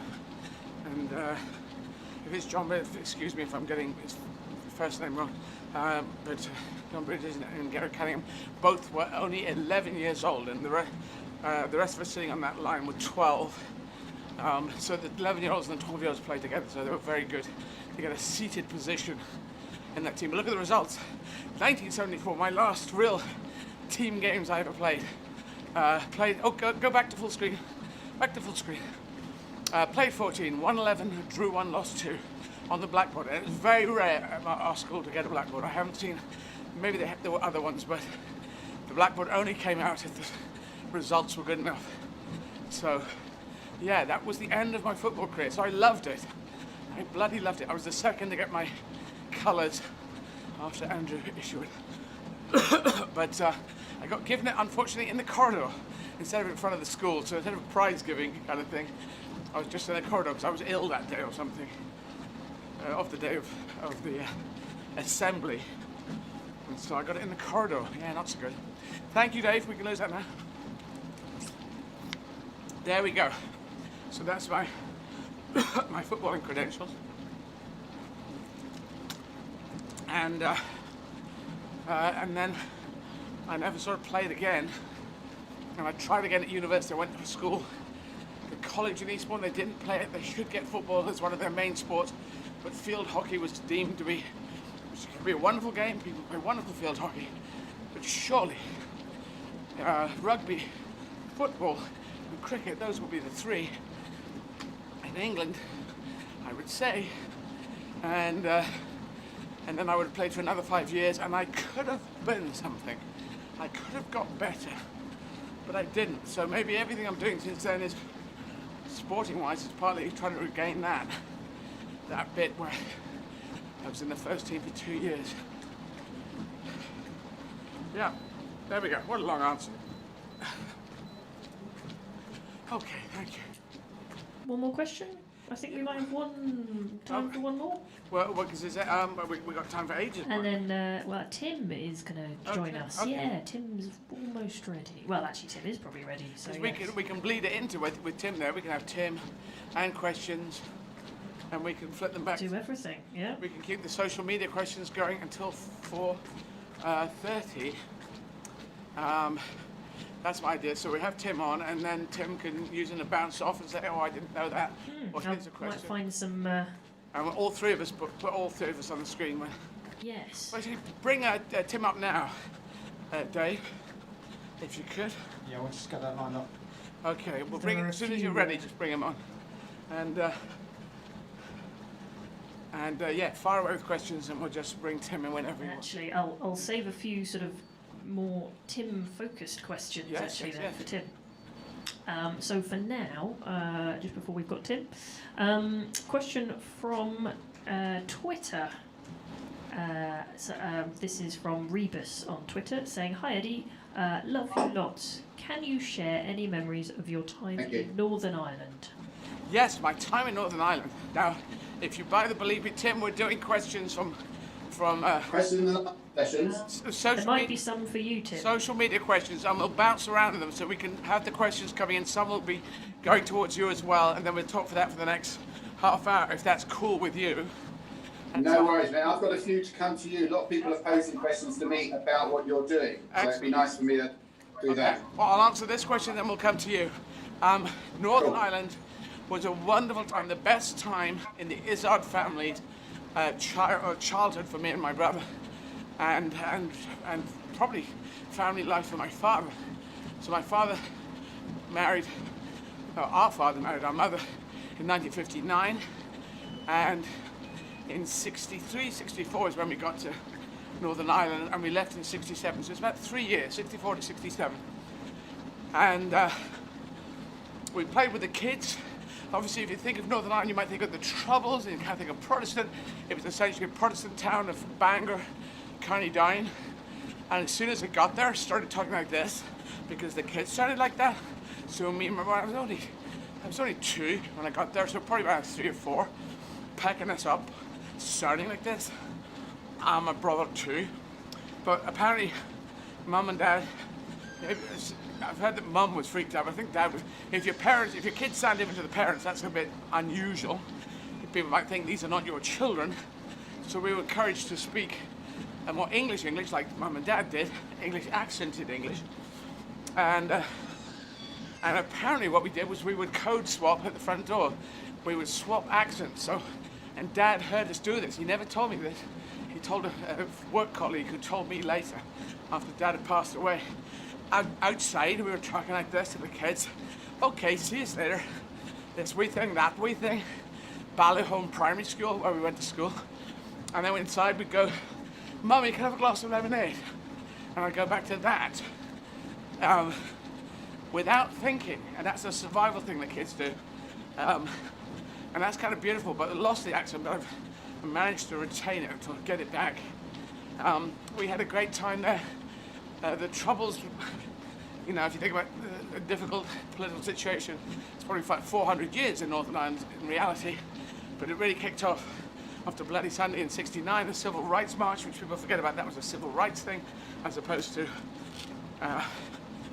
particularly Protestant, particularly Catholic situation, and it was very tragic, and then it got into a much more extreme situation. But before that, we were there before that, so playing around with other kids, going to the school, getting ice creams, having haircuts. I locked a lot of the time with my mum in throwing mud balls at passing cars. Not a wonderful thing to do, but we did that. We were only about 4 or 5, so I don't think we were very successful. But if someone else was doing it, then you were encouraged to do it. It was the mud ball, the rites of passage, and clambering over bungalows that were being built. It was all an estate of bungalows. And Mr. Halliwell had his go-kart because he was into racing. He'd get his go-kart up with a very loud engine, no silencer, on a Sunday morning, I seem to remember.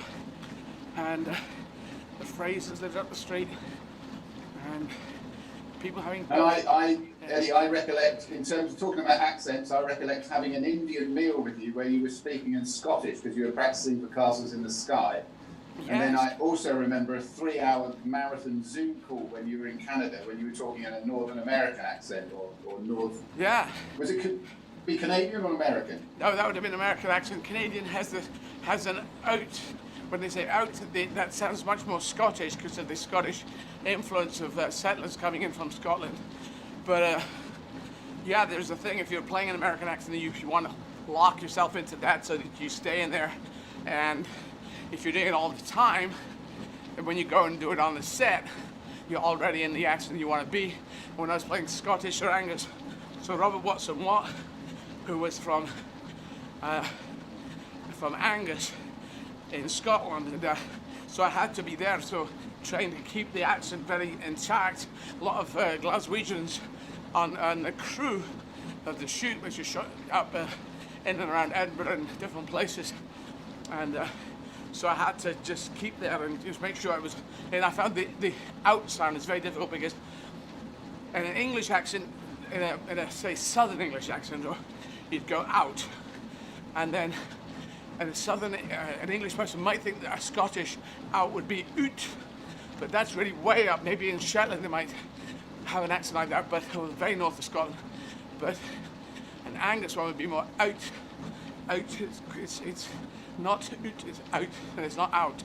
And to get that one was my tricky thing. There's always one part of an accent that's quite tricky. In the American accents, it's the R. We don't have an R sound. In English, we say mother, like an A sound, mother, not mother. Mother, brother, sister, father, mother, brother, sister, father. And it's that R sound that's very hard to get. You have to know when you have to land on that R and make it sound there. But you have to do it seamlessly because you have to be in those shoes. Yeah. So Eddie, am I free to ask you a few questions that people have been pinging towards me? And actually, before that, we should just reiterate, talking about different accents and things, we should just mention to everybody about the gig tonight that you can watch around the world, and also about donating as well, we should mention again. Are you going to say the details about the donating? I can, yes. Yes, just to update everybody, every night Eddie is doing a stand-up show at 7 p.m. London time, where we physically are. But you can watch anywhere in the world. You can go to eddieizzard.com for all details. That's all details about buying tickets for the evening shows. We need to say that the message on the screen here, it was saying that the tickets were sold out. They are. No, we've added more on. We've put more tickets on. We should actually take that block off. There's no point playing to the world. Yes. If we have a limiter on it. Yes. So if you can get a message to remove that. I think because the things are happening.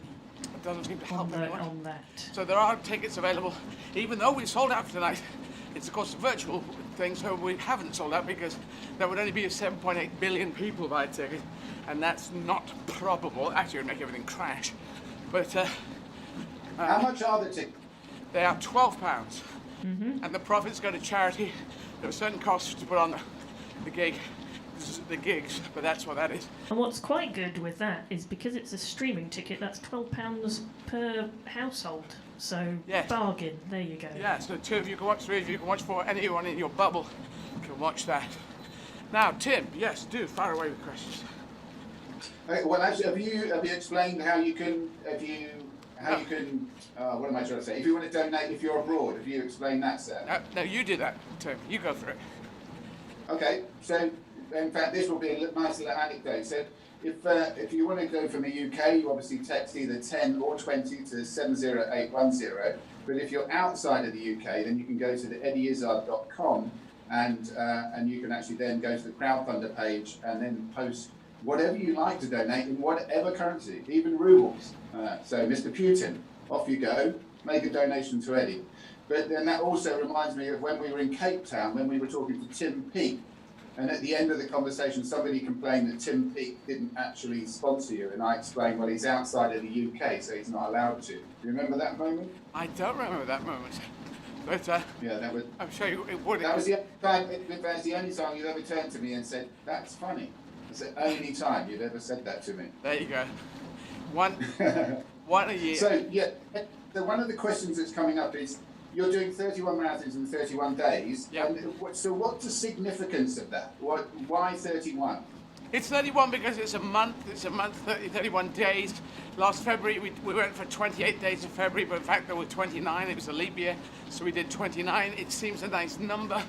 You could make it another number, but 31 in 31 days in the whole month of January to be trying this, that feels kind of like a round number, even though it's 31, because it's a round month figure. So that's why it's 31. Nothing rocket science about it, but just that feeling. Okay, and is there a significance in terms of the countries that you're running in?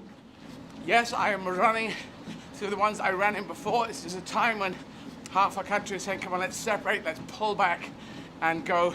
But I believe it's a more isolated situation. And I'm saying the rest of us should make even stronger connections than we have before. So I feel the only way that humanity goes forward is if we all learn from one another, make connections in different countries around the world. I'm proud British person, proud European, proud world citizen, and so it's inevitable that we will be coming back to the European Union. That is just inevitable because younger people come on, and I know older people go into more traditional and say, come on, let's go back to our older days. But, you know, the march of humanity forwards, we've got to learn to live together, work together in some shape or form. And you have to listen to the country, what the country says. And the country is now saying by 10% more in polling that they'd like to stay in Europe. Now, there has been a referendum, so this has happened, it has gone. We'll have Brexit and the bureaucracy that goes with it. You will lose your health cover around Europe. You will have to get a visa if you're going to go and work there, and to go and even visit there probably at the moment. So all these tricky things set up. Some people are totally into it. I am totally against that. So I'm fighting for making even stronger connections, not only with European countries, but all around the world. That's why we're running a marathon on the 31st in New York, on the 29th in Osaka, in Japan, and on the 30th in Kigali, in Rwanda. So reach out around the world and make the connections. And I'm mirroring what I did in February. That's what I'm doing. Okay, and the 28 kind of makes sense, but adding New York, Osaka, and Rwanda, for what reason? International. It's a world. It's make humanity great again. It isn't make certain parts of the world great and other parts can just go stuff it. That's not the articulation of make humanity. Humanity is 7.8 billion. So I wanted to mirror what I did last February, which was the 28 countries in Europe that I played, that I ran in. And so I thought I'd add some more from around the world. Osaka, because Mizuno is sponsoring us, helped us get the gig and put money into getting us going. So that's an East Asian company. I was born in a West Asian country of Yemen, born in the city of Aden. So that seemed nice. New York, The Covenant House is based in New York, one of our big charities that we're championing. And I've played all 50 states of America, and they're big supporters of humanity. And Joe Biden's coming in as president in 3 days' time. We sort of arranged this to welcome him in on the 20th, and so that's happening there. And the neglected tropical diseases, these 1.7 billion people suffer from them, and the Unite to Combat Against Them is one of our charities, one of our main charities. And Rwanda is a country that suffers from neglected tropical diseases, which include leprosy and elephantitis, which you would have thought, I thought they'd gone. No, they're still around. People still suffer from them. So we encourage people to donate money. It goes and helps people. And my world vision is a fair chance in life should be the right of every person in the world. That's it. Not a free life, but a fair chance in life. And that's not a huge ask. And I'm a realistic idealist.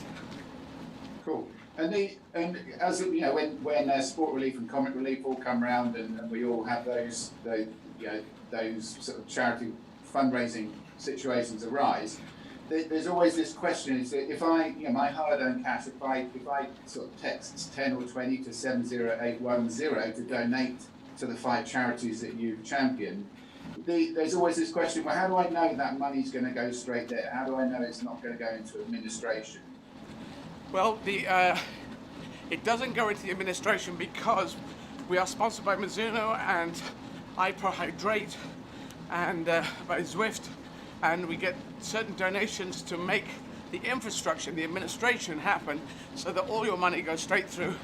You go to Izzard.com, you donate, and then through crowdfunder, it comes through to us, and then it gets out to the people, including gift aid, which is something Gordon Brown set up under the Labour government, and I did the adverts for.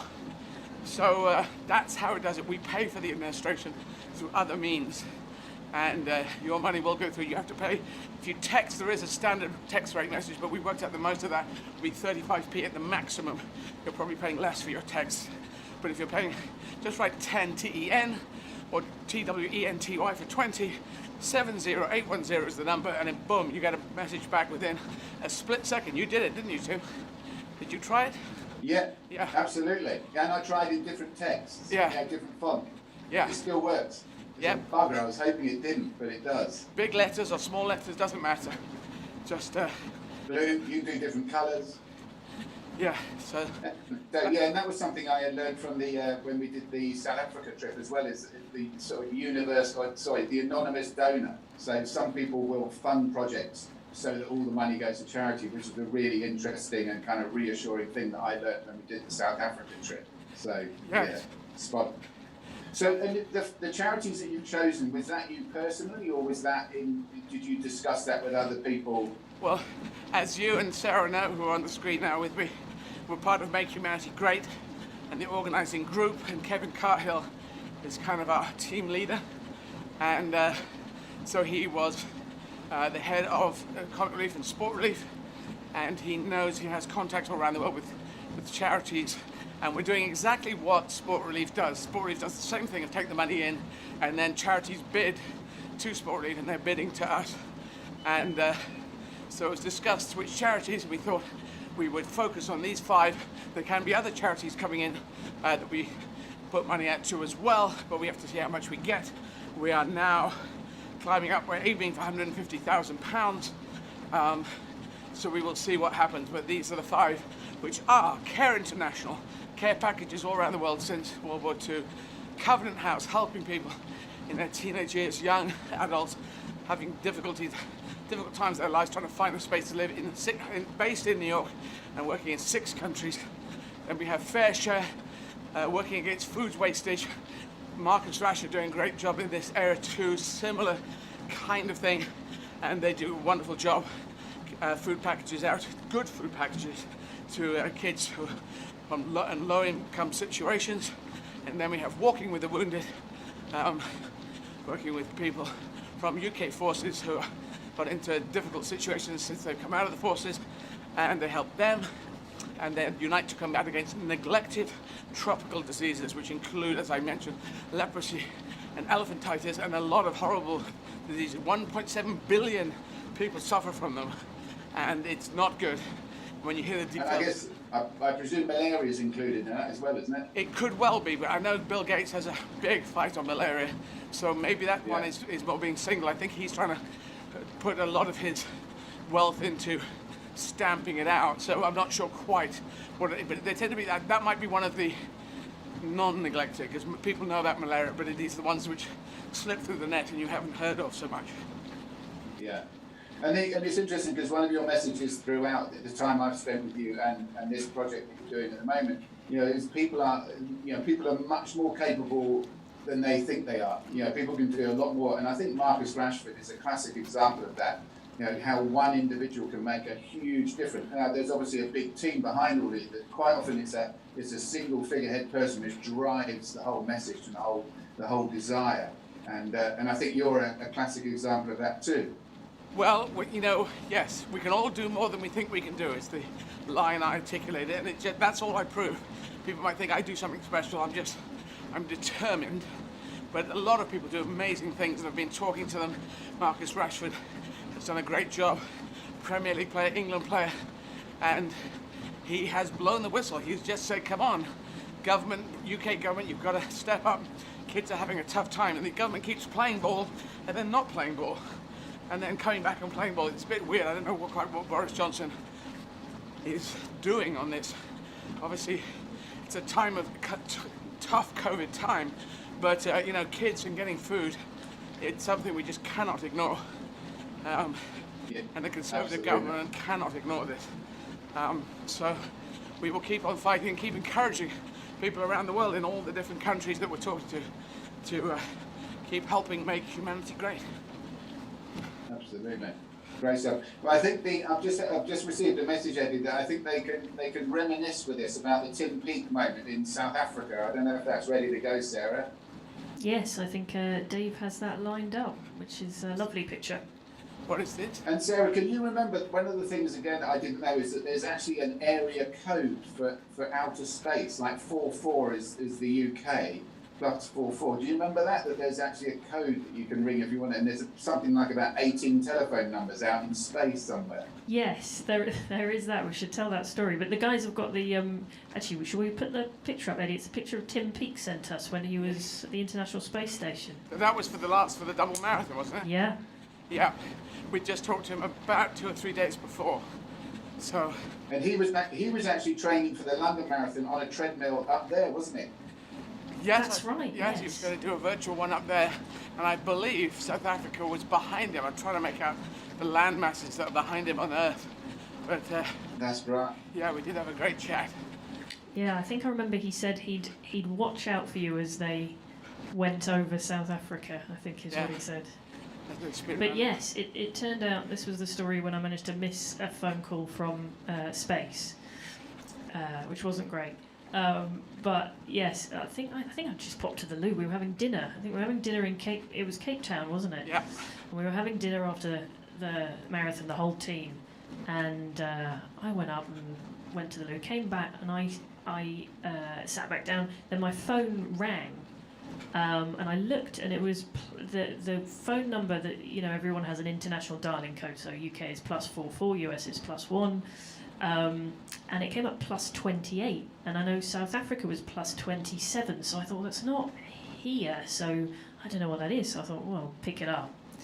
And then I heard this voice go, oh, hello, it's Tim Peake here from the International Space Station. Clear as a bell as well, like clear, and we'd had trouble getting calls over from the UK, like the day before, I remember. Absolutely clear as a bell, International Space Station. So we thought it might happen, but we thought it had kind of gone away, as a thing. And just said hello. So I sort of, I went, oh, hello. And it was very lovely. He just said, oh, how are you? Which sort of threw me a bit. And I think I remember just saying, oh, I'm fine, I'm eating soup. I think that's what I said. And then he was like, oh, right, and started chatting. And then I suddenly thought, there might be a window because they're flying over, and I thought this might only be a 30-second window. I don't know how this works. And I thought, oh, Christ, imagine if all I do is talk to him about soup and then he doesn't speak to you. So I sort of half cut him off and I said, I'm really mindful of your time, so I'm going to pass you over to Eddie. And you didn't know at this point who I was talking to, I don't think. And I think I remember just handing my phone over to you and saying, you need to take this call. And then you took the call. And it was only afterwards that did I look at my phone of the like previous calls, and that same number was in red about 5 minutes before. So I realised I'd missed the first call, and he was kind enough to actually bother to call back. So yeah, there you go. International code for space, +28. There you go. And I was the victim of relentless Mickey taking the following day, because when they showed the footage back, is that I carried on eating during the whole conversation because I was absolutely starving at that point. Yes, you So- did. I remember Eddie was talking to the space station, and yeah, in the background you were just having your dinner. It's fair enough. I mean, you know, it was a long day. Hang on, Tim. Are you hypoglycemic? No, not at all. Just hungry. You see, I never get that hungry. Do you not? No, I just never get that hungry. And if there was a thing that came up that I thought it's a one-off, are you sure you're not hypoglycemic? Because that thing of having to eat. Okay. Definitely not hypoglycemic. And I have done a lot of running. We've run up and down that bloody promenade about a million times. Yeah, I ran a bloody marathon. I'd run about 21. I think I did the whole run with you that day. You did. I remember you did. I know, but that's still one. But no, and Yeah, there's only one. It's weird. It's interesting. Hypoglycemia. Everyone who I've said to, I think you're hypoglycemic, has said, I'm not. As if I'm saying, you are a very wrong person. It's very pushed back on. But anyway, I just thought the fact that you had to eat. I've never had to eat. It just doesn't. It's weird. But that's my problem. Really? I look at a lettuce leaf. You've got some questions that might be Tim related. Yeah, actually, yes. A few little questions that have come up on social media, actually. One particular one that just came up a few minutes ago from Carol Yami, who says, question for Tim about the strapping of Eddie's shin, which Sarah did vertically and not circular around the leg. What's the reason for that? Okay, so the muscle which is right, I've got to try and keep this non-technical. But the muscle that's been affected or the tendon sheath that's been affected is for the muscle that pulls your foot upwards. So in the like our trade, we call that dorsiflexion. So that's basically lifting the toes up towards the sky off the floor, as though you were a drummer and you were like playing the bass pedal or hitting the bass pedal with your foot. So in order to actually try and offload that sheath structure, so it's not actually the tendon that's a bit that's underground, what we're trying to do is make that muscle work less. So the elastic tape that we put on effectively is working like an external force to actually lift the foot up, or do part of the work of lifting the foot up. The reason you wouldn't go circular necessarily is because obviously that's then going to form compression around it. And whenever you tape somebody, you try and avoid actually going around the whole of the leg, because obviously you're then going to impair the circulation to the leg. So yeah, you wouldn't necessarily, unless you were taping an ankle, but rarely do I tape round and round it. And so the principal answer to that is that I'm trying to help that muscle do less work so that sheath gets to relax. There we go. And then this is a slightly more general one from Twitter, from Dawn Harold, who says, how's your poorly toe now? Is that to me? It's kind of, yes, but probably a Tim question too. Well, yes, I can say, my poorly toe now, how is it? It's, you saw it this morning, or the photograph of this morning. Yes, how is my poorly toe now, Tim? Well, it's not draining as much, so there's less of a blister, and there's this lovely word which I like, is called keratinization, which is effectively when you sort of building up keratin and collagen around it. So it's actually going to become a nice hard lump of skin, a bit like a corn, if you like. But yeah, it's just going to become all scarred up, and it'll stop filling with fluid. And now that we've got the silicone cap on it, hopefully we'll stop it being irritated by hitting the end of the shoe. But people have been saying to me, Eddie, that that's a sign of an ill-fitting shoe. But it's fair to say that you've been running in those shoes for a couple of months without any issue at all, haven't you? Yeah, it isn't, because also the other one should also do the same thing on the other side, both biologically. Yeah. It's just some weird thing that's going on with me. And I think it's partly because the treadmill's just dragging you backwards. That's always a problem with the treadmills, the fact that it's a different action when you run on a treadmill than on the road, because your quadriceps have to work in a turn, what we call eccentrically, to control that movement of you hitting a moving surface rather than being on a stationary surface. So they're very slightly different. And you did mention earlier in the project that if you run on a slight incline, EMG wise, in terms of muscle activation, it mimics running on the road better to be slightly inclined. But then we've got the issue with your tenosynovitis on the other side, is that we don't want you to have to lift your foot harder. So we're stuck in this rock and a hard place, which is the problem with all of these kind of situations, is you're trying to put the best situation in a nightmare scenario. So, we don't want you to dorsiflex your ankle too much. Therefore, we don't want to elevate the treadmill, but by elevating the treadmill, we make your muscles work more normally. So this is what goes on. People see you running 31 marathons in 31 days and being knackered. But there's this whole thing going on in the background, discussions between you, me, Sarah, Gary, just trying to work out how can we best get through this. And people, of course, don't see that side of stuff. So, it's a juggling act. It is a juggling act. Yeah, it is an ongoing conversation, I think. Yeah, absolutely. We've got about 1 more minute for stuff. So, any more questions for Tim or me? Or? Yeah, just sort of one more question that is Tim. You can probably chip in on this as well, which is from Elijah Wolf, who asks, "What is Eddie's post-run drink for recovery?" And they say, "I do not run, but I have done some 20k walks and am curious how she recovers." And they say, "Thanks from Canada." Thank you, Canada. Thank you. Were you saying what's the drink? Yeah, so just immediately after the marathon. So it's a recovery drink which has got protein and carbohydrate in it and essential minerals. But I think, I don't think we should go further than that on the basis that Hydrate are actually sponsoring us. So. But they're out there, aren't they? People can buy them if they look for recovery. Would they online look? If you look up recovery shake online, then you'll be able to find it. You can be able to find it. And I have to say, so there I've done like 10 minutes of physiotherapy questions. I'm not going to charge for that, but I do expect people to donate 70810, either 10 or 20 pounds, to say thank you for some of the advice I've just given. There you go. Yes, that's a bargain. That's a bargain for Tim's advice. Or you can go to eddyizzard.com from anywhere in the world, and you can pay in any currency with your credit card. But you will see that it gives you can do it. Just jump on there and you can do that anytime you want. But now, thank you, Tim. We're going to say I will see you later on with Melissa Courtney. Very good. See you later on. See you, Tim. Thank you, Sarah. And now we're going to talk to Ruby Wax whenever you want to. So, then after Ruby, we'll talk to, we'll show my middle film. I think from 11 months ago in Vilnius. Sometimes the I is silent. I think we were talking to our friend earlier.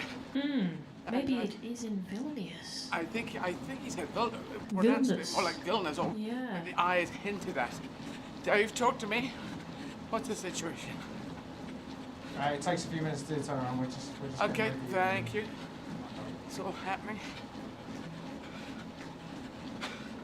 Yes, it may well be Vilnius, actually. Yeah, just in pronunciation, I think it's written Vilnius, but yes. I'm very quiet. I listen too much. So the 17th marathon. If you want tickets for tonight, they did earlier say if you go to eddyizzard.com, you can buy tickets for the show. And it said it was sold out. It isn't sold out, but I think we had a cap on it, which is a bit bonkers. We have removed that, because of course we encourage the entire world to come and watch. So you can now buy tickets for tonight's show in English. The 23rd of January will be in German, 28th will be in French. That's the only two to be wary of if you are aware of. And if you're a German speaker, grab them on the 23rd. A French speaker, grab them on the 28th. Hey, here's Ruby. Hi, Ruby. Hi, Eddie. Hi. How are you doing? So wild. Long time no talk. I know. Remember when we were tiny? Yes, I was 12. We were a little bit older, and I was 8. Yes, and I was 7. And you were 6. So, okay. Don't ever be older. So, are you okay in these terrible COVID times? Are you surviving okay? I don't know I'm not going to say the word fine because I think that should be taken from the English language. But, I do sort of what you're doing, except I don't run. Right. If you have a charity, I don't want to be holier than thou, but I have if you have a charity, it puts your, you know what I mean? You think, okay, I have a little window where I can do something good. Otherwise, I feel too guilty. You know that, Yeah. because you're running. Yep, no, it's, people think I love this and I'm addicted. I don't, I like stopping. I love stopping. Running is grueling. This is tough, but when I stop, I think, great, that's wonderful. Now. But do you get high from doing this? Not hugely. Not if I'm outdoors, sometimes I've had a euphoric moment, but there's two different types of marathon I run. In the old days, I was running marathons and I got there when I got there. It was open-ended, just sometime today, and I would stop and I would talk to kids and animals sometimes and whatever, and that was more fun. But the last two sets, I've had a deadline. I'm doing a 7 o'clock stand-up show here at Riverside Studios that streams out around the world with no one in the audience. So I have to finish this and get ready for that. So I have to finish at a certain time, and I'm running for 6.5 hours usually, and then I go and do the gig. So. And which is harder, like doing a show for people that nobody's laughing because nobody's there, or doing what you're doing now? This is harder. This is kind of interminable, and you just got to keep going, and I keep slowing down a bit. Like I'll do a bit of walking now. I'm running with an app called Zwift. Yeah, I don't know if you can see it from what you can see from your end, but there's these people running in blue tops, and they are avatars of people from all. Can you see that? I don't know if you can see that. Yeah. That's quite cool. Yeah, that's fun. Those are real people all around the world who can just join me on their treadmills, and they link it up, and they search for me, come and find it, and they run along with me. So, and I keep slowing down, and then they slow down, and then I go off again. Can I ask a question? Yeah. Do you think this is, I'm just curious, is this good for you, or does this mean you're not going to live as long as you were supposed to? I'm going to live. Mind me asking that? Yeah, no, I'm going to live way longer. I'm going to live way longer because of this. No, I can't prove this, but no one of the medical people I've talked to has said, oh, you're being very healthy. You're going to drop down dead very quickly. If you have a bad heart, that can happen. People go for a run, they haven't done it before, and they run, and there's an intrinsic problem in their heart, and they have died in runs, and that's a tragic situation. Mine's been tested left, right, and center, and apparently mine is good. Mine is good, and that's not a problem. My hydration's not brilliant, but this hopefully should be good for me in the long run. It's like a car. If you don't use it, you lose it. If you don't drive the car, it sort of seizes up. So I think... Yeah, but it's extreme, Eddie. This is extreme. It's not like I don't use my body. I mean, I do walk to the kitchen. Yeah. But if I did what you did, well, my kneecaps would be in shreds. Well, I think... So you must be either fit or you're insane.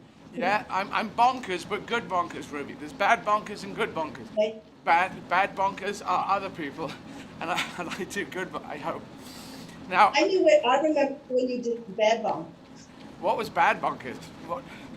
What did I do? Well, no, you didn't do anything, but when we discussed you doing comedy, right, and you would be very open about what it felt like on stage, because of your, your background.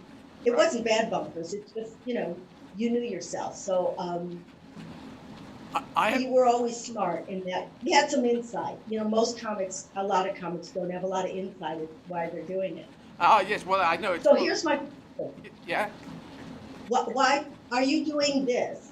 For your charity? Is it your charity? Well, this is what I'm doing. Did you make it up? I did make it up. It's called Make Humanity Great Again. That's my slogan. I got this. I don't know how I got this slogan. It came to me one day. I don't know. I think someone else had a slogan similar to it, but I can't remember. And they're pretty much history now. But anyway, I just thought it's very inclusive. It was a nice slogan. And what we do is like sport relief. We collect money in, and then charities make bids, and they say, we're a good charity. We like to make humanity great. Can we have some of the money that you've got? And then we pay it out accordingly. So that's how we do it.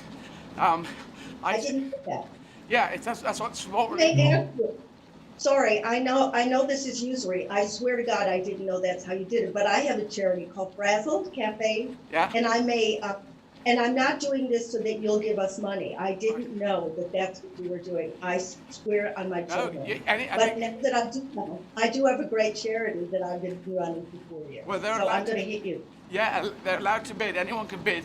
But I'm nothing really to do with the check. I never see the money, but it has due Then diligence. forget. I don't want to talk to you anymore. Okay. You know, just who do I call? No, No, Ruby, I need to But talk. I am good. I'm going to apply for it. Now, Ruby, there's a thing I need to talk to you about.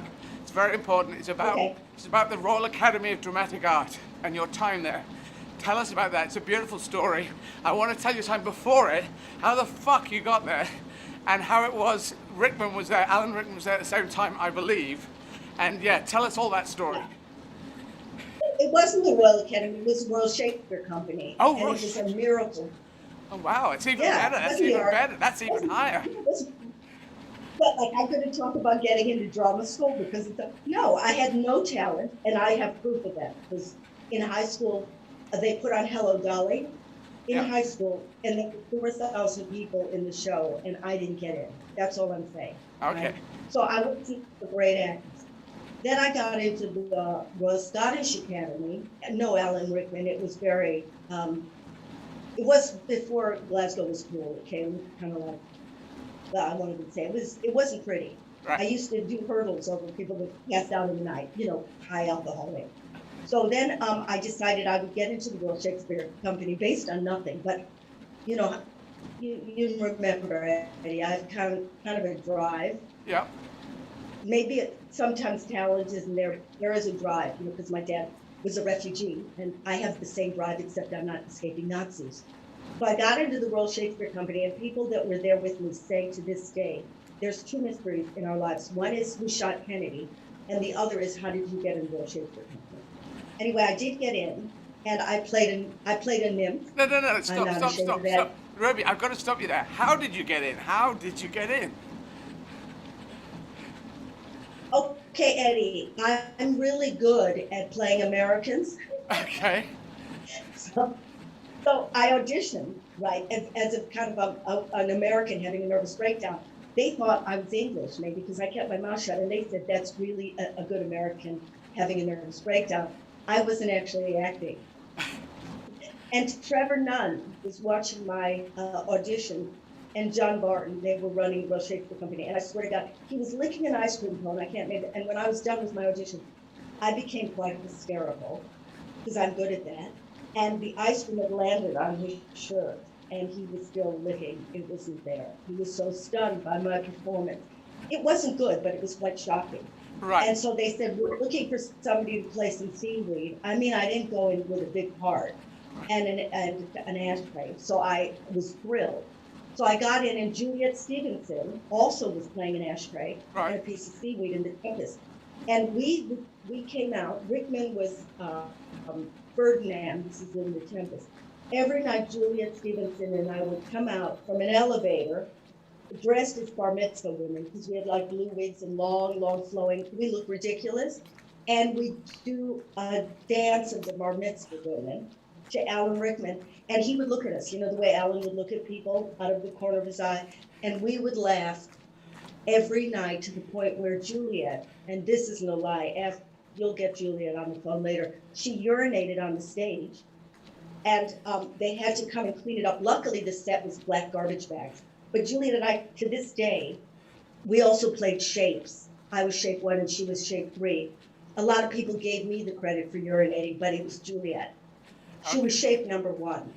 So that was that. And Rickman then said I should write comedy and really get off the stage quickly, because then they did give me a speaking part, and I was appalling. I was so bad, Eddie. I'm not kidding, that sometimes, like Ian Charlton and Zoe, they'd write little notes saying, maybe you should find another career, and they'd throw it at me while I was acting. That's Ian Charlton.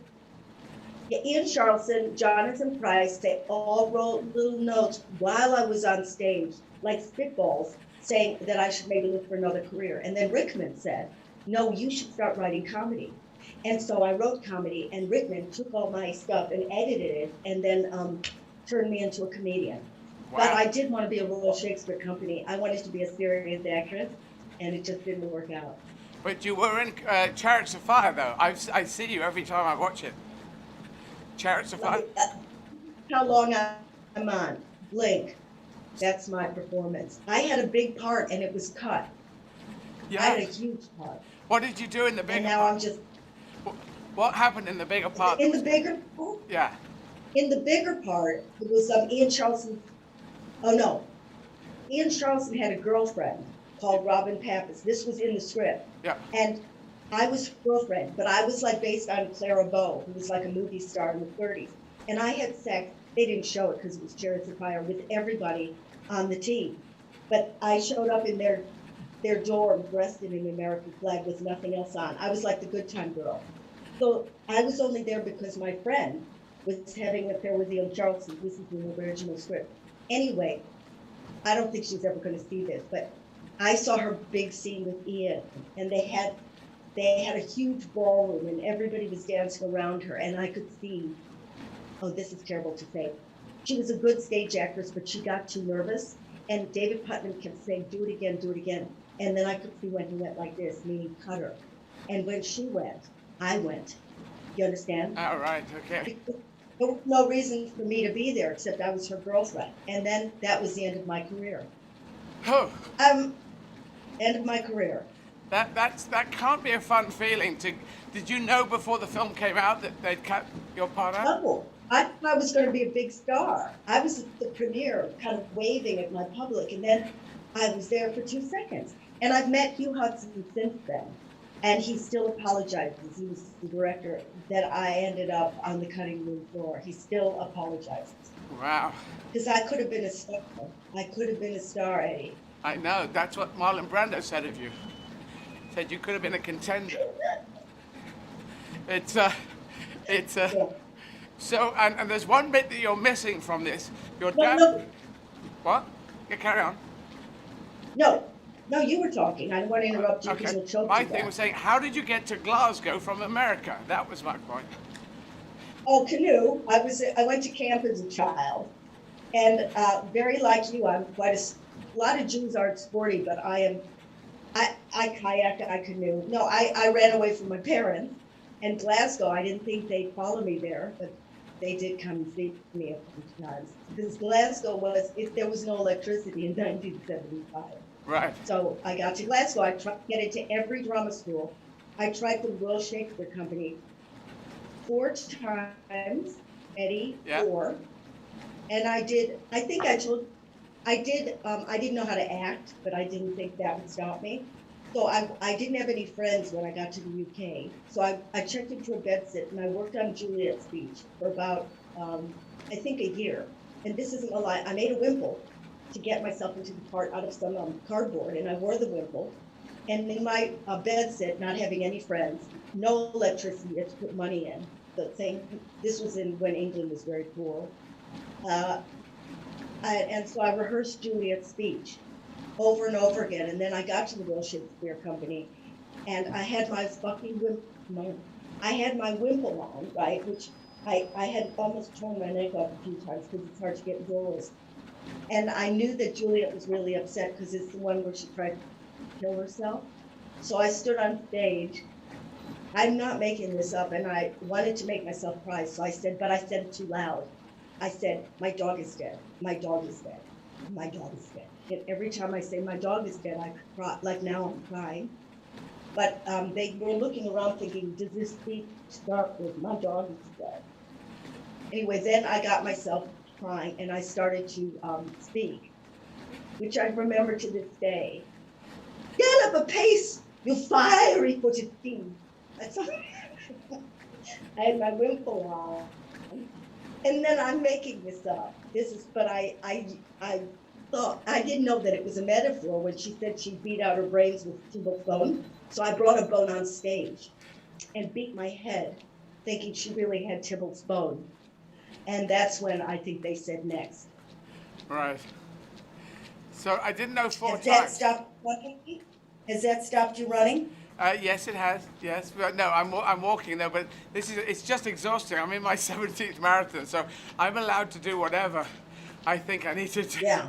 And sometimes I have to walk. It's weird. Sometimes I can run, and I get moments of, I think it's endorphins, and it goes.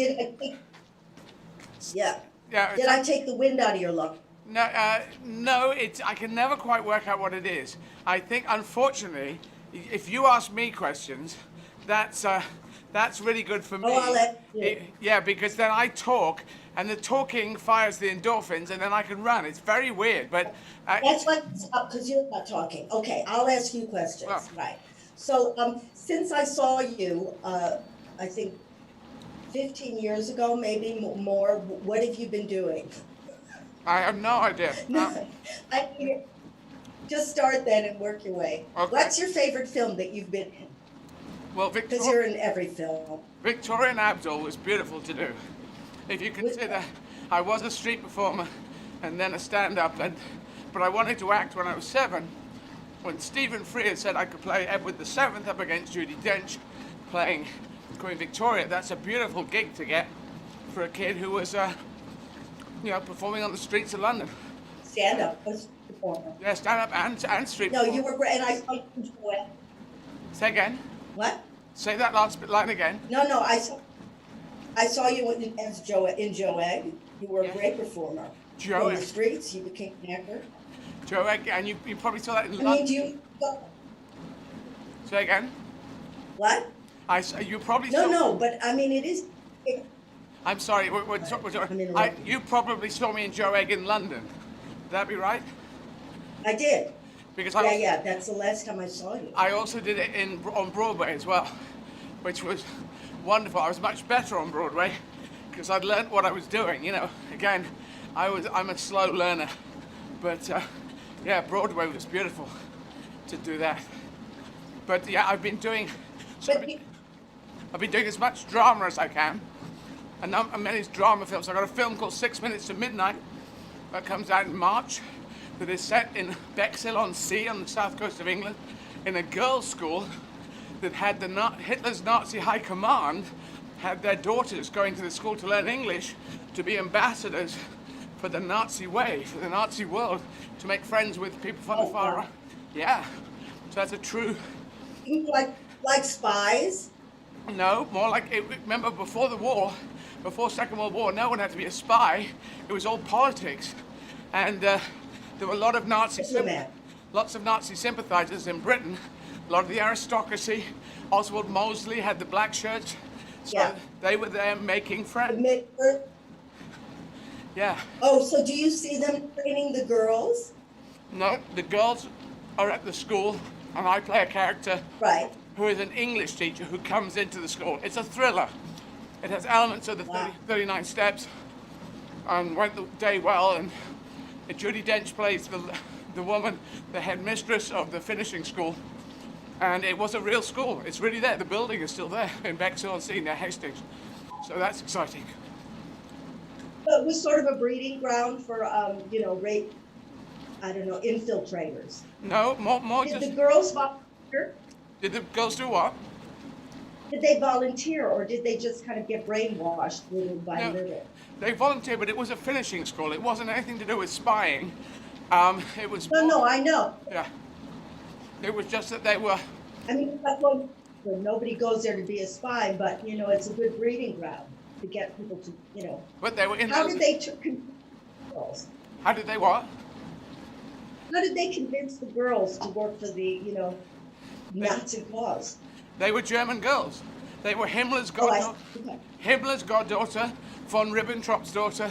Von Ribbentrop was foreign secretary. So these are German girls learning English in a finishing school. So they're learning how to be English, and Hitler believed that the English were part of the Aryan race. He wanted to do an alliance with them, but Churchill fought back against that. But a number of people were very positive. So they were there as ambassadors for Nazi Germany, really. And oh wow! What's that?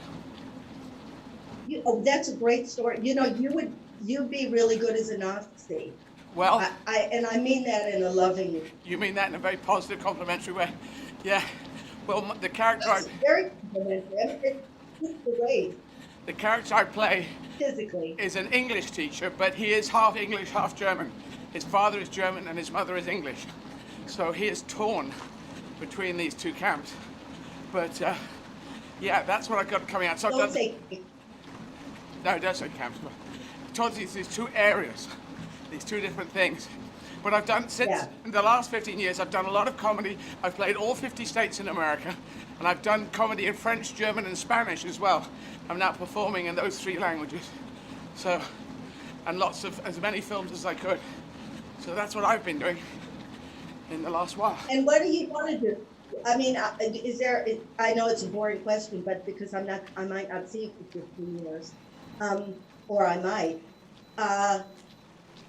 Did you know I had a crush on you?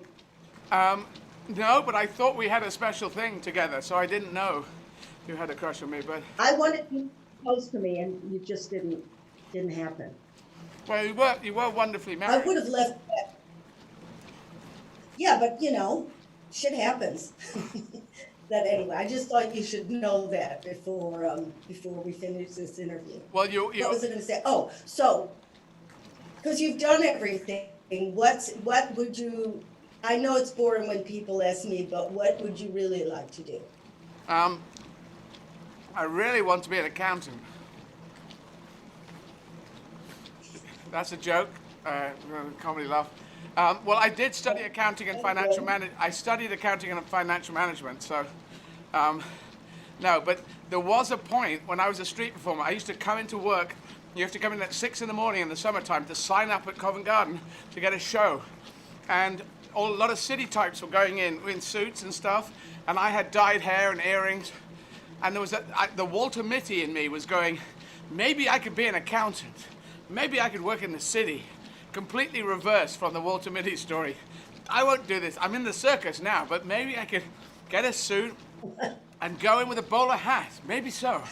So that was kind of my, and in a way I'd kind of like to do that, but I wouldn't really. But that is my crazy thing. But I'm going into politics. I'm working very hard to get a seat. I know. Yeah. So that's what I'm going to do. I know you were running for something, and now you really have to pull it off, don't you? Yeah. No, seriously. I am seriously pushing, and you know, it's tough. You know, politics is tough, but I will keep going until I can get elected to a seat in the government in the UK. So that's what I'm going to keep pushing for. Yeah, because they need fresh meat now. I would think this is a good time, Eddie. I know it's you know, this "Make Humanity Great Again." I think it's a nice slogan for now, and a fair chance in life should be the right of every citizen of the world. So that's what I'm going to fight for. Well, you know, I mean, I think if we're lucky, maybe this is a chance for people to reinvent themselves. Mm-hmm. But I'm not, you know, I write about being human. I mean, now we really have to form communities, because I really don't think it's each man for himself anymore. That really didn't work out. Yeah. It is about, you know, people forgetting about. I know it sounds cliche, but we always thought it was a cliche, and now it's an emergency. Yep. So I'm with you on that one. Yeah. Yeah. I mean, humanity, we lost what it was, and now we have to find the definition. I think that's what, you know, while you're in your house alone, my whole thing is figure out what it means to be human. It was something nobody ever was taught in school, and now we learn it. So I'm with you on the title. Very good point. And your solo shows, are you going to do more and more solo shows? I was doing them, but I'm teaching. You know, I do a lot of talks for mindfulness, and I wrote a book called And Now for the Good News. So I traveled around the world for my last book, and I met people that were doing stuff that will make the world better. And I don't mean in a lightweight way. I mean people who are reinventing business, and they're teaching kids in a different way. So I went to Finland and in the UK, and how to create community, and what technology is out there that's helping humanity rather than sucking our information out of us so they can sell us another shoe. Yeah. So I've really thought the last 2 years, I want to see what feeds me. You know, it's all about me. So I use books as an excuse to find meaning in life. And so I'm writing another book where I'm now, it's sort of not this is the title, but looking for meaning in a world without any. I really, you know, now's our chance. it isn't about what you do for a living anymore. If you're lucky enough to have food in your mouth, it really is about doing something that brings people together. Yep. I really don't, living alone, and this is such a lesson. People are now literally living by themselves, but we were always lonely. You know, even with a large group of people, it was all bullshit. You know, people that, you know, when you'd see them at parties and they ask you how your kids are, like they give a shit. So now I'd like to have more authentic conversations, and we're back to my charity, which is called Frazzle Cafe. So every night I meet about 100 people online, and it's for the frazzled, which is everybody, and people speak from the heart rather than, you know, garbage and pretending they're fine. We're not fine, and it's a really nice space to say that. And you know, when people are allowed to speak honestly, they don't go on and on, they don't whine, and you have people, about 100 people looking in their little screens and nodding their heads, and it doesn't matter what sex they are, how old they are, what their ethnicity is I really like that feeling where it's us. I always wanted us. I always wanted a community because I didn't have a family. So that's given me real pleasure. Anyway, so I raise money for that, and then personally I'm going to write another book, and then I'll do it online as a show. You know, God knows when we'll tour again, but we have this wonderful thing called whatever you want to call what we're on now. Yeah. I don't really mind talking to a green light, you know, as long as people are going, oh, that's really, you're giving me some food. Well, you'll I think you have to add. Well, I'm going to say you'd like doing. I don't. I was going to say you'll like doing the shows. Like what? You would like doing the shows like I'm doing them. I'm streaming them every night at 7 p.m. So in 2 hours' time, I'll be on stage here, and I do a comedy, my stand-up, and there's no one there because. And it's okay because I think that would suit you. You'd be someone who could do that. You could do an hour show with no one in the audience, out to the world, and maybe you're already doing it. But it's there now because of streaming. Yeah, but Eddie, you have to go to theater. Yeah, but you actually have to be in a theater. Couldn't you just sit in your house with your pajamas on and do your show? Absolutely. Why do you have to go to a theater? No, because I'm here. I'm at Riverside Studios, so we have it set up, and we got a camera there, and the cameras are doing remote to give her quite good. It's got a 2-camera setup. They're static cameras, but at home, if I did it, I would do it with my iPhone, and I'd just do it on a tripod, and I'd stand against the wall. So I'd just do it that way, or maybe in a seat. Yeah. So yeah, it can be done anywhere. So you have fancy cameras, but you're by yourself in a theater. Are there cutaways to empty seats? No, like to leave you a little gap? It's an empty room. Just one is straight on, and one is just to the side. That's it, and they're fixed. They just sit there. I know, but I'd like to see the no people in the audience. I think that would be hilarious. No, that's gonna have to be in your show. It's not in my show. You can do it in your show. All right, so no. But you remember the old days where they do cutaways of people laughing? I do. I'm yeah. so glad those days are over. Well, I think they're still there. They need those cutaways. You think? Say that again. Well, let's see when it comes back. But Andy, do you change the show every night? No, I'm trying to do the same show every night. I haven't got enough energy. I fall asleep in the show. Right. I'm so tired. I fall asleep in the show. So, you know, this is my 17th marathon. I've run a lot of miles and a lot of kilometers, so I'm knackered. But I just. And when you're running, do you think, oh, this is an important charity? What keeps you going? Seriously, if you're, you said you don't get high on it, so what keeps you running? Well, I've told everyone I'm going to do it, so I have to do it. But I do think Make Humanity Great Again. I do think the idea, if you imagine if you get elected as a politician, you're fighting for your constituency, your party, or your country. Very few people are in the position to say, let's fight for the world. And because I've played 45 countries, because I'm performing in 4 languages, played all 50 states of America, I've taken it upon myself, and maybe it's not, I wouldn't say naive, but it's definitely, I am being an idealist about this. I'm saying, look, 7.8 billion people, everyone should have the right to have a fair chance in life. That's it, that's my worldview in one sentence, and that's what I'm trying to encourage people to fight for. While some people are saying nationalism, you know, my country's better than your country, I'm saying, no, be patriotic. Yeah. love your country, but you know the whole world has to work. We are one organization. Well, I'd be interested, and maybe somebody who's involved with this, of which charities they're going to pick, because I'd like to know that. Well, not just because I want some, but I'd love to know what makes humanity great. Well, I'll tell you, because a lot of charities are about just it creates a them and us again. Okay, here we go. And they compete against. Here we go. We got Care International, care packages all around the world. We have Covenant House, dealing with young teenage people, young adults who are having a problem, based in New York and working in 6 countries, giving them places to stay when they're having a real tough time in their life. Fair Share, that was dealing against food wastage, getting food out to young kids, young people having a very tough time on low-income backgrounds. We have Walking with the Wounded, dealing with people coming out of the services, having difficulty getting into, knitting back into society, and Unite to Combat Against Neglected Tropical Diseases. Those are the 5 that we are championing, and they're pretty good.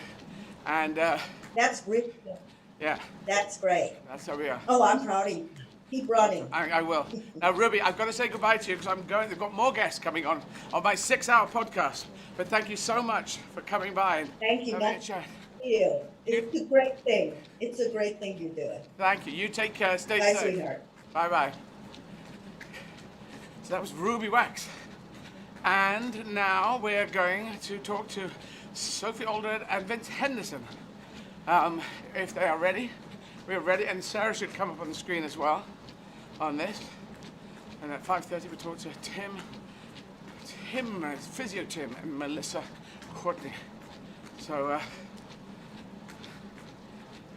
I'd like to say some words to me, Dave, on if we're close or we got more minutes to go. We are close. Thank you. We're just getting through. Beautiful. I'm going a bit slow.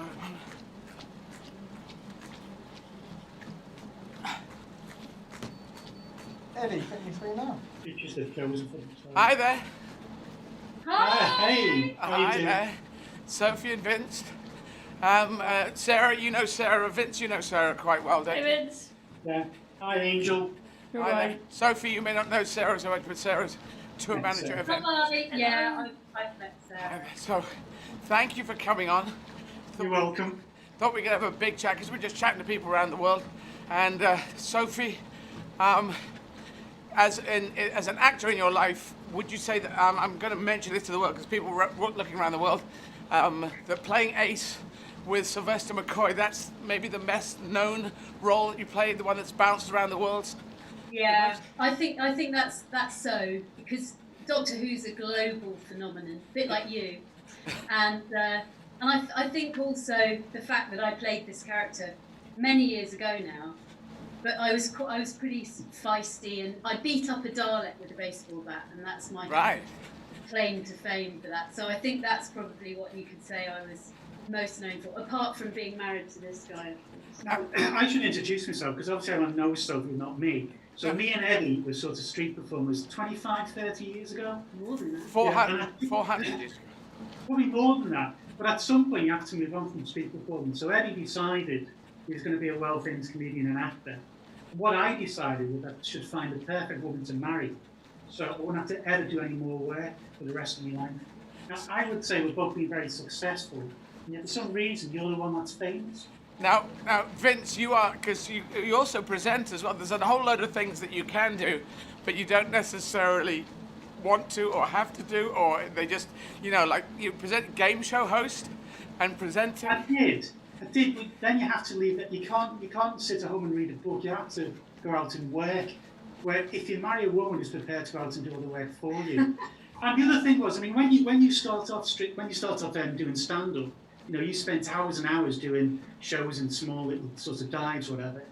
But while you were doing that, I was equally over those years spending vast amounts of time talking to dubious women in order to get my character, my personality so strong that when Sophie eventually met me, she'd marry me straight away. So basically, we both did the same amount of work. Well, that happened indeed. So that was always your plan, I take it. Your and it worked. So Sophie, was being. I'm going to talk a bit about Doctor Who, just because there's a lot of people, as it resonates around the world. The conventions, do they happen just the UK or America, or is it other places, other countries? They happen in other places as well, and I mean the conventions are an amazing part of Doctor Who that maybe people don't really realise that much about. Well, they do more now because Comic-Cons have become a big thing. But this years and years and years ago, 40 years ago, these Doctor Who conventions were happening all around the world. They have them in New Zealand. We've been to New Zealand and Australia. In fact, I'll tell you a great story about Sylvester. Sylvester's an amazing guy, as those of you who've met him will know. And he was my Doctor Who. And a couple of years ago, his son in Thailand was having his first grandchild. Well, not his son, but his son's wife. So Sylvester wanted to go and visit them and see his first grandchild. So most people would get on a plane.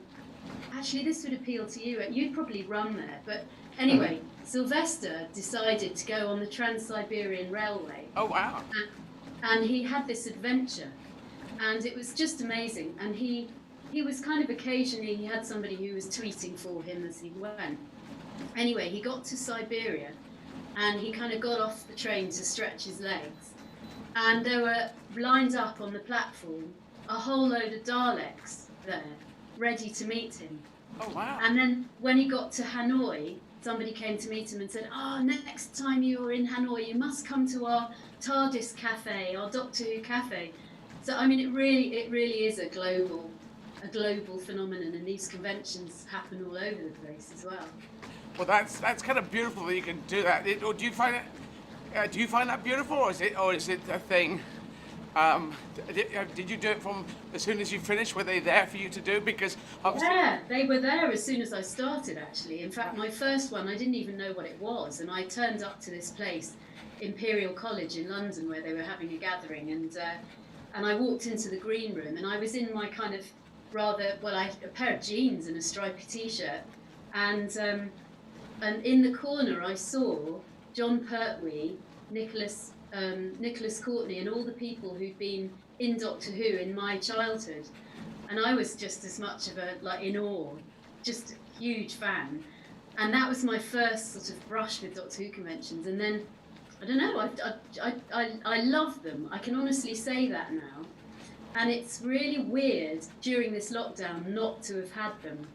And and some enterprising fans, of course, have got round to having them online, which is brilliant. Yeah. But there's something about going to a convention and meeting the fans that actually have grown up with me now. You know, I was 24 when I started doing it. And so I've known some of these people all that time. And yeah, they're an amazing thing to get involved with. And Vince, do you go to them, or sometimes, or a lot of the time? Or? Well, yeah, no. Occasionally I go with them with Soph, but what happens is, because they obviously love Soph because of the Doctor Who thing, I go and I stand by it, and they can't actually see me. It's like I become invisible. It is the invisibility cloak from Harry Potter. Yeah. So basically, I can just have a nice time, not do anything. And so I can enjoy it. Well, I have to say that one of the great things I thought when I first went to a convention is when Doctor Who started and people started going to conventions, I would say, just on the sexuality thing, I would say there was lots of young gay guys in the 70s and 80s who obviously found it difficult to meet people who are also gay. But I think the Doctor Who conventions, because of who Doctor Who is, you know, he's not this strong alpha male character who fires guns and stuff. He just uses his brains. I thought there would be lots of young, I don't know if this is true, lots of young males who would go to Doctor Who conventions and could meet other young men who didn't have the same heroes. You know, because our heroes are footballers and rock stars, and so I think that it had a really good social thing. Well, I think that's true of all sorts of things, not just gay men, but people who are Doctor Who fans have had a bad rap over the years. For being, I mean, I remember when they were called anoraks, you know, and you always used to kind of have a view about people who were Doctor Who fans. But actually, like I think going anywhere to be able to kind of indulge in your passion, whatever it's for, whether it's science fiction or football or comedy or anything. I mean, I think that's got to be a good thing, hasn't it? The other great thing is when you see Doctor Who fans who dress up, because they obviously do cosplay, do costumes, and people sometimes slightly take the piss. And yet, if you're a football fan, like I am, I mean, when there's a big match on, I'll build a shrine in my living room, and I'll have Liverpool scarves, and I'll have the whole thing, and I'll pray to all the gods. I'll pray to, Zeus and Thor, and I'll pray to all the gods that we win. And yet, no one ever sort of mocks me for that, because that's what football fans do. They wear their lucky underpants. Whereas if you are an anorak, a train spot, and you do that sort of thing, everyone sort of looks down on that. And yet, it's the same thing. It's the same attitude in the air. I think things have changed, though, thankfully. Do you? Yeah, I do. I think I think Comic-Cons have become cool now. I hope so, anyway. I think they're on that edge of, I think there's the time for the nerd hero is there, because I think I'm a nerd. I'm really, I'm as into computers and stuff and science fiction, action movies, but you want to be an action nerd, if anything. Action transvestite, action trans woman now. I love that, action trans women. Yeah, that's it. Well, you might have heard my pronouns. Somebody said that, you came out just recently with your pronouns. No, there's been a slight linguistic adjustment going on, but I have been out for 35 years, so I feel I gave everyone long enough time to acclimatise, and then, but now I've been promoted to she, which I'm very pleased about. And wow, that's great. Yeah, that just happened. And I think now there should definitely be a figurine of you. I've got figurines of me. There should definitely be a figurine of. Well, I can't go there. Woman Eddie. I can't go there, but if anyone, people will do what they do. But someone has mentioned, a trans Doctor Who would be interesting, and I think. Yeah, that's exactly what I think. I think Tom Baker said this actually sometime and put me forward. I think in that area, and I think it would be very advanced to the BBC. But tell me about your audition for the BBC that was successful. And then I'll tell you about my audition for Doctor Who, which I've never told anyone about, and was unsuccessful. But I still think. That's amazing. But they chose Matt Smith. It was a brilliant actor. But I would have been very interesting there. I'm not sure if I'd do it now. But anyway, tell us about yours, because you must have been. Did they just say it's you, or did you have to go through a whole cattle call of millions of different?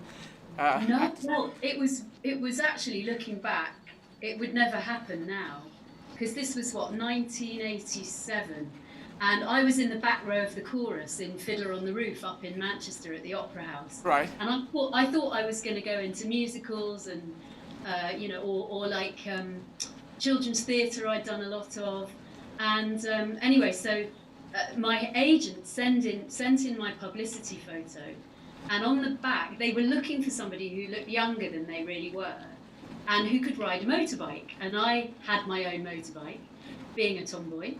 And so she wrote on the back of my publicity photo, she wrote, "has own levers."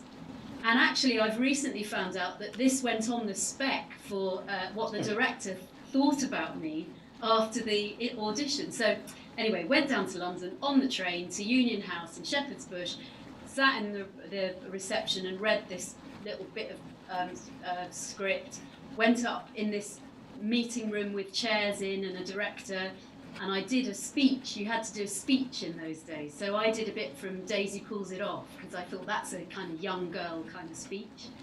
And anyway, then didn't think anything more of it. 2 weeks later, got a message to say go back, so I did. I went and saw the producer, the executive producer, John Nathan Turner, for about 10 minutes in this amazing room which had Dalek curtains, and he had all this merch on the wall when merch wasn't a thing. And anyway, he got me to read it a couple of times. The director popped his head in and said, "Oh, this is Sophie Aldred, who has her own levers, by the way." And he went out. I went back up to Manchester, and then 2 weeks later, I had a message from my agent on the board at the stage door when I went in for that performance that evening, saying, "Call me urgently." So after I'd done the first number, which was Tradition, if you know Fiddler on the Roof, yep. I went backstage to this pay phone box, got my 10p's out, called my agent, who was quite cross with me. She said, "Where have you been? I've been trying to get in touch with you all day. They want you for these 3 episodes of Doctor Who. But not only that, they want to know, would you be interested in playing the new assistant if Bonnie Langford leaves?" And there am I, like back row of the chorus, dressed in these sort of rags, kind of with my mouth open, and going, should I carry on doing this, or shall I go? No. Anyway, I said, yeah, walked out of the phone box, and there was this guy in front of me who played our rabbi, lovely actor called John Scott Martin, elderly guy. And I said, a bit shocked, I said, "John, I got the part." And he nodded sagely, and he reached into his costume, pulled out this postcard with 3 Daleks on, and I turned it over and it said, "Welcome to the family. You will not be exterminated." And I said, "How did you know?" And he said, "Oh, I just had a feeling about this." Anyway, then I had to get on stage, and the next scene was the gossip scene. So everybody comes on stage, everybody's going, and in this particular performance, everyone's going, "Have you heard? Have you heard? Sophie's got the part. Sophie's in Doctor Who." And I was stunned, and everybody was slapping me on the back on stage. Anyway, then Topol, who's playing the main part, who played the main part in the movie, Topol comes on stage, walks down stage, looks over towards the chorus, stops, and just enfolds me in this great big bear hug, and he says, "Well done, Sophie," in this amazing deep voice of his, then walks back across the stage and carries on with the show.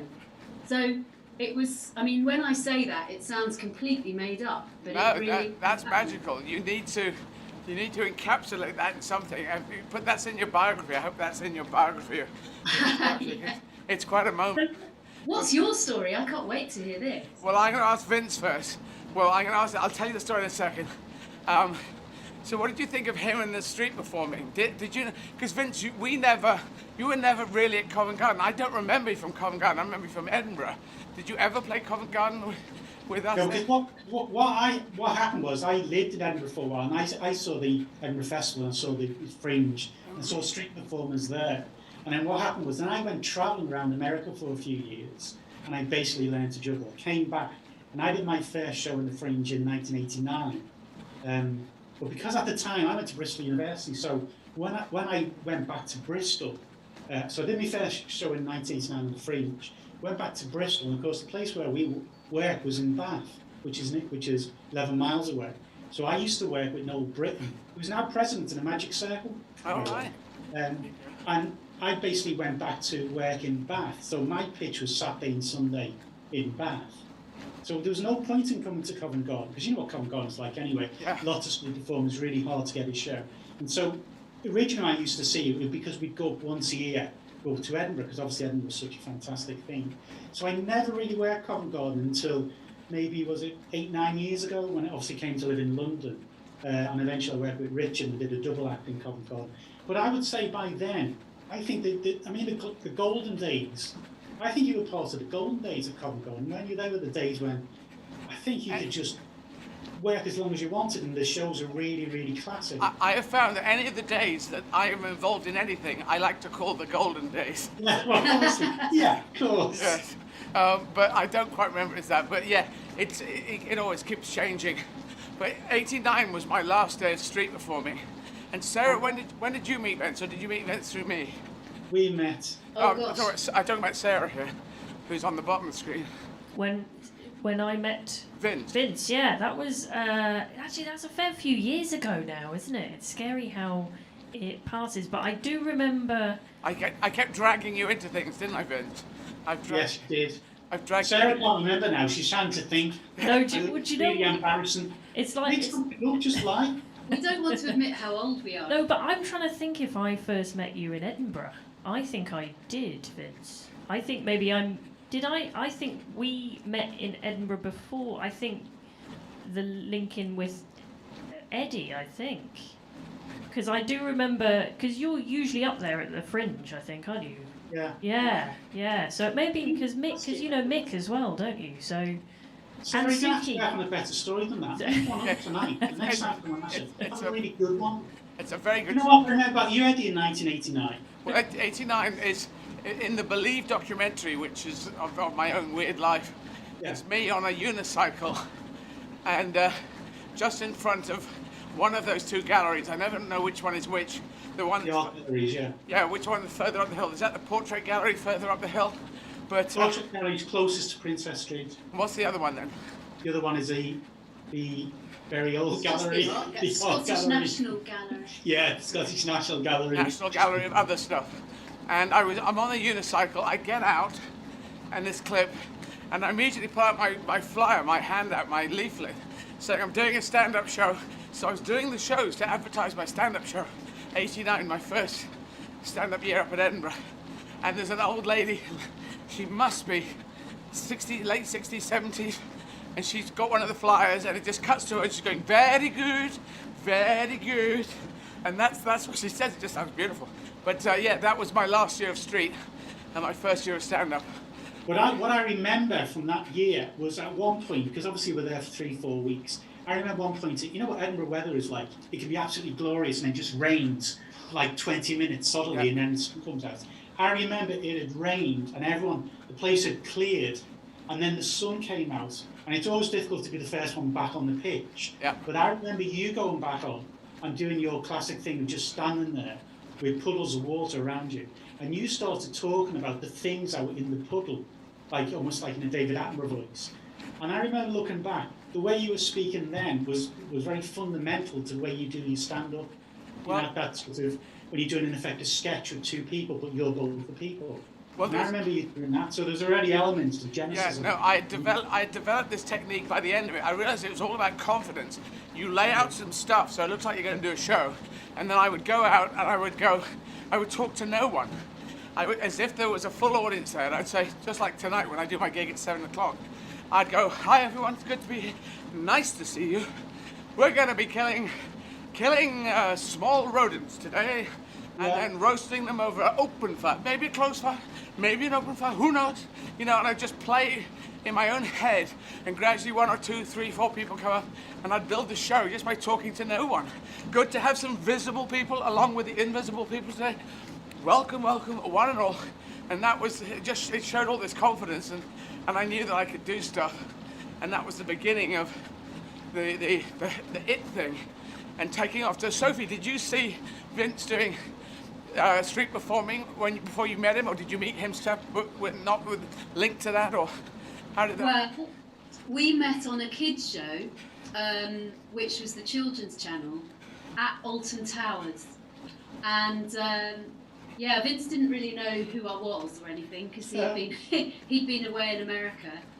And well, we played a charity football match. We've both got different stories about how. Yeah, we have different stories. Yeah. You first. We'll have to tell you, but anyway, yeah, we were in a charity football match together, and basically he fell in love with me because I scored an amazing goal. Oh wow! Yeah. Penalty. A penalty. And because you're good at football. Yeah, I mean that was the thing because everyone thought she'd be awful. You know, the classic thing like girls can't play football. So she came on because one of our players went off. We got a penalty straight away, and Sophie decided to take the penalty. And basically, she ran up and just twacked it in the top corner. And we all jumped. So all our team jumped on her to kiss her, and the other team also jumped on her to kiss her as well. And then I won't get too graphic about this, but at some point late on in the evening, we ended up in the same room. And I remember I think you had a Brazil top on. That was the only thing you had on. And of course, then it was true love. Football and fabulous women. Excellent. Excellent story. That's a beautiful story because I am very soon after that, we went up to Edinburgh. Right. And I saw him street performing. And yeah, it's an amazing art, I think. And then, of course, this was when Adam was small, so he's nearly 21 now. It's probably nearly 20 years ago. Do you remember you did that show in the Wireworks Playground? Yeah. Yeah, with Alex and I remember walking up the street with Adam in a buggy, stopping likely-looking people who I thought deserved to go and see you, and saying, "Do you like Eddie Izzard?" And everyone would go, "Yeah, yeah." And I said, Well, he's just about to do a free show behind the Fringe office in the Wireworks, and they were like, people were running there, and there was this mad woman walking up the Royal Mile with her buggy. Yeah, that's been, we'd photocopied some handouts. I don't know if you had any. We did, yeah. We went into the Fringe office and got them, handed them out. And that's where after about 2 or 3 shows, I invented my best ever show, which was the Dam Buster show of flying the kid around, which can also be done as a Star Wars show, but is a little complicated to explain. But we basically floated the kid just like when in rock and roll, the singer might be airlifted, crowd surfed. They crowd surfed the singer around, and we crowd surfed a little kid with a bouncing ball who was floated all around the audience, came down, and then he dropped the ball, it bounced along and knocked over some tin cans, and the audience went nuts, didn't they? It was because it built up. Basically, I think it was an hour and a half show, and it all built up to that moment, because the kid was Guy Gibson, wasn't he, in Dambles, and he was flying along. So it was a fantastic show. About a year later, I went up to Edinburgh, and a woman came up to me and started talking to me, and she said, "Do you remember me?" And I didn't, obviously. And she said, "I'm the mother of the child who was in your show." It must be 2 years after. And after he'd done our show, because obviously he had all the attention from the audience, he went on to the drama school because he really liked the idea of being an actor. Oh, wow. And I don't know what he does now, or can't remember his name, she didn't tell me or whatever. But it was just that one moment. He's obviously affected by the fact he went on and hundreds of people were clapping him. And so he decided acting should be... It was a beautiful show. That show had about 4 or 5 performances only. Okay, now I'm going to let you go in a minute. I'm going to tell you my story. Yes, please. It was a secret thing. I wasn't invited. I was not invited. I asked if I could audition. They chose Matt Smith, so it's that changeover. And he's brilliant. And so, well done them. But I was in a pretty good shape. But if they, I think there was one producer sitting there who had this face on that said, "There's no way you're getting this." But anyway, we went to a hotel, and I know the road, I just don't know the name of it. It's the one that leads into the A4. There were a bunch of hotels on there. Hotel, the production was called, the something production, ordinary name, all code words. And just went in and met them and read maybe a couple of scenes. But they didn't. It was interesting. I thought I could bring something curious to the table. But there's some people who think, "Oh, you just do stand-up," and there's some people who've seen the drama that I've done, and the crossover, the bridge crossover, which could be Doctor Who, would be very interesting. Trans Doctor Who, that is a 21st century idea. But I do think if you go into Doctor Who, it's quite difficult to come out of Doctor Who. Come out and people go, "Oh, you're the person for Doctor Who, can I do this?" No, because you were in Doctor Who, sir. And they get locked onto you on that. So I might have gone round the edge of it now, having done Victoria and Abdul, and going on to 6 Minutes to Midnight, my new film. So Eddie, if they asked you to audition again in the future, would you do it? Well, this is what I'm not sure. I might audition, I just don't know. I can't tell, because it'd be a number of years of commitment they'd take. And then you do come out bathed in Doctor Who. But as regards a trans thing also Doctor Who is like a big cult in America, but not quite mainstream in America, would you say?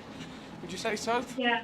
I would say it's much more mainstream than it used to be when I was doing it, but even so, it's still not generally known. Well, as I do have a presence, profile in America, I do like the idea of pushing Doctor Who into mainstream consciousness, and we've seen this with other DC comics and a lot of things. A number of the images from comic books have gone from nowhere. Remember, Wonder Woman was a TV series. Now Wonder Woman was the first film came out and went boom. Black Panther for black actors, boom, around the world. And so it's in a different place. And Doctor Who deserves to jump to the light speed of that. What's the one on the Star Wars, the one that we like on Disney+? Oh, The Mandalorian. Mandalorian taking it, Jon Favreau's taking it to another level as well. Quite apart from it's more gritty and underground and dystopian. Well, it's already pretty dystopian, but yeah, Doctor Who deserves that. And anyway, I think though, Eddie, that in a way you already are Doctor Who. You know, I think this whole campaign at the moment, your hashtag Make Humanity Great Again, that's what Doctor Who's always stood for. Yeah. You know, the kind of the love of humanity, the love of who we are as people in the world. And it's very inclusive, isn't it? It doesn't matter what colour you are, LGBT plus. I know that was never implicit, but if you look back at it, it was never overt, but that's implicit within Doctor Who, that anyone who comes with a positive heart, they are welcome to talk with Doctor Who, to be there, to be part of Doctor Who's adventures. And it's great you've got a female Doctor Who now. And yeah, I'm... The main problem you being Doctor Who is when the Daleks arrive, you'd always be 26.2 miles away. Yeah, they couldn't keep up with you. Well, I'm now going to stop my thing. So I'm going to say goodbye to you guys. Thank you so much for coming along. Yeah. Have one more guest. I've only got about less than an hour to go. But thank you. Thanks for talking. Take care of yourself, Yeah, look after yourself. Bye, sir. Stay COVID safe. Hey guys. And we will talk to you down the line. Thanks, guys. Okay. Melissa, Courtney, and Tim. Are they there, Dave? Not yet. We need to do the changeover. Okay. Because I'd quite like to get... I'm going to go to the loo, but... Yeah, well, I'll go to the loo quickly. Oh, Toe's talking to me. Okay, let's go to the loo. And then get them ready, and I'll be right back.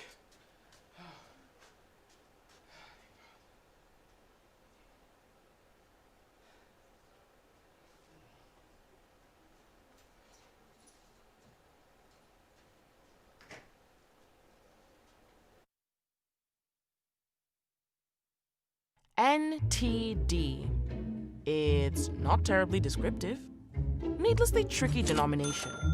We need to disentangle, need to define, nothing to declare, National Turnip Day, never tickle dinosaurs. No, that's daft. Now the disclosure. Neglected tropical diseases. Not that difficult. Neglected though? Deserted. Disenfranchised, desperate, dying. No, that's dreadful. Now these diseases need to discontinue, need to disappear. Never mind the difficulties. No more tedious delays. Now's the decade. Nations together declare no to disease, no to discrimination. Nobody treated differently. Neglected tropical diseases. End the neglect.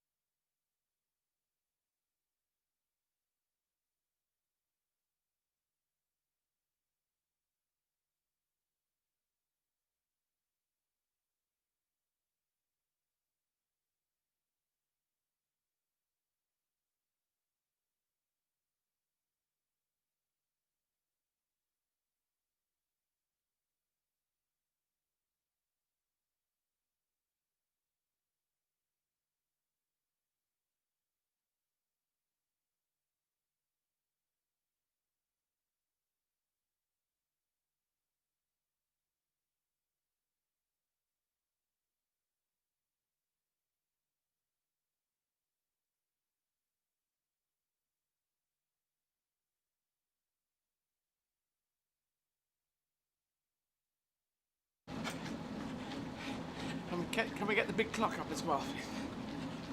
45 minutes to go. Hear me? Yeah.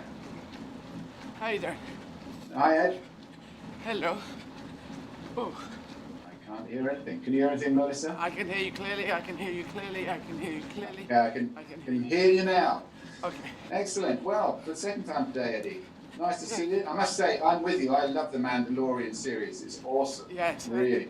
That really is coming from Jon Favreau and the guys around him. The directors he's chosen and other exec producer. Just the whole package. It's very bathed because I think Jon Favreau was responsible for the Iron Man reboot or first outing. God. Awesome. Excellent. Well, look, Eddie, we've got a fantastic lady with us this afternoon, up-and-coming international rising star within the athletic world. She's also a locally homegrown athlete who I've known for too many years. And but elite athletes love a challenge. So we've got two challenges for you today, Melissa. One is the first one is we need to get Eddie through to the end. We have to keep entertained, keep him chatting so that she forgets the fact she's running a marathon.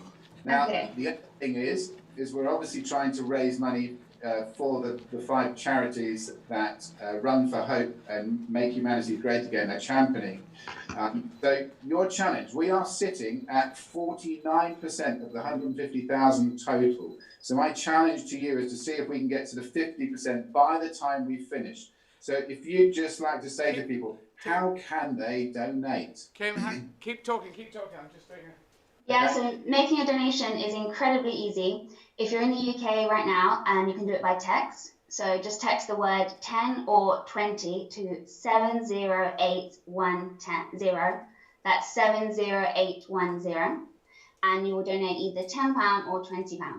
Text costs your donation plus standard rate message, and you have to be over 16 years of age. And if you'd like to donate more than that, or you're outside the UK, then you can go online to eddieizzard.com and make a donation via our crowdfunder site. And there you can donate either in UK pounds or US dollars or euros. Awesome. Or rubles. In fact, any currency might have.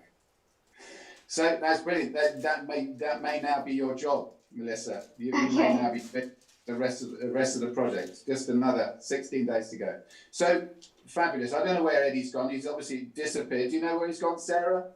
Yeah, I'm just sorting something out. Hey Tim, I'm going to jump on now as well. I think we were talking about shoelace tying, and that's clearly what's happened. Yes, I think yes. Eddie will tell you in a minute. We've got Eddie back. I'm just sorting out some things.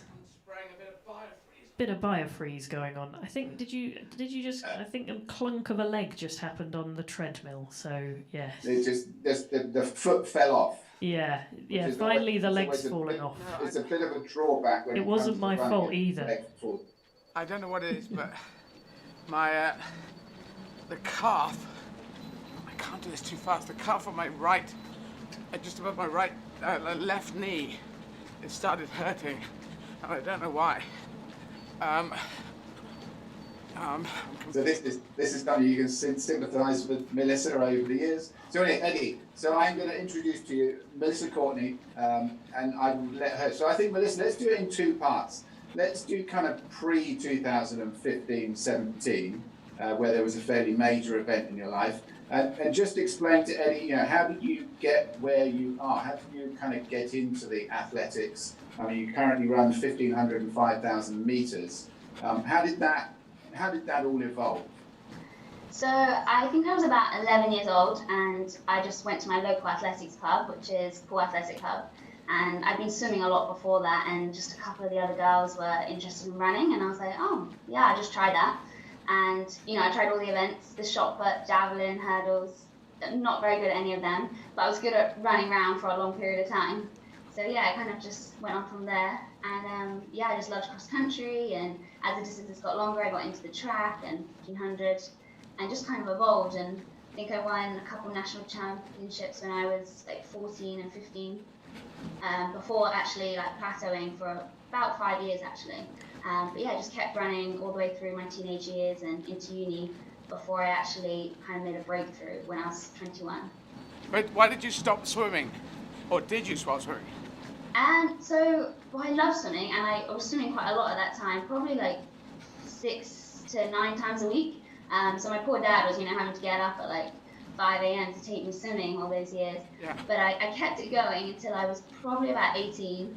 And I actually found it really good cross training for my running. And I think that's why now I'm just so aerobically strong, because I've just had that swimming background and that non-impact sport as well. I didn't do too much running too young. So we kind of built up the miles, gradually. So yeah, I think that definitely helped. But I now pick it up only when I have to, when I'm, got a little niggle or injury. But I don't get in the pool that often now. Probably should a little bit more. Right. I see you've got a degree in sports psychology. Is that right? Yeah. Does that help? So I went to Brunel University and I did sports science undergrad, and then I did a master's in sports psychology, and yeah, I absolutely loved it. And yeah, it should definitely help. I think it helps myself. Like, I try to help my husband, you know, or like other athletes, but I don't know if I'm as good at helping other people as I am myself. But yeah, there's a lot of positive thinking, especially when I'm like racing, or you know, on those, like you are now, like on those runs where I'm tired and I've just got to get it done. I just start picturing like the races and what I want to do, what I want to achieve, and that kind of gets me through them. And then, you know, before I know it, I'm finished. So that's normally what I think about my last run of the day when I'm really tired. Now, I'm going to say something weird to Tim and Melissa. Can you see the countdown clock that has come on the screen? Yeah. With the 42.21, 21 seconds, and it's good. 42.2 is in orange, and beneath that in white is the countdown clock. You can see that? Yeah. Yeah, Ooh, and okay. bizarrely, just said that, it had 42.2 in orange and 42.2 in white, which is kind of weird. Yeah, that would be bonkers. Because obviously that's counting down, so I've got 40 minutes to go. I want to show something, which is Dave upstairs. Is it the second video? We haven't showed the second video, have we? Dave? We haven't. I've got the second and the third. Can I show the second one now? If you're okay holding on, you can see this, Melissa. This is the second one. 11 months ago, I was in Vilnius in Lithuania, running the marathon actually there, and now I'm here doing it virtually. So this was how I was feeling in the middle of the 17th marathon. It's 11 months ago. So run the tape, please. So in Vilnius, which is in Lithuania. I've got about 3 more kilometers to go, but I'm getting behind schedule. And I'm going to be 4 minutes over 7 hours now, and I need to be under 7 hours. So I'm trying to go as fast as I can, but my Achilles on the left is really hurting. Well, I've been heading for about 3 days and trying to make it work, trying to make it heal while using it, which is tough. So this is nice. This is a park in Vilnius, but I'm very tired. I just gotta keep thundering on. 3 more K to go, and then I have to do a furious wash, furious bath, furious pack, and then get in a bus to go to Riga. And that's it for tomorrow. Once we get to the hotel, then I can relax. Once I get on the bus, I suppose I can relax. But it's just tough. Please do press on the connect button. And we're trying to make humanity great again. So that's the whole project. That's why I'm running my backside off and my Achilles heel off. Where's Achilles when you need him? Okay. All right. Bye-bye. Talk to you in the end. So yeah, I don't know if you could hear that, because I think I was having a bit of a rotten day that one. It's slightly easier. Well, I don't know, there's slightly advantage. Have you ever done lots of running on a treadmill, Melissa? Yeah, so I've not done loads, but obviously through the first lockdown, I got a treadmill, which is currently still in my kitchen now. Don't have any room elsewhere to put it in my house, so it just stays in the kitchen. And through the first lockdown, I was doing all my second runs, obviously, because we weren't only allowed out once a day. So they were all happening on the treadmill, but I did limit them to about 6 miles. So yeah, I think you're incredible. I can't even imagine how you're doing this on a treadmill. So yeah, I'm really in awe of you. So Melissa, do you run on the treadmill while you're cooking spaghetti bolognese? Yeah, not quite. To be fair, during lockdown, I'd be on the treadmill when I ran, and then my husband was cooking, which was quite nice because I knew I could just jump off and the dinner would be ready. So yeah, that got me out of cooking, especially if I delayed the second run. That's good. So how do you know Tim? Awesome. So when I think I was about 16, probably when I met Tim, and I actually broke my foot. I had just a freak accident and fell over, and ended up having like a stress fracture in my foot, and that's when I got in contact with Tim and yeah, started seeing him regularly then to help me. So Mel, can we just talk a little bit about it, because people will be intrigued, I'm sure, about how do athletes end up where they end up. So everybody knows the 100 meters, everybody knows like Usain Bolt, everybody knows 200 meters, which are their classic sprint races. And everybody knows the marathon, which is the ultimate long distance run within the Olympics. But when you start getting to middle distance, between the 400 and 1500, 5,000, 10,000, these kind of distances, how does an athlete work out, okay, well, I want to do that distance? So how do you arrive at that point? So I think when I was younger, like when you want to start doing distance races when you're younger, the first one you can do is at 1200 meters when you're about 11. So that's what I did first, and then it progressively moved obviously to the 1500, and I just found that was like my niche. I loved the 1500. I wasn't quite quick enough for the 8. There wasn't as many opportunities when I was younger to do longer distance than that, and I just love the tactics of the 1500. And then as I've got older, I've progressed into the 5K, but yeah, still ran in the 1500 as well, and I think they really complement each other. You need to have the speed, the power, the strength for both of them. So yeah, they're definitely my favourite, but I don't know, maybe one day I'll move up the distances as well, and maybe I'll actually tackle a marathon too. Sorry. I've got a question that's quite left field, Mel, and that is, as I'm someone now with very long hair, because I got extensions a while back before lockdown happened, what do you do with your hair when you run? Is it a ponytail, or it causes, it's not as easy as just having short hair, is it? No, so yeah, when I train, I normally have it in a high ponytail. Right. But if you look at any pictures of me racing, I always have it in a bun. Right. So I use like one of those donuts. I don't know if you know, and like you put your hair in a ponytail, put my hair around the donut, clip it round, and it does not move. And I just don't like my hair being on my neck and getting sweaty when I'm running. Yeah. So I think donut works really well. It doesn't move. A lot of hairspray, a lot of hair grips. Yeah, I've got very good hair grips, because if people who don't use hair grips don't know, there's the bobby pin, which is a one thing, but the hair grip is just the open V one, isn't it? And I thought, how the hell does this work? And after I got extensions, I just had to. If I'm doing a high ponytail, there's a lot of loose hair at the back. But now, as Sarah, event manager here, that we're in the same bubble, she will attest to. I'm quite quick, aren't I, Sarah, putting the hairpins in? Like the quickest I've ever seen anyone put hairpins in, ever, I think. It's like lightning. Well, once you learn how the bloody things work, because they look impossible, don't they? No one gives you, I don't know whether your mum told you how to do hairpins or a sister or something, but you just look at it and think, well, where's the bloody instructions? But you've got the technique with the twist as well. I mean, it's beyond me, so... Yeah, what, do you find hairpins easy? Sorry, I know we're talking about very... Yeah, no, it's fine. I must have about 20 or more in my bun when I race. Yeah. They're just jammed in at every bit possible because I don't want any of it like loose. But yeah, then I end up finding them around the house for days because I just take them out and there's so many. But yeah, it's difficult, and yeah, I've had a lot of like trial and error. Like I used to run with my hair in a plait when I was younger, but I couldn't plait my own hair, and my mum used to do that for me. So I had to learn how to do something, and the bun just seemed to work. And yeah, it's a bit my trademark now. I always have a bun. Very good, very good. I will look for the bun. I might try the bun. Thank you, Tim. And I guess the added advantage there as well is that if an athlete starts to go past you, you could pull one of the pins out and start stabbing them. Yeah, you could try that. Tim, you would never get there because you can't see the bloody things.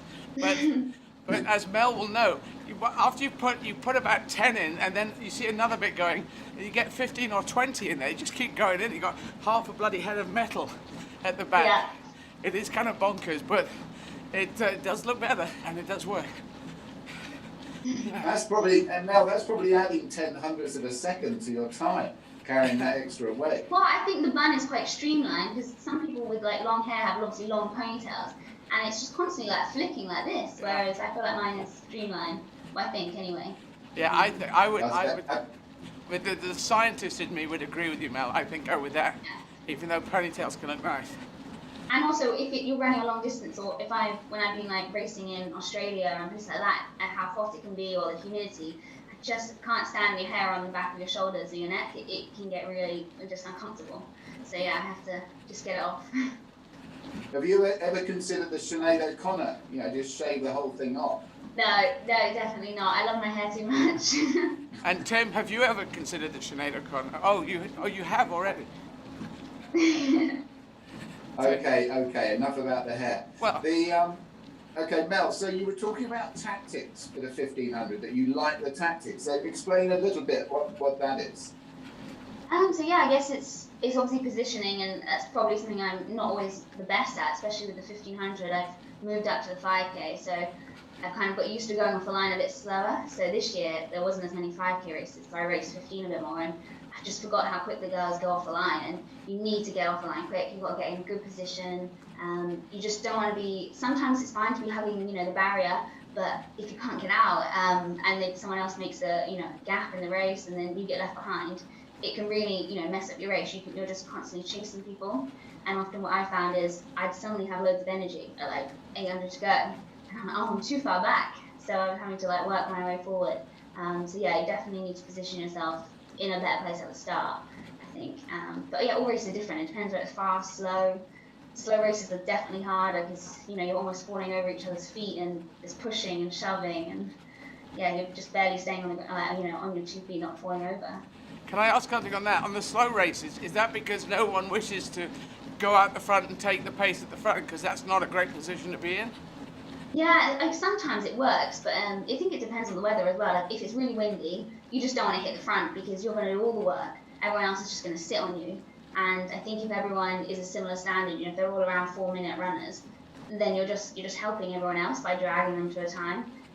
Whereas most of the big Diamond League meets, we have pacemakers, but the championships obviously are all done just purely on tactics. Right. So sometimes they can be really slow. So yeah, it just depends. Depends unless someone wants to take it on, or sometimes you get team tactics, like a lot of the Kenyans work together. Someone might push it on because they want to help one of the other athletes win a medal. Right. So yeah, you see that quite a lot. And the Kenyans do this, but the British don't do it so much? Yeah, you see the Kenyans do it quite a lot in a few of the races. They do help each other out, and yeah, same with Ethiopians. But yeah, not so much with the Brits. We all get along really well, but when it comes to the race, we're just fighting for our own self. Gotcha. And so, Mel, I know that you went out to I-10 in Kenya and did some training out there. Did the Kenyans, when you arrived, did they say, "Oh, we've got a British runner now. We're not going to show her what we really do. We're going to train differently"? Or did you find that really enriching experience? I absolutely loved it. I've been there, I think, 6 times. So each time I've spent at least a month there. So yeah, I absolutely love it. And we normally just stick to like training with our training group. We go out with the British team. But sometimes we'll join other people, we'll meet other people. So we stay in a camp, it's like Lorna Kiplagat's camp.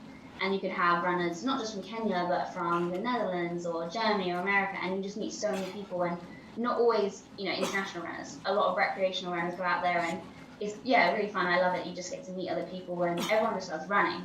You go out for your Sunday run, and it is just heaving with runners along the street, and it's just a different way of life. So it was quite sad. We normally would go there in January, but this is the first year. I think I haven't been there since 2015, maybe.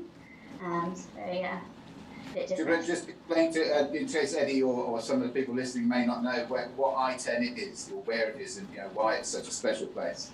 Yes, it's just it's in Kenya. It's the home of the champions, it's called, and David Rudisha is from there. Kiplagat, Lorna Kiplagat. Yeah, so many runners are from there. And yeah, when you go there, you could just be running along the street, and the world champion, Olympic champion, a world record holder, all these people could just run past you. And it's crazy. And you see some of the Kenyans out doing a session, and there could be 50, 60 of them all together. And they're spread out so far because of the standards between them. But someone at the back could still be running a 2:10 marathon. So yeah, it's really incredible. And I had a couple guys that I paid a couple of the Kenyans to actually help me out and pace some of my sessions. So that was a really cool experience. That these guys are 2:13 or something marathon runners, and they don't have a shoe sponsor, they don't have anything really, and they're pacing my sessions for me. It's quite weird. You should think, if they were in the UK or another country, they'd be one of the best runners. So yeah. It's a good experience. How do you find it, the training at altitude? What's that like? Yeah, I really like it. I have a really good response to it. Obviously, we haven't been able to go to altitude because of the lockdown. So I'm currently sleeping in an altitude tent, which I don't enjoy as much as actually being at altitude, because it's just like a big thing around my head when I'm sleeping. and you just hear the air coming in at night. So yeah, it's not as fun as actually being in Kenya, or we often go to Flagstaff and places like that. But can you explain more how that works? How does that high altitude tent work? So yeah, you're just sleeping at, so at the moment I'm sleeping at 2,400 meters, which is roughly like Kenya height, 8,000 feet above sea level. Right. And by sleeping at that level, you know, you're just kind of depriving your body of oxygen, so it has to work harder to actually function. And this helps increase, you know, red blood cells to the working muscles when you're running. So yeah, this is why we normally go to altitude, and it's good to train at altitude, but there are a lot of, you know, scientific evidence that you can just sleep at altitude and train low, which is obviously what we're having to do here. But Mel, explain that thing with the bubble and what, are they putting less oxygen? Is it a controlled amount of oxygen? And how does the bubble fit you and all that? Yeah, it's quite weird. So I have a big generator, and at the moment this is in my spare bedroom, and then I feed the pipe through the window, through to my bedroom, because I don't want the generator in my room, because the generator is really noisy.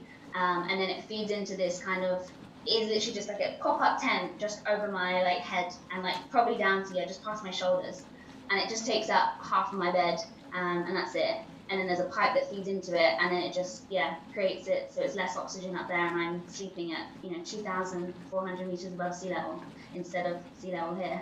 Oh, wow. So, yeah, it's a bit weird, and it does take up quite a lot of space, and obviously, my husband's not in the tent next to me, so he's a bit squished to the side at the moment because of this big tent. Right.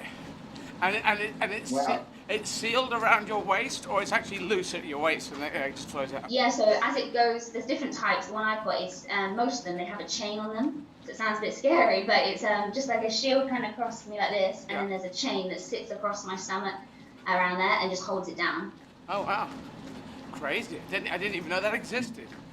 Yeah, so at the moment I think they're probably having quite a boom, the people who make them actually, because so many athletes are having to buy them because we can't obviously travel or get to altitude, so a lot of people are sleeping in them now. Tim, should I get one for the rest of the marathons? Oh, absolutely. Yeah, I think that's. I think, in fact, I think actually the adaptation would probably be you probably finish the marathons by the time you've adapted. To be honest. So. Yeah, that'd be But Mel, very tired. how does it work? Does it work by taking oxygen out, or does it just? Have you got an oxygen tank which gives a certain amount of oxygen?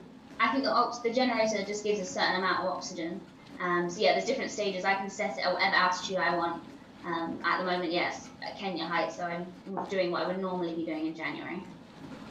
So did Ashley realise he was marrying into an elite athlete and a generator and an oxygen tent? Was that part of the deal? Yeah, he doesn't seem to mind, which is good. He doesn't fidget, whereas I fidget a lot in my sleep. So I had to get the slightly bigger tent because I needed it to, have room for me to move about. Whereas for him, he just stays into one side of the bed and doesn't move. But it doesn't bother him at the moment. But yeah, the noise is quite loud. I have to sleep with earbuds in every night now with it. Wow. I mean, that's extraordinary. Yeah, I mean, that's the real world of being an elite athlete that people don't realise. Yeah, and it makes you tired as well, because normally when I'm at altitude, I sleep a lot more anyway, and I have a lot more naps. Whereas here, I'm like, I'm training like I would because we're at sea level, but I'm still tired, so by the afternoon, I have to have naps. I sleep more in the tent. I get out in the morning, and I feel just a bit more tired than normal. But yeah, hopefully the adaptations will be good, and I've been sleeping in it for just over a month, so just about 2 weeks to go. And that's an interesting thing. I've been talking to Eddie about the importance of sleep and recovery, but of course, with what Eddie's doing, she's running a marathon every day and then doing a gig, which is an enormous toll. And so trying to fit sleep into her day is much more difficult. How many hours when you're pre-Olympics or a race event? How much sleep will you be getting a day? I would say probably 10 hours a night plus a nap. And a nap could be anywhere from half an hour to 90 minutes, depending how tired I am. I do like my sleep a lot. I can sleep in. I'm very good at sleeping through my alarm. So yeah.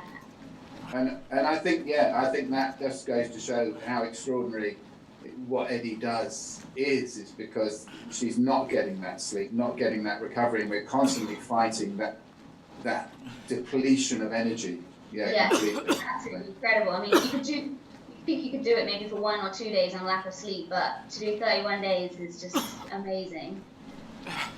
Yeah, I now have a cough since when it goes down the wrong way.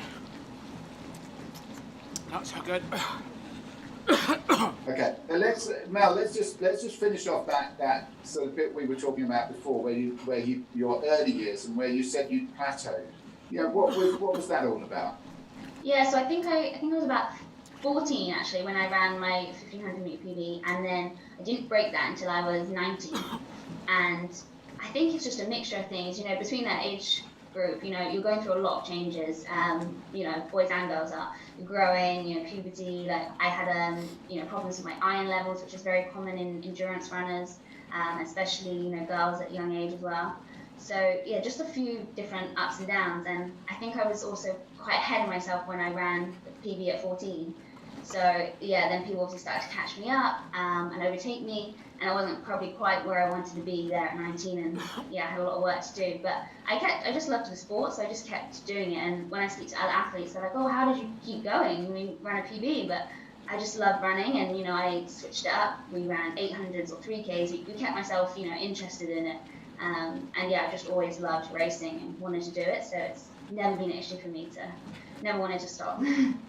And I think that's another good point that, you know, people who are watching may not realise, is that there are an awful lot of very capable athletes in that teenage years. And I've spoken, you know, to your dad. You know, Paul SE has some fabulous coaches there, of which one is your dad, Mark Courtney, and also Mark Pooley, who just have given their lives to coaching people in the most magnificent way. But how many athletes just drop out at that time because of other interests and because it's hard work, and it's that dedication and hard work that is either there or it isn't. You know, that determination is kind of innate, do you think? Yeah, definitely. I think you've just got to want to do it. And I was chatting to some Paul AC athletes the other day, actually. I did like a Zoom with the club, and I was just saying I've always been really self-motivated, but yeah, I just think that's me. I've just always really wanted to do it. It's not something I think you can teach people. And the thing is, you know, in those teenage years, boys and girls, they're going through so many different things, you know, what their friends are doing, or then they go to university, they want to go out, there's so many distractions. And I think it's just important to keep people involved in the sport. Like, you don't have to be elite, but just to enjoy sport and keep doing it throughout their life. And that's what will make people keep doing it, you know, into their adulthood, I think. And did your parents do sports? Yeah, so my sister was quite sporty as well, and my mum and dad did sport when they were young, but my dad actually really got into coaching because of me. So he was just down at the track watching my old coach, Mark Corley, just you know, struggle with like 30 kids trying to time them, and he was like, right, I'm going to get involved and help them out. And yeah, now still, over 15 years later, he's still down the club, you know, obviously not in the pandemic, but you know, normally like twice a week coaching athletes. Right. So yeah, that's really nice, and he obviously tries to come to all my races when he can. At the moment, obviously, it's been a bit difficult. He hasn't been able to travel out. But yeah, they've both been really, really supportive, and they're always coming to races and coming up to see me, and they completely understand how I'm always tired or always hungry. Yeah, and it's another thing that's come across when we've been doing these talks over the last 17 days.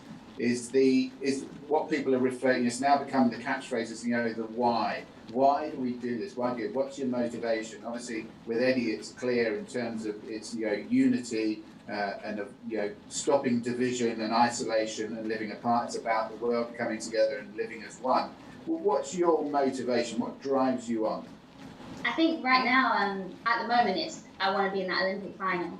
I don't want to just make the Olympics. I don't want to just be part of the team. I want to make an impact. I want to be in that final. And I think that was the turning point for me when I was around 21. I made my first GB team, and I think I finished 10th in the race, and I was just like, oh, I want more than this. And you know, a couple of years of trying to battle through this, and suddenly like made the breakthrough where I obviously got my Commonwealth Games medal in 2018, and after that, that's it. I just want to win medals. So you know, every championship you're going into, you want to be in that final, and you want to try and win a medal. And even if it's not a championship race, I always go into a race thinking I want to be top 3. So that kind of gets me through. And yeah, at the moment I'm just thinking about the Olympics and keeping my fingers crossed it's happening. And yeah, I just want to be in that final. When is it due, the next Olympics? So it's going to be happening at end of July. The athletics starts. And, so yeah. And that's a definite, or it's still COVID willing? Well, I've heard some reports that they haven't, you know, come up with like a backup plan. That they're pretty certain they want it to happen. Right. They put so much money into it, I think Japan have. whether it will mean that all the athletes have to be vaccinated before you go, I'm not really sure. But it will be a very different Olympics. There won't be crowds. I don't even know if there'll be a village. It will be a bit strange, but yeah, I don't care. Even if it's a strange Olympics, I just want to be there. And you're already in? Are you already accepted in? No, so I've got the qualifying time, which is like one box ticked, but we don't actually get selected until it's the end of June. It's our British Championships and trials, and you have to get top 2 to guarantee selection. So yeah, you don't find out for quite a while yet. So just training to make sure I'm in top 2, and then there's normally a 3rd spot as well, which is under discretion, and they decide who it goes to. Right. And the thing that I would say with athletes, we talk about sort of internal gratification and external gratification. And one of the things that I have noticed over the years, having been very fortunate to work with some great athletes, and yourself included, but albeit I was working with you when you were a lot younger, is that the internal gratification is one of the characteristics which you guys have. It's all about you achieving your goals, and whether anybody pats you on the back, whether anybody takes your photograph, whether anybody looks at you on Instagram really isn't that important. The important thing is about you achieving that goal. And I think that's the most amazing thing. But I think a really important message for you and for Eddie is the fact that you're doing this stuff, kind of in a selfless way, just for the right reasons. But you need to know that the joy that you create. So when you do a PB, when you won the medal at the Commonwealth Games, everybody, including me, who's ever been involved in you, there's a smile. There's a feel-good factor. So what you're doing is amazing. Not just for yourself, but for a huge amount of people. And then again, I say that to you as well, Eddie, is that what you do for all the charities and for the raising awareness of what's important in life is absolutely magnificent. So, I take my hat off to you. I've done a bit of running, but nothing compared with what the 2 of you are doing, so well done. Well, but Nick, I just want to go... Can I say one thing to Mel? Mel, you might not notice this, but there's a cunning thing I do in my challenges, is that I always win. Have you noticed? I'm actually very slow, but I win every marathon because there's no one else here, or whatever I'm doing. So I am a very competitive little idiot, and I always arrange it. I once ran with another woman on the 43. She came the whole way with me, and at the end I said to her pleadingly, "Is it all right if I win? Because I always win, So that's my way. I always get the medal. I don't get any medals, but I always win every marathon. So you might have... I mean, you definitely deserve a lot of medals for what you've done. Well, I just get... it's the money raised. That's the nice thing, and the feeling of it, and people notice, So it's a different gig. You're an Olympian, and I'm an Endurian. I'm just an endurance runner. I just keep going, very slow, but I keep it going. And then do a gig afterwards. That's the tricky thing. I have to do a comedy stand-up show in 50 minutes time. So, which I fall asleep in, would you believe? I actually fall asleep in the middle of lines. It's very weird. So don't try that. That's my advice. Don't try that one. Okay. Okay, Mel. So we'll go on because I know you've got some questions to ask Eddie, and I want to leave you enough time to do those things. But let's just go, because everybody's going to look at you and they're going, wow, look, she's looking to qualify for the Olympics. Her dad's a coach. She lives in a great place in Dorset. Well, I don't know now, but she's clearly in a lovely house. This is just a breeze. One more time, you've got the money for the oxygen tent. All of this stuff. But let's go back to Portugal 2015. Let's talk about how difficult it actually has been. Yeah, so I was on a training camp. So this was before, I'm now coached by Rob Denmark. So this was before I was coached by him. And I was with Mark and my dad at this training camp with Full AC. And suddenly, I'd done a track session that morning and I'd done really well. Just suddenly coming across really, really unwell. But I don't really remember much of it. My dad said I just started acting weird. It was a bit like I was drunk. I was really dizzy, didn't really know what was going on. I got a bit aggressive apparently. I don't know what I was saying. I ended up having to go to the hospital and I was completely wiped out. I had no idea what happened. I just remember coming around in the morning and this doctor asking me weird questions and I had no idea what was going on. then being sent off to have a head scan and all sorts of stuff, because apparently I'd hit my head at this point as well. So yeah, we had no idea what happened. I was really lucky that my dad was there with me, because we didn't have a clue what was going on. Like the doctors there didn't actually speak much English, so we didn't actually know what was wrong with me. They just kept saying my liver was inflamed, my liver. But we were like, what's caused this? Like, you know, I've just been training like here in Portugal, just normal training camp. I think I was 21 at the time. And yeah, it was a really, really scary experience. And I stayed in intensive care for about 5 days before they finally let me go. And then I just got on a flight home. And after that, we had to see so many different doctors and, you know, try and find out what was wrong with me. But no one really could figure it out. We, you know, paid quite a lot of money to get these tests done, and we didn't get anything. I had liver biopsy, and nothing seemed to, you know, come to light what it was. So I just kept training. I was like, I want to keep running, and that was the year I actually got my first GB vest. So, you know, I came through a few months later running pretty well. And it wasn't until 2017 in January where I had another episode. This time I was on another training camp, and luckily my physio was with me at the time, and again I got disorientated, I started being sick. He was driving me to the doctors, and apparently I was trying to get out of the car. And then, yeah, so after this, we were like, we really need to get to the bottom of what this disorder is. We just don't know. And now I'm based in Loughborough. We went to the hospital in Nottingham, and it was just a different specialist, just someone like a fresh set of eyes to look at what was wrong with me. And I saw this liver specialist, and he was like, I just have a feeling that you might have this weird disorder. And he was like, it's not really like my field, but he was like, I remember someone having it like 20 years ago that I treated, and he was like, I'm gonna send you for the test. And obviously it came back, and I have it, and it's OTC deficiency, which means my body struggles to digest protein. And the reason I had these episodes was because I had too much protein in my body. My body was under stress probably from the training, and it's just too much ammonia in your blood. So it just sends you delirious and crazy. So yeah, after all those years, we finally actually got a reason for it. But it's actually cleared up so many things. We wonder whether this had to do with when I was younger, I was often sick a lot, just randomly would be sick or car sick. I don't get car sick or anything anymore. And they said the reason you were being sick quite a lot is because your body was rejecting the protein. And now since I've been on medication, yeah, I've had no problems. So it was since then my running has really, you know, improved as well. So, and yeah, so thankful that the doctor actually recognized this rare disorder in me.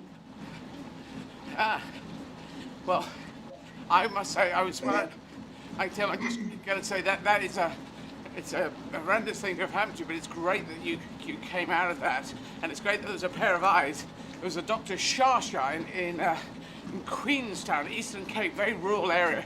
His dad worked for the World Health Organization. He's a black doctor working in South Africa, the new generation of guys after Nelson Mandela.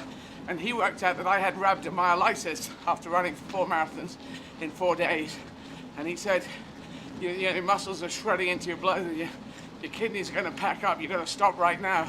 He looked it up. He did like the doctor you said at Nottingham Hospital. He said, I think this is rhabdomyolysis. And he had to get a book out and check.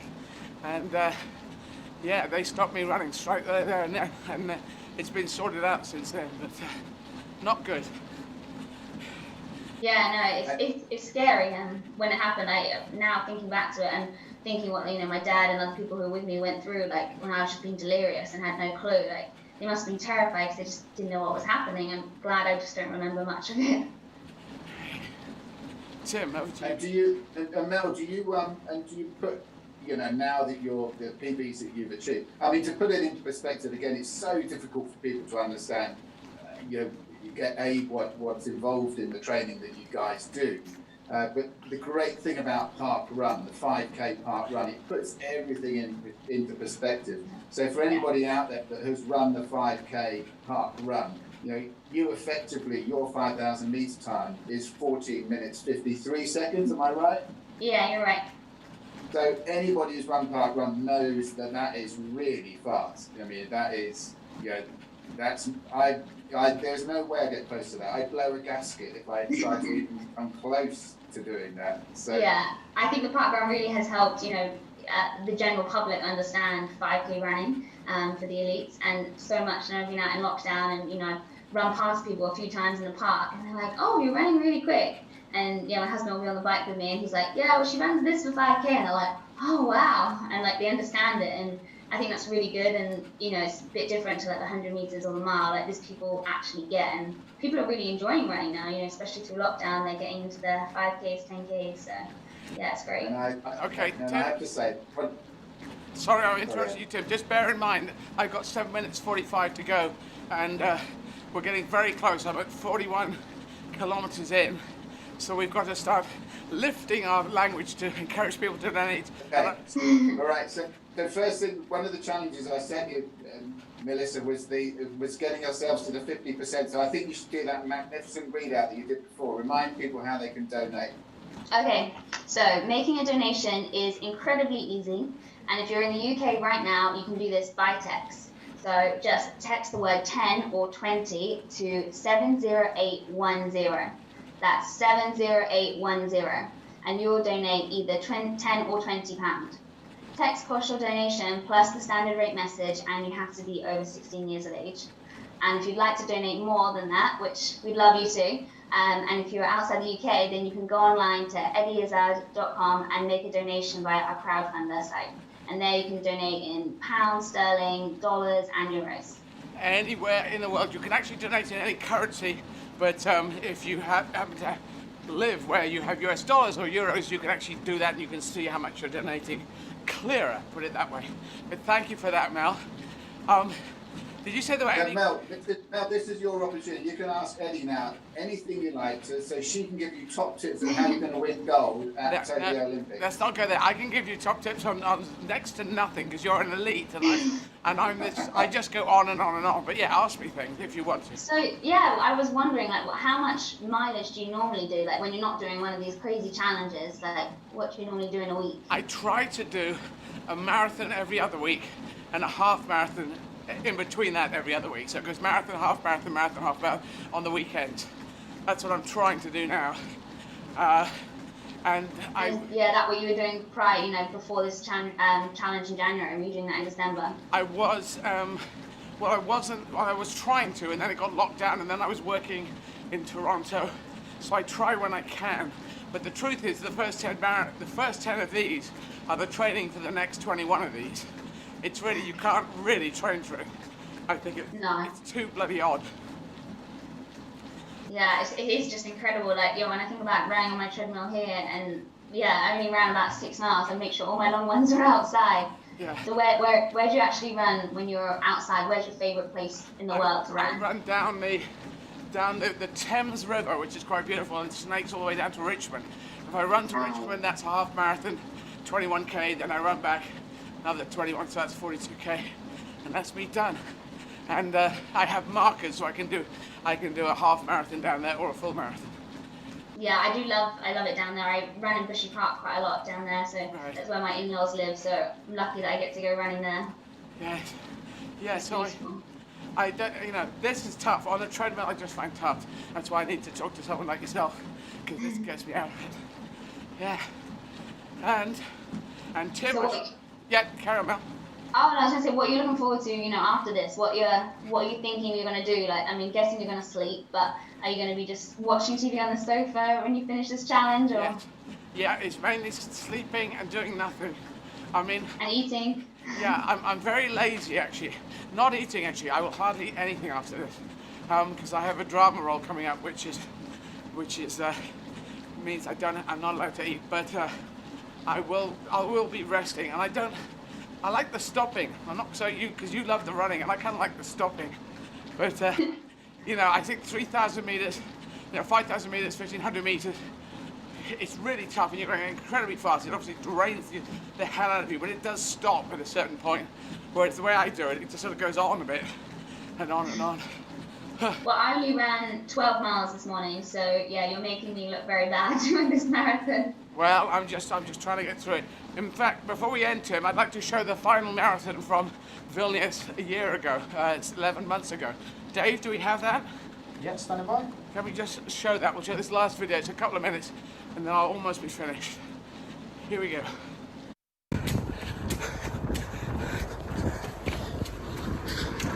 Almost finished. Who's on it? Just gonna keep pushing it.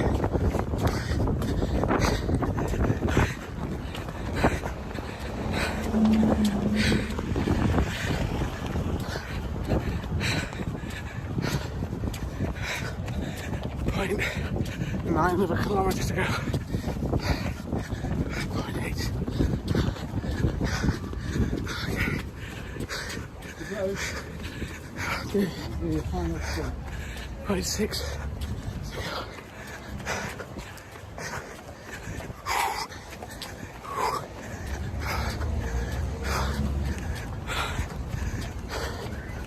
Okay, here we go.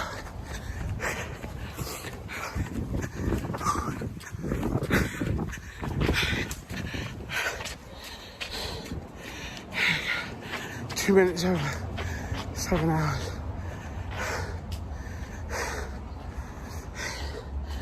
I'm trying to.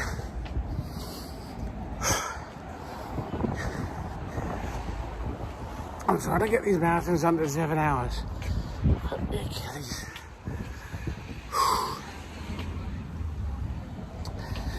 The Achilles tendon really hurts. You can't push it too much, otherwise you're just going to break it.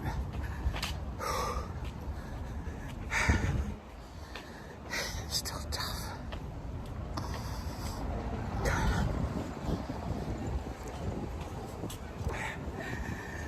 But again, another beautiful city, Vilnius, Lithuania. Thank you for letting me run a marathon. Okay. Yeah, I remember that one being a tough one. What's been your favourite city then you've actually done the marathon in? I'm not sure. Paris was always great. Paris, we were right at the end on the last one, and that was great. Cape Town was beautiful to do it in. There's Berlin, always great to go back to Berlin. So they all have certain things, certain special feels, but I like finishing. I like the stopping. That's what I like. So what I've got coming up in I think 0.1 of a kilometre, I will be finished. So yes. Everyone, you can see the clock counting down. 25 seconds, Yeah. 24, 23.